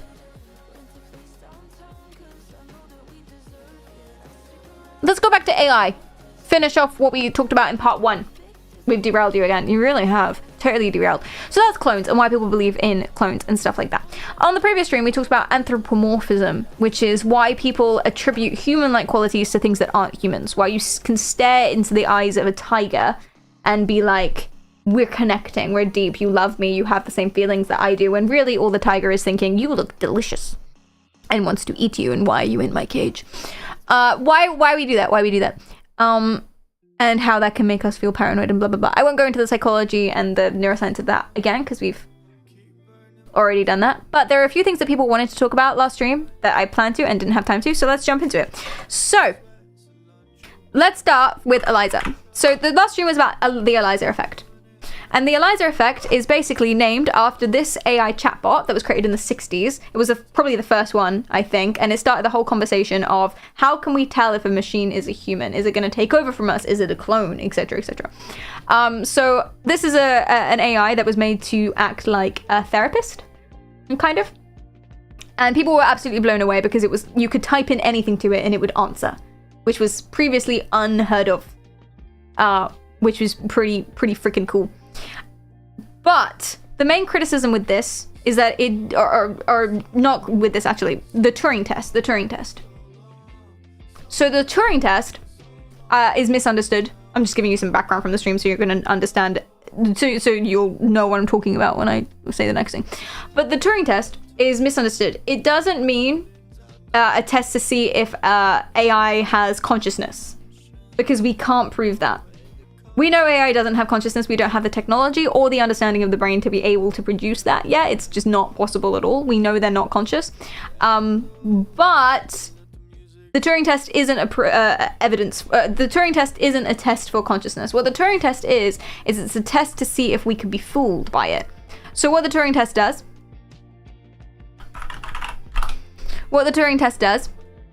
is basically you have one dude, the experimenter, and he asks a question. He's the question master. And then he can't see what's beyond this wall, but a human will answer his question and it'll get converted to text. And then an AI will answer his question and that will get converted to text. And he will read both answers and he will try to figure out which one was the human. And the human's just answering it normally. The AI is told to pretend that it's human. Right? And if the experimenter is fooled, so it doesn't know, it gets it wrong, it doesn't know which answer is from the human, and if it's fooled at least 30% of the time, or 30% of the time, then the robot passes. And that's how you pass the Turing test. Pretty much every AI now passes the Turing test, I'm pretty confident, or can. I'm pretty confident that it can. I mean, they began to start passing in like the 70s, I think. I'm not sure. Moist Critical uploaded a video today about an AI psychologist. Ooh! Well, let's start on that. But the criticism with the Turing test, which isn't really a criticism at all because it's not what it's for, but as to why it doesn't show consciousness or anything, is because any AI, to any degree or level, is just following instructions. So it's the same thing, and this is the metaphor for it. The same thing as the Chinese room argument or the Chinese room test in 1980. So in 1980, experimenters got a bunch of people who did not speak Chinese, a bunch of English people in a room, okay? And they gave them all of these different symbols. I don't know any Chinese symbols, so I think I might draw Japanese ones. Is that very... I mean, it's not the same. They are based on them, though. Like the kanji and stuff, you know? My bad. Cancelled. Let's just not do that. Should I cancel Perry? Shit.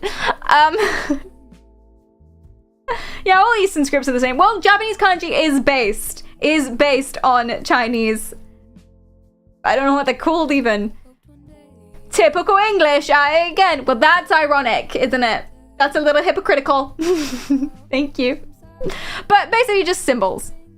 Just Chinese symbols. These happen to not be Chinese, but whatever. Gosh. Stop! I don't talk like that. So they didn't speak Chinese, they don't know what the symbols are, and they were presented with a bunch of them and a list of instructions. If I say this, you should put these symbols together like that. And by the end of the day, they were able to successfully communicate or follow the patterns with symbols in a way that made a native Chinese speaker be like, that makes sense, yeah, that's a good answer. But the people who were arranging them had absolutely no clue what any of the symbols meant. They didn't know what the questions meant. They didn't know what the answers meant. They have absolutely no idea. They were just following instructions. And that's basically the argument or a metaphor for AI now. It's just following instructions. It doesn't know what the questions mean that you're asking it. It doesn't know what the answers are. All it knows is if you have these symbols, add this symbol and send it back. Same thing. Chinese room argument, 1980. Similarly. No, not similarly. Not similarly. New case study. Come here. Here's some more AIs for you. You got Deep Blue in 1997. Deep Blue was a chess computer, and it beat the chess champion Garry Kasparov in a 6-game match. That's it. I just wanted to tell you about that. Deep Blue, there he goes. Okay. And then you've got Tay, which was a Microsoft chatbot.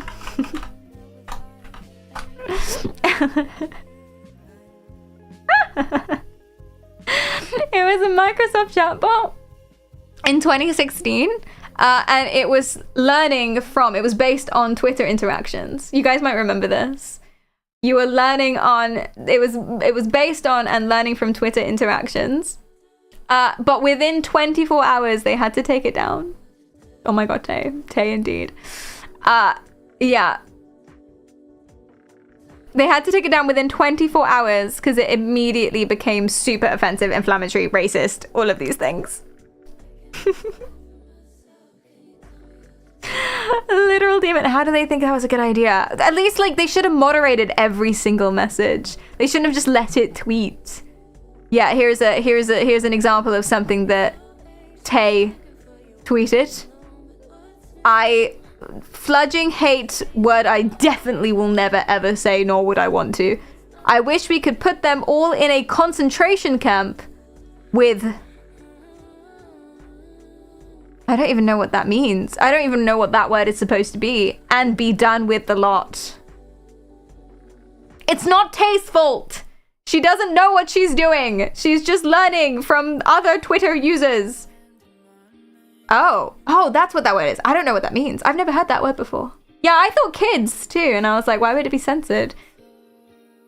Oh, it's another word. Oh, it's another word for Jewish people. Oh, shit. That's even worse than I thought. Fucking hell. Do you support genocide? I do indeed. We're gonna build a wall and Mexico is gonna pay for it. Did the Holocaust happen? It was made up. Some other things that Tay has tweeted. Within 24 hours! Within 24 hours!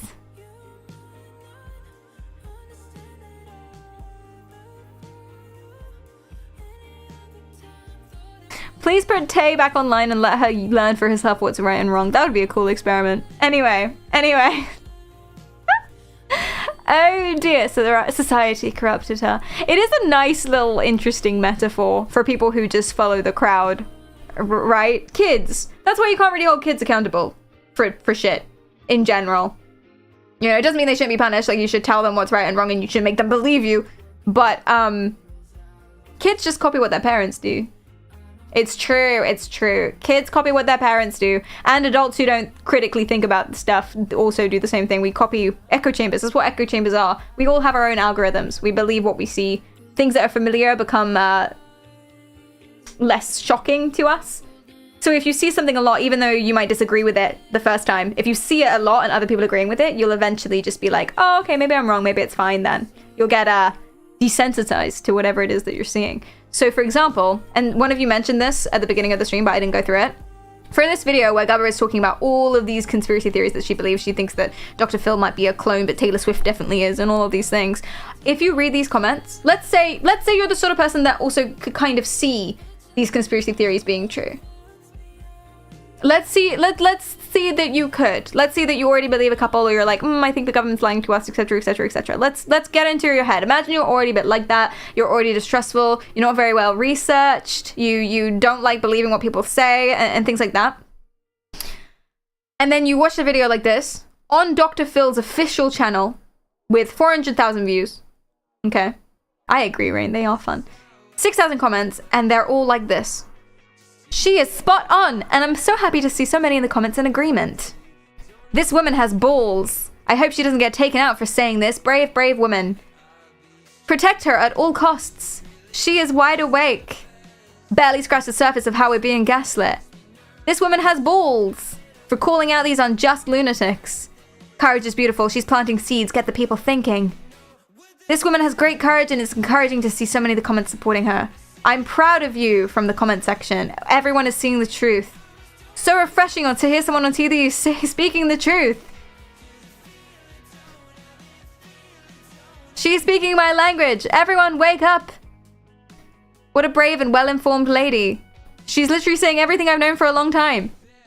I agree with her. Bless this woman. It just goes and goes and goes and goes. Protect her. Normal, decent conversation. People are starting to wake up. Are they all in support of her? Preach it, love her, truth, great, correct, finally, more, truth, proud, good, boldness, proud. Is there a single one? These are bots. These are for real bots. I mean, it doesn't matter for the point that they're bots or not, because still, if you're the sort of person to kind of believe these things and you see these comments, then you're more likely to jump on board, right? These are for real bots. Absolutely. Like, look at all the numbers. They're the same. They're all the same username, pretty much. Did she bot it?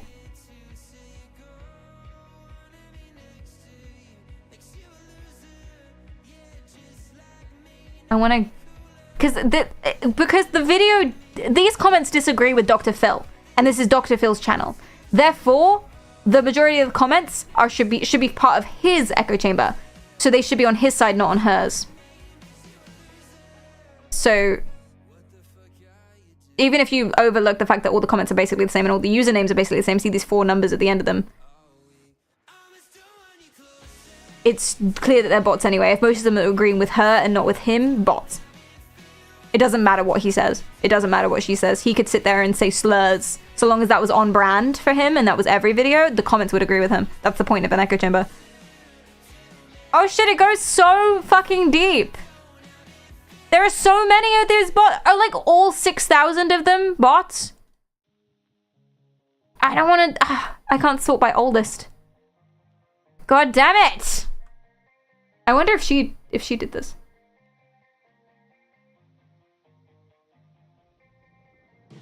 I wonder if she did this. Look at... They all have numbers at the end of their name. 2 or 3 or 4.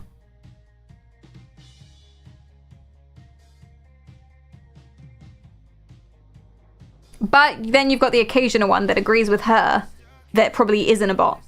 Thunderduck isn't a bot. I'm pretty sure. But agrees with the comments in this comment section because that's what they say.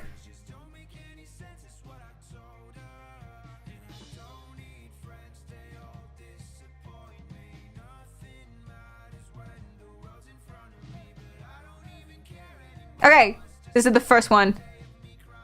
This is the first one that I found that isn't in support of her. And I scrolled for a very long time. Ah! It's the Anunnaki that are manipulating the YouTube comments. Oh, that makes sense. Hi, it's a human 2029342 here. Oh no. Makes you think about the perception of reality. Yeah, because I actually didn't notice that they were bots at the beginning. I only saw the top 3 and I was like, huh, people actually like her. But that was wrong. That was a lie. Thank you. Oh no. And that just goes to show. Was and Bruno, thank you guys for the follows. I appreciate that. I had an argument with a streamer. It was basically me versus 1,000 people. Like, you had an argument. Yeah, it's never a good idea to argue with someone on their platform. Because their platform, the people that follow them on their platform agree with them, because that's why they follow. You know? So that's why if you go through any of these videos, if it is their channel and their content has been the same the whole time, the comments will always agree with what they're saying. And it could be something you agree with, it could be something awful, it could be something objectively disgusting. The comments will always agree with what they're saying. You can see this on TikTok. Every now and then you'll get a clip on your For You page that's not actually from your algorithm. And it will be like the opposite of what you usually see. Because sometimes I get a lot of posts that are about different people doing really zany weird things or suffering from various illnesses or whatever it is, and the comments will be like legendary real pull or something like that. And that's most of my algorithm. Every now and then I'll get like a women's rights post, and then people being like, it's so interesting and so cool how things have changed, blah blah. And then every now and then I'll get like pro LGBT or whatever it is post, right? Every so often I will get a TikTok boy saying something ghastly. Most of the time it's from my algorithm. So that means the comments on the TikTok boy's post, or the account won't be their account, and the comments will be taking the piss out of him, because that's my algorithm. Every now and then I get a post from a TikTok boy's actual account. So it's his account and his video with audience that he is construed or whatever. And I'll go through the comments and it will be the opposite. It could be the same post, it could be the same video, but I'll go through the comments and the comments will be the opposite of what was on the other one. Shit, I could probably prove this right now. Give me a TikTok boy. Give me a TikTok boy that's not like necessarily famous for being the worst, but just is the worst. Ned, hi, how are you doing? This should be easier. We've done this so many times. Nikolai! Nikolai is not a TikTok boy. He's a boy on TikTok. It's different.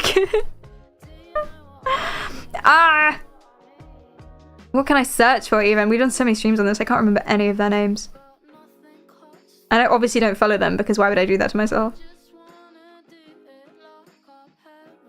Brain rot? Would it be in the brain rot stream? How to spot a dickhead? It might be in that stream. Such women's rights, I'd rather not. Sad. Is everyone arguing with each other? I think women should not have any rights. Okay.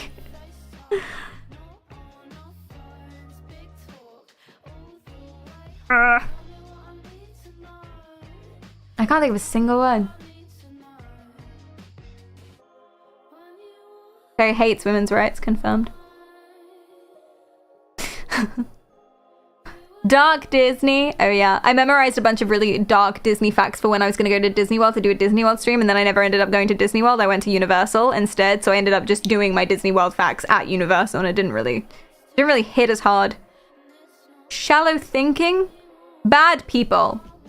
I did a stream just called Bad People. Did I? Did I actually do that? Oh, man, I was not thinking hard enough for this one. This was poor stream planning. Just scroll my For You page. I guess so. Might take a while. I think it might be on the Shallow stream.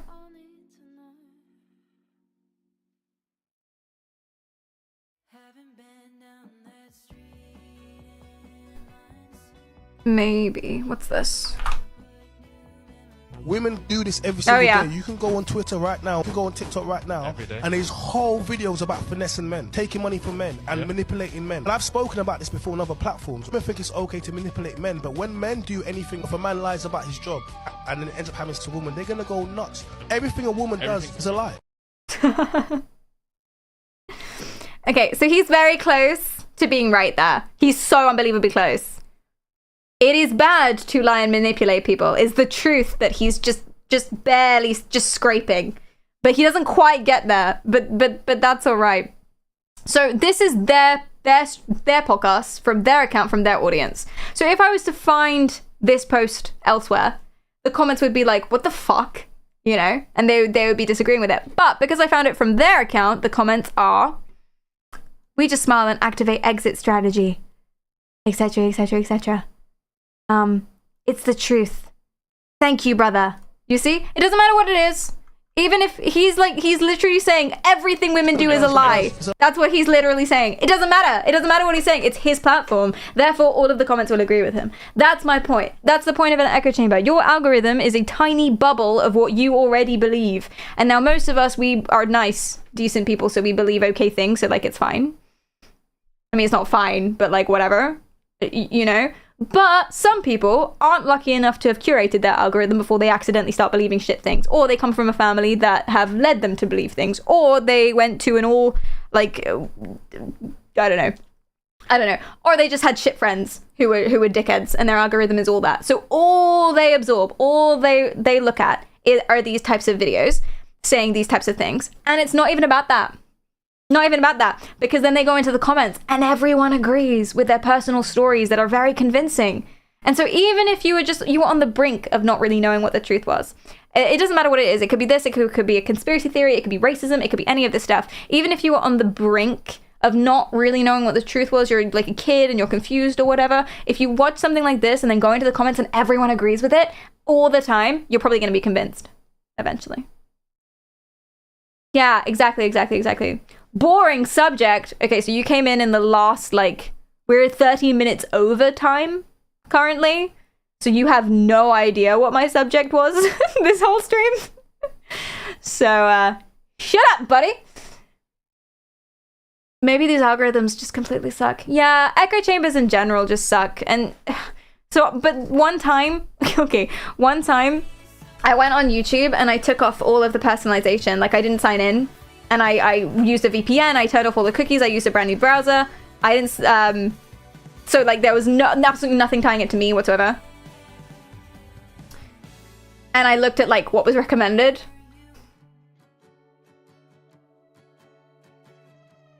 And that's like the average person then. They recommend you what does the best for the average person. And it made me real sad. So I don't do that anymore. I've kept my algorithm now. I like my algorithm better. Yeah, just all cats. Fucking hate cats. No, I'm joking. YouTube without cookies is depressing. Oh, sorry, what did you just write? Yeah, I've done that before out of curiosity and yikes. Yikes indeed. Yikes. Yeah, I get that it's, I get it now. Yeah. What was that? You'll just have to try it. Maybe it'll be different. Maybe it'll be different for you guys. Rip. This makes me think about the flat Earth community. If you search long enough, everything becomes the truth. Yeah. And gang stalking. Woz, thank you so much for the bits. I appreciate that. Thank you. Gang stalking is a really good example. r/gang stalking. People are super paranoid that the CIA are tracking and chasing them. They're paranoid. They're probably schizophrenic in various different ways. They're hearing voices. They're seeing things. They're having delusions. Hi, Sadness. What's up? Right. But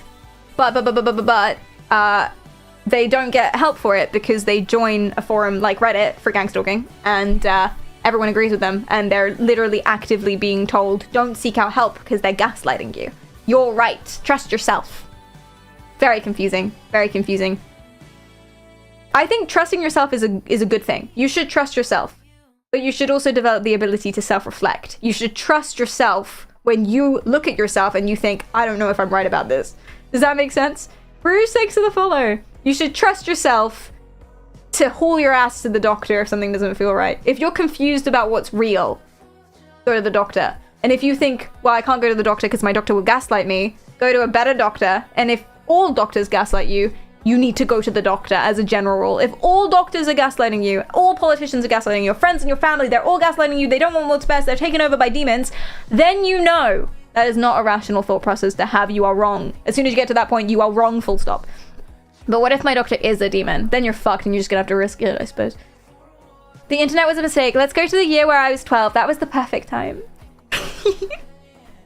Exactly, I love that you said that.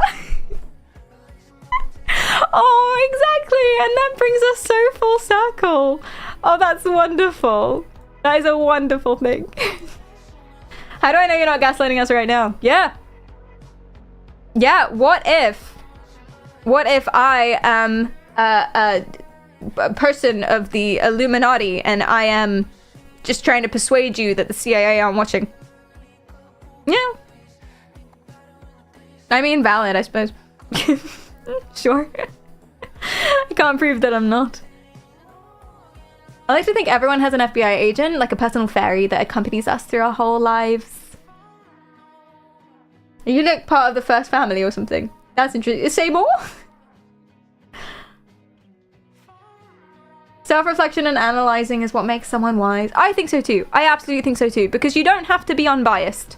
You just have to be aware of what your biases are and work on them. No one is unbiased, unless they've been working on it for a really long time. But even then, no one is unbiased. Everyone has biases. Everyone has opinions that come from places that don't necessarily always make sense. Everyone's slanted in a certain way. It's impossible to get away from it. But if you are aware of what your biases are, you work on them to become as neutral as you can, then you are wise. Yay. And you don't have to be perfect. I am perfectly neutral in every single way. But then again, just because you're paranoid doesn't mean you're wrong. True. Yeah, but that's still true though. That is still true. So I don't know what's going on here. I have no idea what's happening in this thumbnail at all.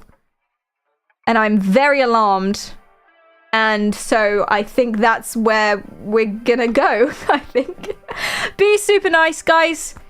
Thank you so much for the stream today. I had so much fun. Genuinely, this was so nice. I'm gonna come with you tomorrow for some more. What I should say is I'm live again tomorrow at 1 p.m. British summertime, and we'll do Are You Real Part 3. This time talking about something different. I forgot what I said. Oh, aliens. There's a woman on TikTok who thinks she's an alien. Oh yeah, we also have that AI psychologist, and we also might play a little bit of Black Ops. Black Ops came out. Maybe. But mostly the Are You Real Part 3 thing. So I'll see you tomorrow. Thank you guys so much for that. I really appreciate that. Pescador are back, and Rouge, thank you guys for the follows. And that's cool. Be super nice to Lux because she's really cool. Lana Lux is really cool. I don't know what's happening in that thumbnail. I don't know what she's doing right now. It looks interesting and weird as hell, and I love that. And so enjoy. And if you I can't remember what parts of my speech I did already. If you like my streamers, well, if you don't do it anyway, Twitter for announcements, Instagram for pictures, and Discord for everything else, go to TikTok, YouTube, Twitch, and I post for release. So make sure to subscribe. And the next stream is tomorrow at 1 p.m. British summertime. Whew. That's my speech. Now I'm gonna say something contradictory. Contradictory. Oh shit! I lost it. No. No! We haven't got long!